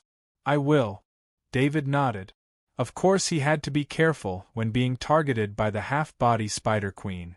He then said, I encountered a 1.5-meter tall mantis-type insectoid on the battlefield. It was around rank 4. Do you know what type of insectoid it was? David wanted to turn the assassin mantis into a puppet, so he naturally needed to know more about it. This was also one of the main reasons he came to find Baron Du Bois. He could only get the answer from Baron Du Bois. If Baron Du Bois didn't know, then he probably wouldn't be able to find out from anywhere else. A 1.5-meter tall mantis type rank 4 insectoid, the assassin mantis. You encountered the assassin mantis? Baron Du Bois softly whispered before exclaiming in shock. As someone who knew about the assassin mantis, Baron Du Bois' first thought after learning that David had encountered the assassin mantis was that the fact that David was still alive was even more fortunate than Knight Millet. You know about that mantis? David was overjoyed and asked. The assassin mantis is a special rank 4 insectoid. Its defense is very weak, but its explosive attack power is very strong. Some of the best assassin mantis can even threaten rank 5 insectoid. The assassin mantis is an assassin cultivated by a rank 5 insectoid, not an insectoid that grew naturally. The half-body Spider Queen wants to kill you, Baron Du Bois explained in a deep voice. David wasn't surprised at all that the assassin mantis had been sent by the half-body Spider Queen. He just didn't think that the assassin mantis hadn't grown naturally but was instead an assassin cultivated by a rank 5 insectoid. David immediately thought of his own situation. If the half-body Spider Queen sent another assassin like this, he would be in a lot of trouble. If he hadn't been holding the rank 3 shield with the aura of the half-body Spider Queen on the battlefield, he wouldn't have noticed the uniqueness of the assassin mantis. As long as the assassin mantis got close to David and attacked David with its speed, David wouldn't be able to dodge. In reality, David was very similar to the assassin mantis.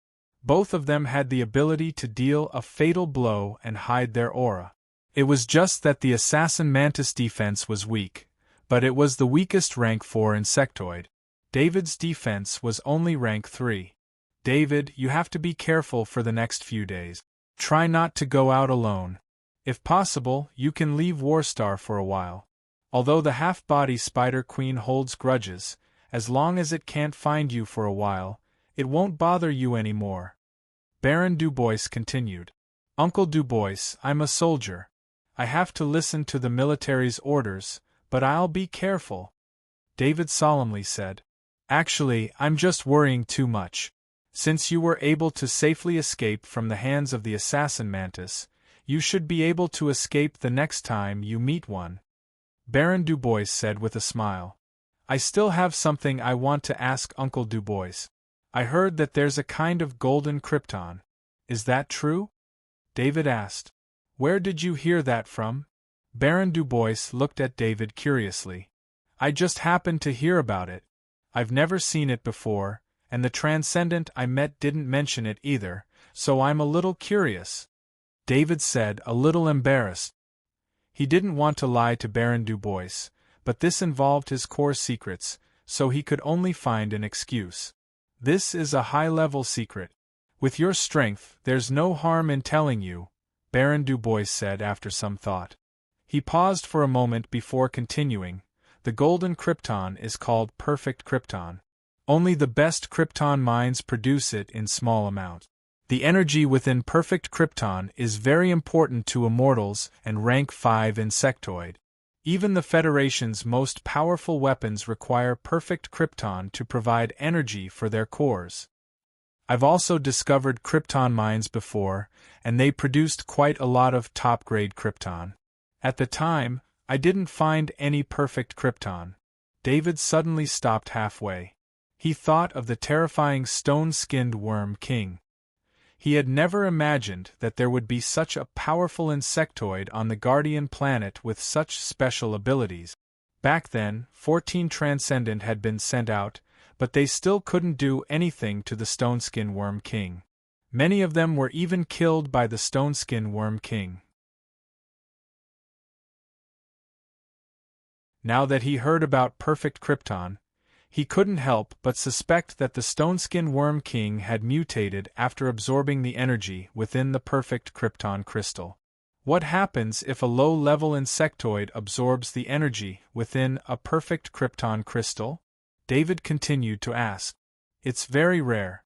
Perfect krypton crystals are very precious. They're a very important resource for rank 5 insectoid. If a low-level insectoid absorbs the energy within a perfect krypton crystal, they'll almost immediately explode from the energy. There's only a very small chance of them mutating and becoming a powerful insectoid with special abilities. Baron Dubois replied with a smile. This kind of knowledge was very important. It was the result of countless people's research over the past tens of thousands of years. If he wasn't close to David, he wouldn't have told him about it. Research on the perfect krypton crystal was highly classified, whether it was in the Interstellar Federation or the great world of God. Let alone normal people, even the Transcendent didn't know about it. For the Transcendent, the energy within the perfect krypton crystal was too high level. The Transcendent couldn't absorb it at all. Forcefully absorbing it would only result in death. Therefore, the Interstellar Federation didn't disclose the perfect krypton crystal to the Transcendent. Instead, they treated it as a strategic resource. I met a Stoneskin Worm King on the Guardian planet. It was very powerful and had the ability to burrow underground. It also had a powerful defense and terrifying recovery ability. Even a dozen Transcendent couldn't defeat it. I suspect that it absorbed the perfect krypton crystal. David explained the situation of the Stoneskin Worm King in a simple manner. That's not very likely. Only the War Star can produce perfect krypton crystals. Unless there's a gestational crystal in other areas, it's impossible for a perfect krypton crystal to appear. Baron Dubois shook his head. The probability of a gestational crystal appearing on the Guardian planet was more likely to be a perfect krypton crystal. Therefore, Baron Dubois concluded that the Stoneskin Worm King was just a normal insectoid that was a bit special. However, David believed that the Stoneskin Worm King was lucky enough to absorb the energy of the perfect krypton crystal. Not only did it survive, but it also mutated. David didn't discover much when he got the gestational crystal from the Stoneskin Worm King's nest. However, the Stoneskin Worm King didn't care about its life and death to find David for the gestational crystal. When the military found out about the gestational crystal appearing on the Guardian planet, they basically turned the entire planet upside down and sent out countless warships to search for it. Now that he thought about it, the real function of the pregnant crystal stone wasn't just to speed up the production of krypton ores and prevent the krypton ores from drying up. The bigger reason was that it could produce perfect krypton ores from top-grade krypton ores. Uncle Dubois, where can I get a perfect krypton crystal? Will there be one in the insectoid territories? David continued to ask. David, the perfect krypton crystal won't work on you. It's best if you don't try to absorb its energy. You'll explode and die. Even the insectoids can't handle it, let alone humans. But if you want to know where to find perfect grade kryptonite, it's not hard. Here's a map. It's marked with some perfect grade kryptonite mines, but they're all very dangerous places. They're all guarded by level 4 insectoids. Baron Du Bois tried to persuade David, but he knew that David was a very opinionated person. He had relied on his own abilities to reach where he was today, so he decided to help David. As for what David wanted the perfect krypton crystal for, Baron Du Bois didn't want to ask. Baron Du Bois only took out a portion of the perfect krypton crystal mines from the insectoid territories. Naturally, he wouldn't take out the ones from the Great World of God and the Interstellar Federation. Let alone the fact that it was a top secret, there was no way he'd let David steal it. The map was made from a special animal skin. It was very tough, and there were 9 krypton crystal mines marked on it. They were all within 500 to 1,000 kilometers of the insectoid territories. Baron Du Bois chose these krypton crystals for David's safety. If David went any deeper into the krypton crystal mines, it would be almost impossible for him to come back alive. You're tuning in to the Phoenix Nights YouTube channel. Don't forget to subscribe and join us on this journey to catch the most captivating stories.